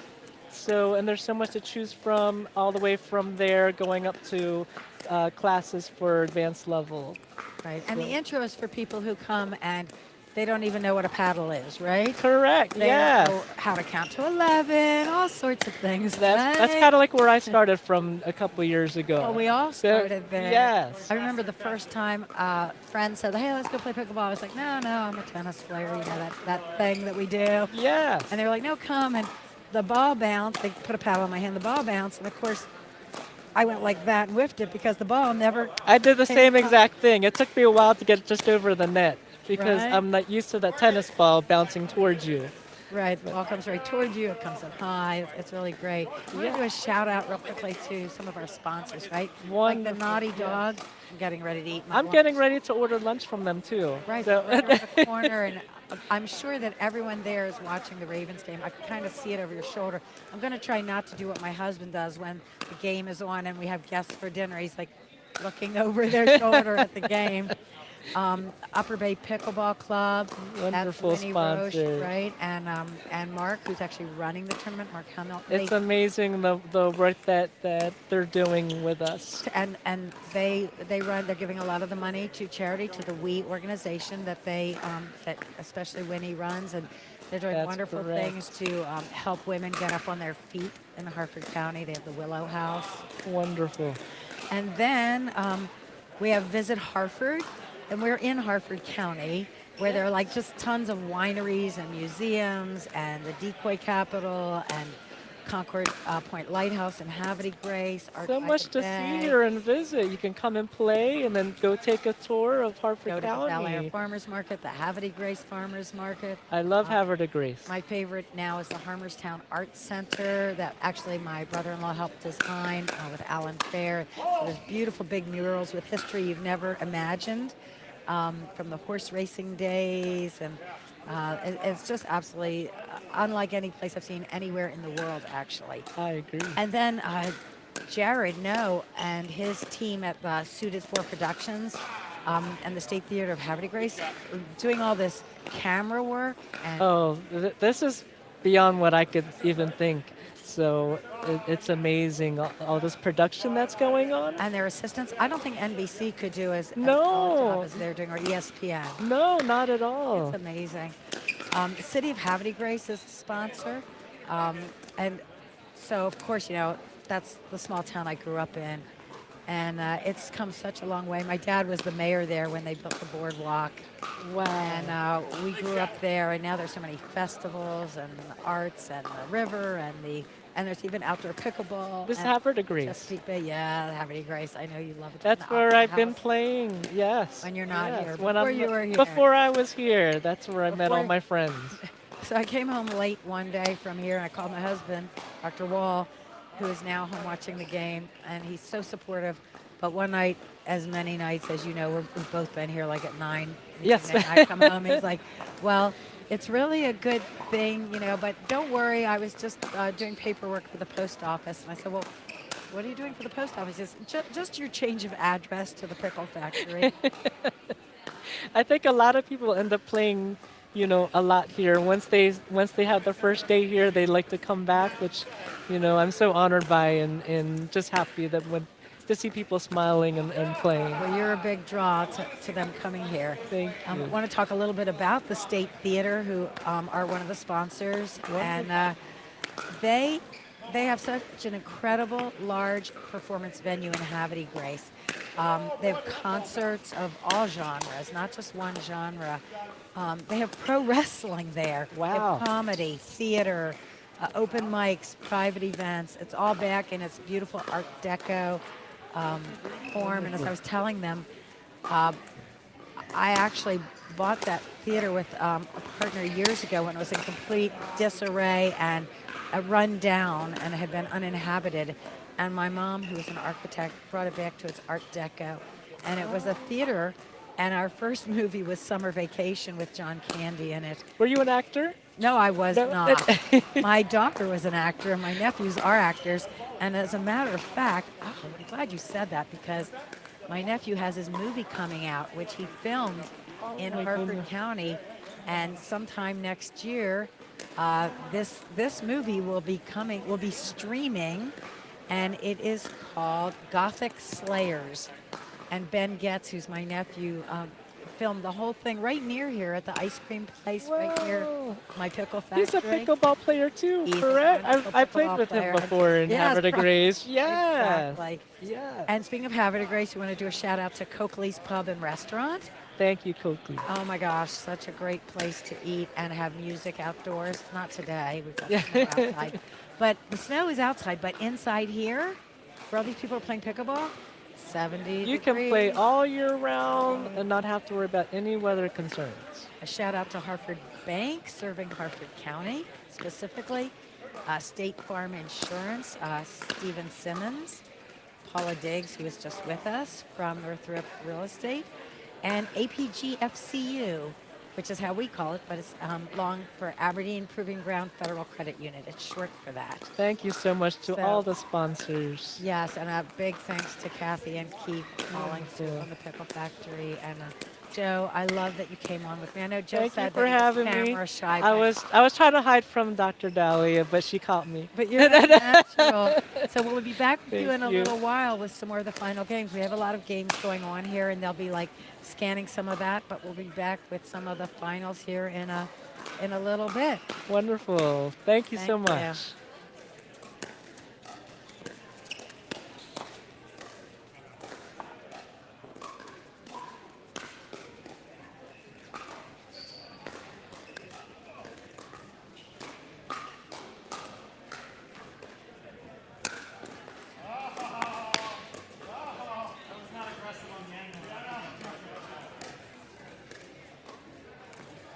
Can you give me 1 second real quick?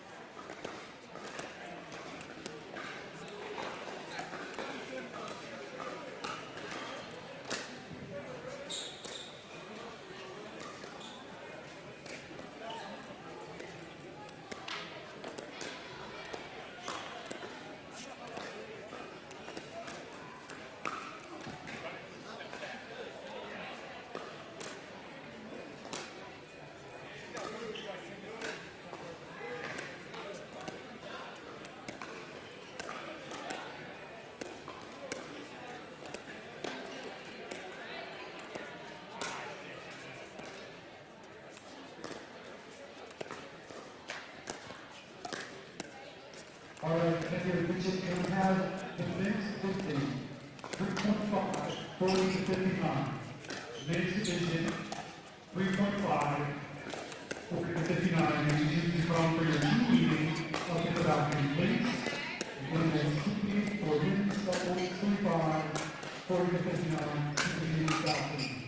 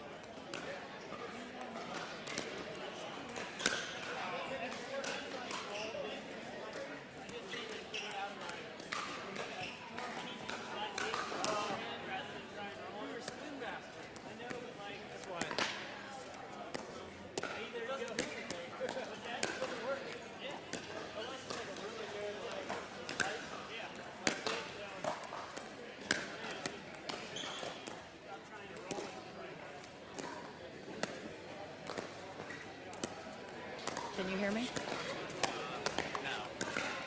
Can you hear me now? Barely. Okay. I don't know if I'm hearing you through here. Yeah, I don't know if it's through here or through. I think it's through here, but I don't know. It is through here. I can hear it now, but Okay, it's still low. so we'll be looking there, Okay. and we'll be just having a conversation.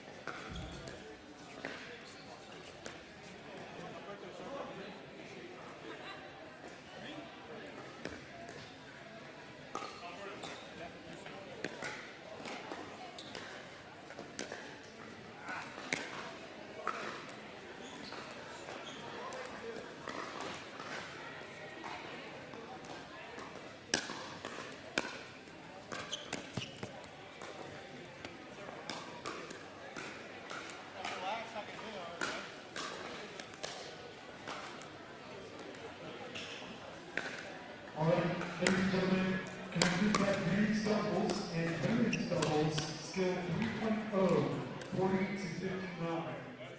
Please come up to the balcony. And men's doubles 3.0, 40 to 59. Please come up to the balcony for your team meeting.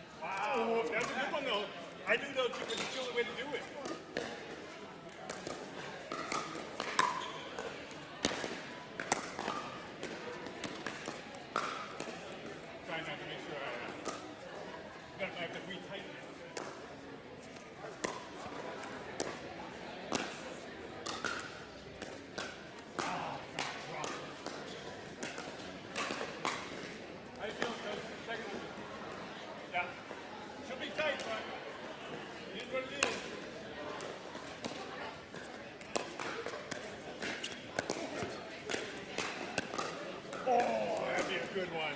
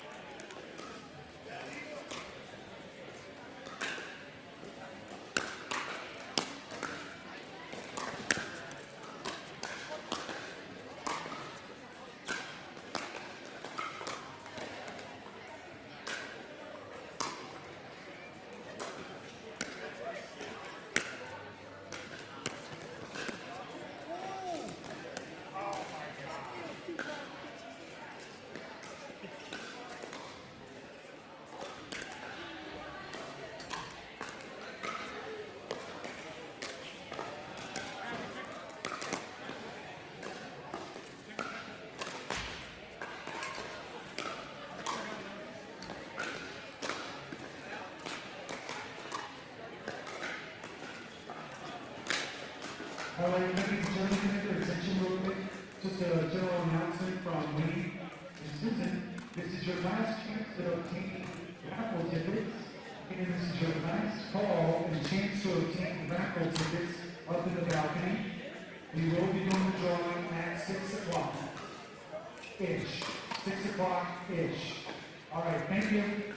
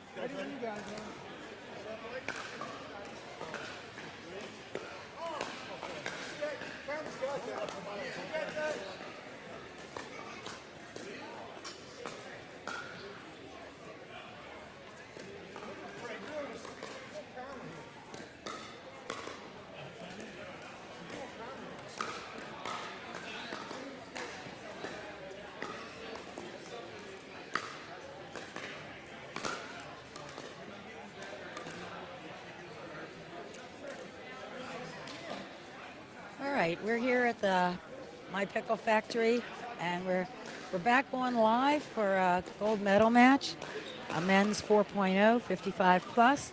I'm here with Kenny Blankenship. Hi, how's everybody doing?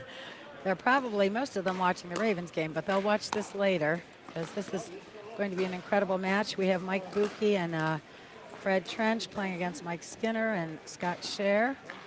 Scott and Mike are on the near court.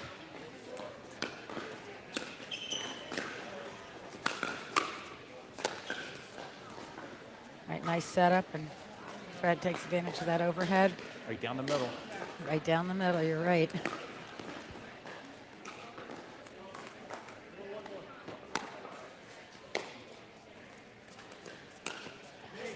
Mike throws up a lob, it's short.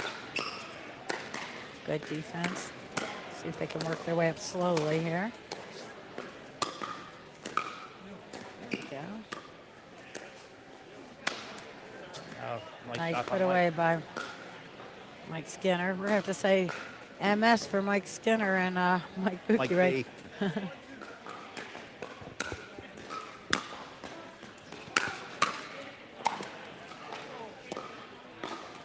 Those putaways aren't always putaways, are they? No, they're not. It's like you just have to really take your time with them.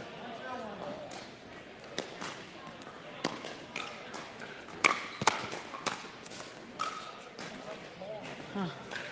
Sometimes when you speed that ball up, that's like a real challenge. When you speed it up and it goes up, right? You got fast hands, bring it right back down to your feet.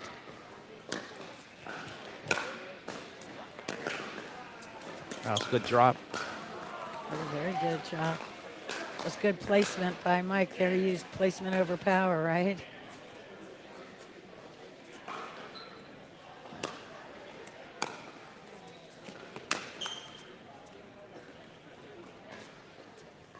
Side out.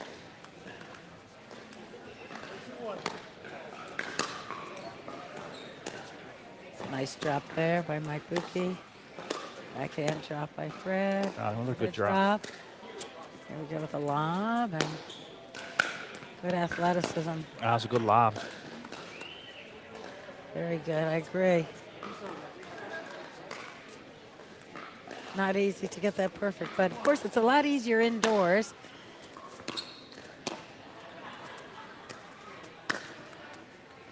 So outdoors it's dark, freezing, snowy, icy, and we are sitting inside in 70 degrees.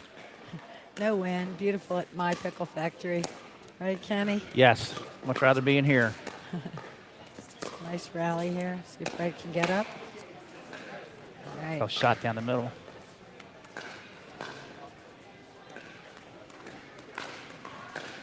So at the moment, Mike and Fred are causing a little confusion in the middle for Mike and Scott, right? Some question about whether that... Yeah, I thought that was good. Yep, they called it good. Nice deep return.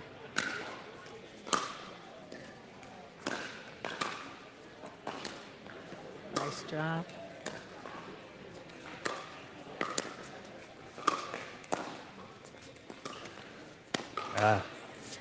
They really worked their way up to the net well. Slowly and surely, right? That's the way you're supposed to do it.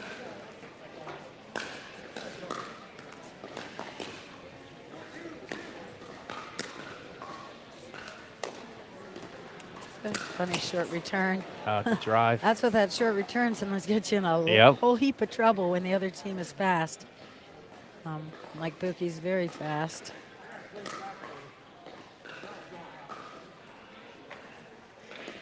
Couldn't quite tell if that short return was intentional or a little bit of a blooper.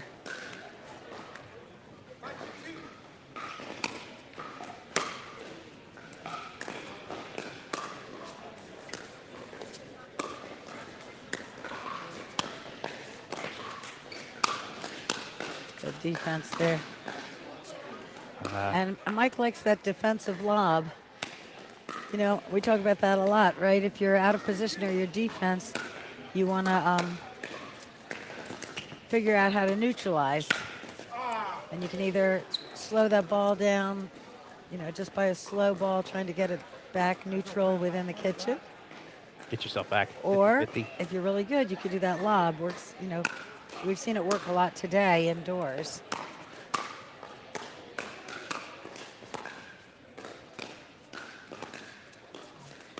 Awesome. Good resets. Come on up. All right, caught him off guard.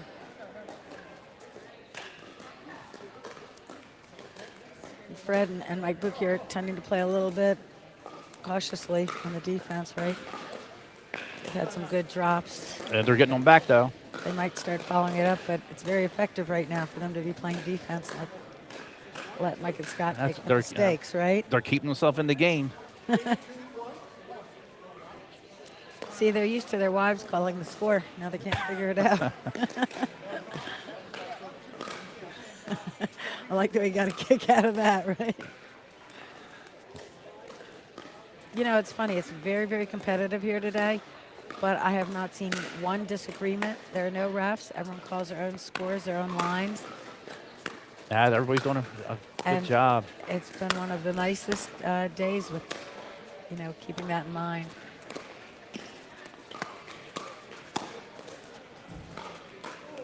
Just put his body into that a little too much, right? Just missed. Just missed. Sometimes that happens. You go to hit a shot and you put your whole body into it instead of being well balanced. And that happens to me. I really dislike that. I'm like, why did I do that? Not controlled.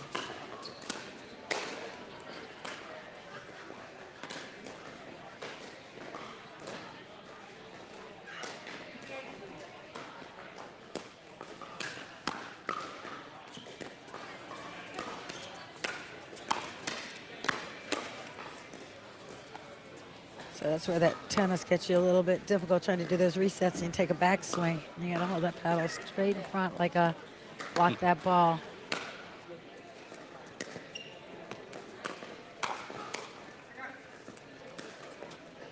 Oh, it's a nice shot. Cher still takes a little bit of that backswing, and that sometimes slows things down or pops it up a little bit.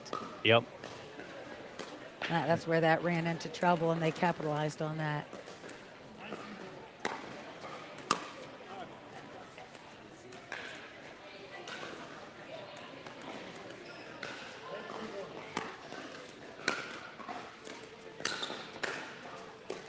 Oh, lovely shot to the back line. I can't believe that Mike Buki got that. That was a great placement. And he tracked that down and cocked his wrist and got that back.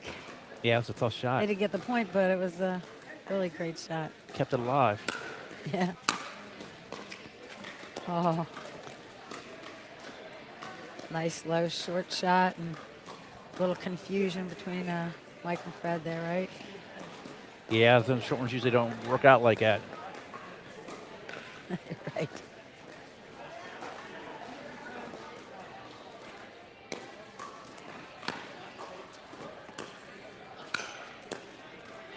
Wow. Nice placements by Fred, straight down at their feet.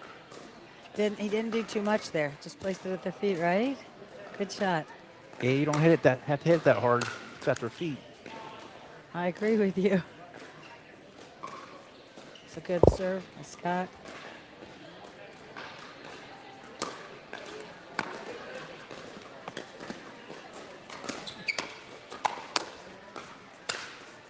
And that's an overhead that is not going to come back.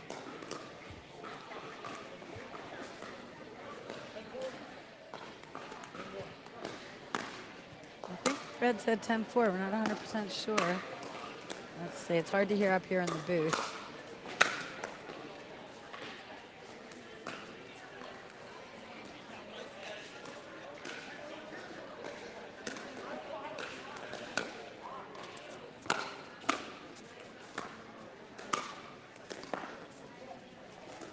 Put it in a tough spot. All right, side out.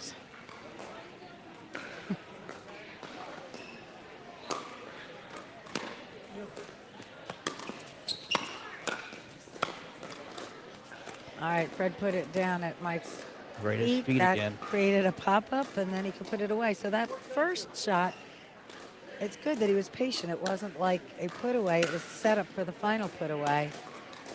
And that's how you end up at the 4.0 level. There are a lot of qualities of these points that show you that they are indeed 4.0.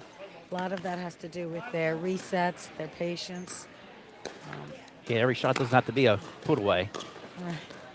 Coming up to the no volley zone, nice and controlled.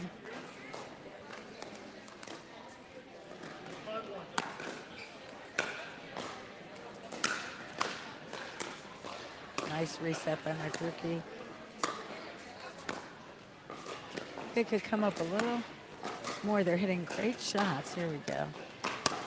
Not quite following it up fast enough. Yeah, I mean, you do want to take your time, but when you hit such good quality resets and shots, you do want to get right up to that no volley zone, right? Especially when you have the height that all these men have.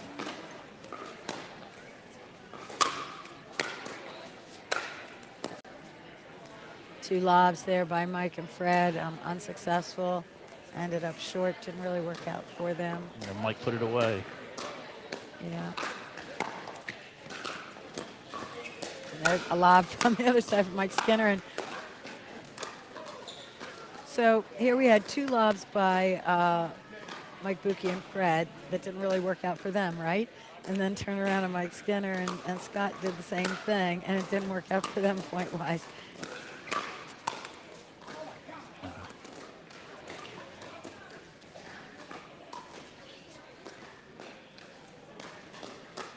I see we've got a big crowd here at the Pickle Factory. It's amazing with the Ravens game. We've got people sitting at the bar watching the Ravens game.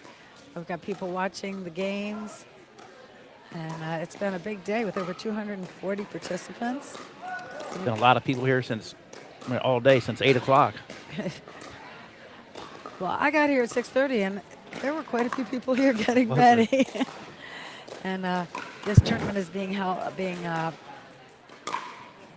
produced by Mark Hemmelt and his lovely wife, Winnie Roche, from Upper Bay Pickleball Club, and in conjunction with My Pickle Factory, Keith and Kathy.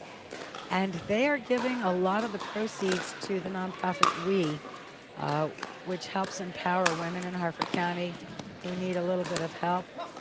Oh, some nice shot on the line. Two nice shots right on the line, right? That's game one.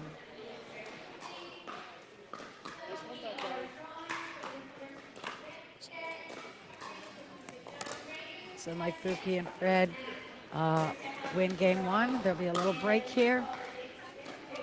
And we're going to go live here. There's Kenny, and I'm Dahlia Hirsch, and we are now live. We're just going to give some shout-outs. What did you think about those games, though? Those men were something else, right? Oh, they were great games. It's best of three, so they can fight back and get back in it. So what do you think they could do to try to get a little heads up? Here you have Mike Skinner and Scott. They were all playing well. What would you do if you were them at this point? I think they could definitely reset better.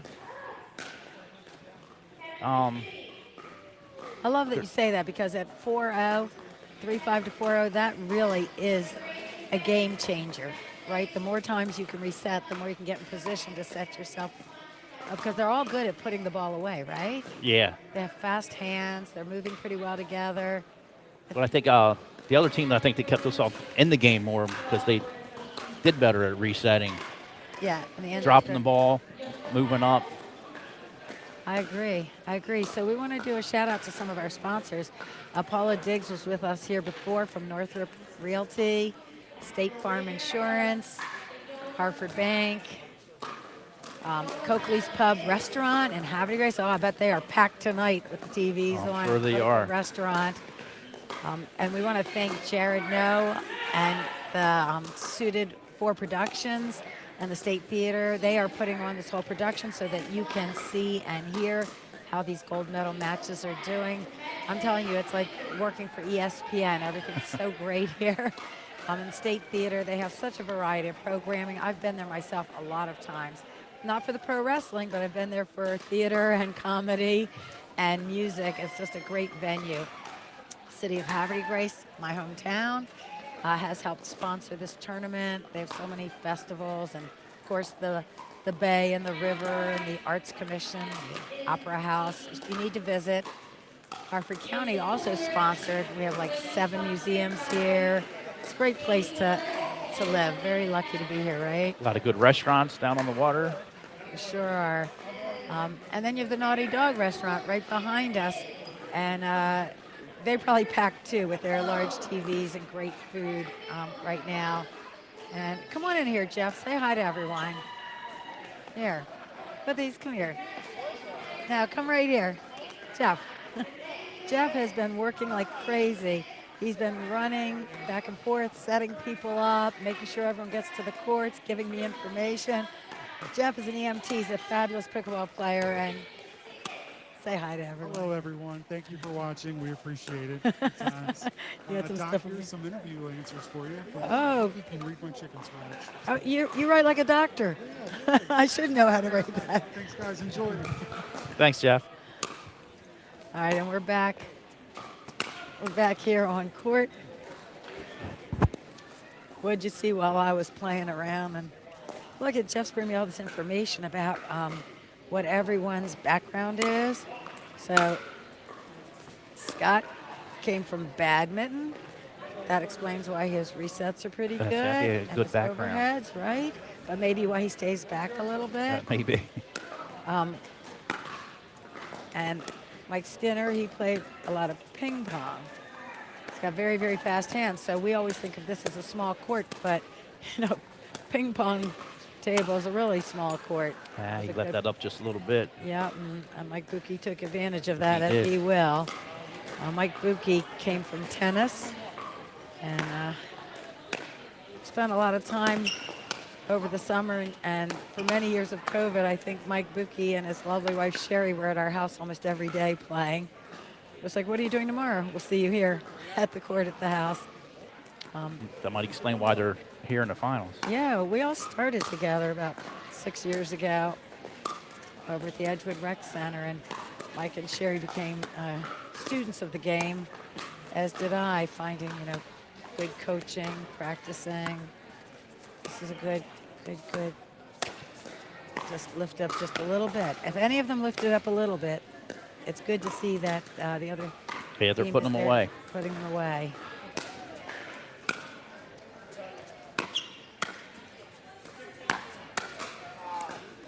Fred played a lot of basketball. I asked everyone what they ate for breakfast because we wanted to see just how they eat before a tournament, but breakfast was a long time ago. It sure was.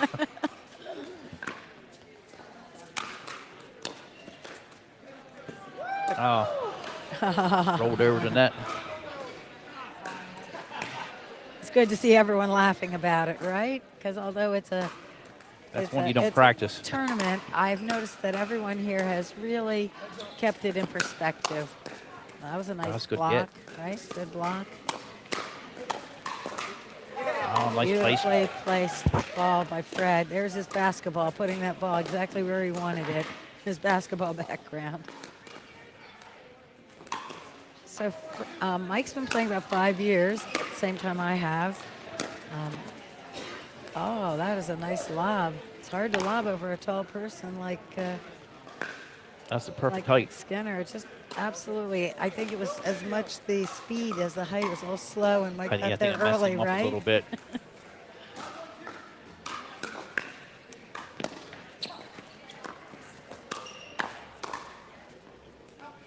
Oh. That's a good take. So think about this. Mike and Scott have only been playing 1.5 years. Isn't that amazing? Called a timeout. Trying to regroup a little.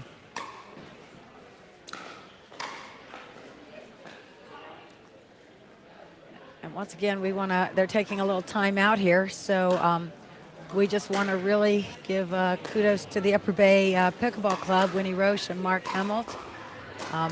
They have done just such a great job with the tournament. I'm here with Kenny. Oh, you got? Are we saying hi to everybody in person here right now? Just really a kudos to the fact that they're giving a lot of the proceeds to the We Coalition of Maryland. And I'm here at the Pickle Factory. It's just an amazing facility. I have had the honor of being the coordinator of the Pickleball Factory Teaching Academy, where we teach all levels. I've particularly enjoyed coaching a lot of the people who are transitioning from other sports and trying to really get better. And all of our coaches have enjoyed the same. We're all PPR certified. We have just a great list of coaches here. So come on down and learn all the way from not even knowing what a paddle is to 101, 102, all the way to the highest levels. We would love to see you here. There's Sarah Marr, Jimmy Russell, Scott, Lori Phillips, Nicole. Hey, a lot of good coaches here. Goodness, I just like blanking trying to say them and watch the game at the same time. Who am I leaving out? Oh, Gio, Gary Benjamin, who's one of our newer coaches, and Gio, they got certified recently. Nicole loves to teach kids. She's so good with kids. If you have any kids that want to start, please bring them by. We have a ball machine here. There's different kinds of memberships. I mean, I'm just so pleased to be a part of this fantastic place. And the younger players they're getting better and better now. And we're not getting any younger, are we, Kenny? No, we're not.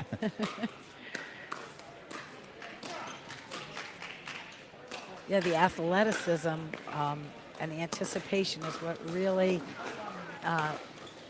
impresses you with all of these young players. Once they get the skills and they round out their games and their understanding of the geometry of this game, they'll be unbeatable. All right. They need to soften this so they can get up there. Here we go. There it was. Come on up, come on up.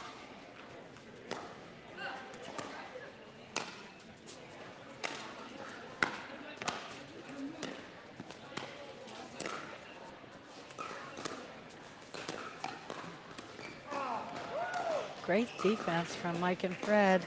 They had some really good shots. Do you think they got a little break there by not moving up? Do you think they could have moved up on some of those? I do. I was surprised that they weren't moving up because they were hitting really great resets.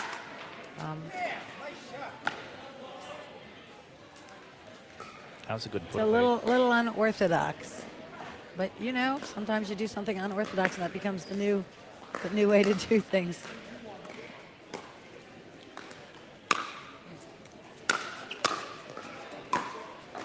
I remember when they used to really say, don't do any lobs, don't do any lobs. And now lobs has become a pretty big part of this game, but you do need to choose your spots, do it properly, right? Yes, I think a good time and a bad time to lob.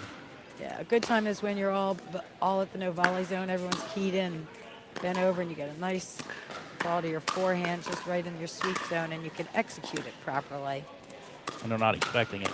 That helps too. There we go, a little battle there, right? They went to battle.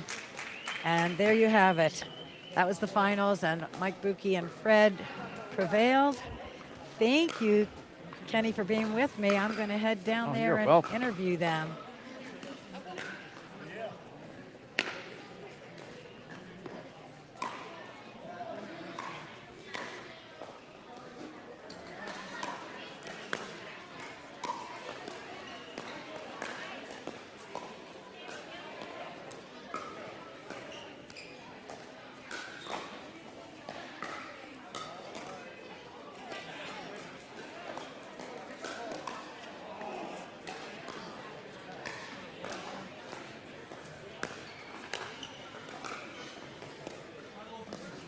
All right.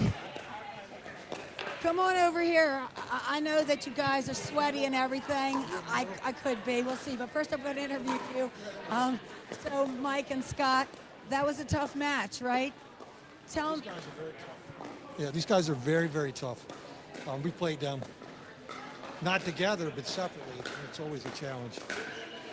What do you think that you did so well to get here? I saw your match over there against Jim and his partner, and you guys really, that was like what? What was the final score there? 1917. It was a good game. Real good game at 1917. We tried to cut down on our mistakes, and that's why these guys beat us. They made fewer mistakes than we did. What do you think? How did they convince you to make those mistakes? What were they doing? These guys, they're just playing. These guys play the ball all over the court, and they take the ball out of the air very well. Their drives are just over the net. You know, all the things that you were trying to teach me, right? So. Wait a minute. How long have you been playing? About a year and a half. Each of you 1.5 years, right? So they've been playing a while longer, and it's great that you guys are doing this well at this stage. You have nothing but upside. You guys looked amazing in your athleticism. I think you looked like you were playing a little basketball, is it ping pong or basketball? Wait a minute, I've got you. Ping pong. Softball, ping pong, and badminton. That's all, right? Yeah, softball, ping pong, you know, just goofing around with tennis rackets, playing doubles tennis, that kind of stuff. So. Well, great athleticism, great sportsmanship, great game, and congratulations on the silver. And now, if you guys will come over here, you chatty guys, I know you chatty guys. These guys, this guy just about lived at our house during COVID. Every day we were playing pickleball on the court. They'd leave at 6 p.m. They say, what are we doing tomorrow? They're like, we'll be back at 10 a.m. Mike and his wife, Sherry. So we spent a lot of time. Fred spent a lot of time at the house. Congratulations on your gold 4-0 men's 55. First of all, none of you act like you're 55. None of you look athletically like you're 55. You're all older than that. So tell me a little bit about what your strategy was here to win against these guys. Well, the first match that we played them was the first match of the day. We weren't like meshing too well, and we were a little tentative. We played a so tentative match. So this time we said, let's let it out a little bit. Let's play more offense, deep serves, keep them back, come up there and try to finish the point. And it kind of worked. Yeah, I noticed like right at the beginning, they actually did hit a shot right through the middle, and you guys both looked at each other. But the good part was you guys laughed and you were like, okay, we've seen it. Yes, we have. A time or two, but that is not going to happen again. And then you guys were moving really well. You had some really great redirects down the line. We're working on that, a little bit, but I still think these guys were tired from their previous match, and that might have helped us win a little easier than we should have. You guys were great. They didn't look tired. I noticed that, it used to be really poo-poo to use the lob a lot in this game, but I noticed all of you were using the lob quite a bit, and sometimes effectively, sometimes not so much. So that was kind of fun to watch. And this game of the day, everybody's a little bit tired, right? So if you get a lob over their heads, you don't get that quick step. So. All right, well, when I come out and play you guys, I'm going to make sure you're tired in the lobby. Is that what you're saying? Hey, congratulations. And I just want to thank Jared and his team and the State Theater for doing all this video. I feel like we've outdone ESPN or NBC. They are just so amazing with all the equipment, all the camera people on the mics.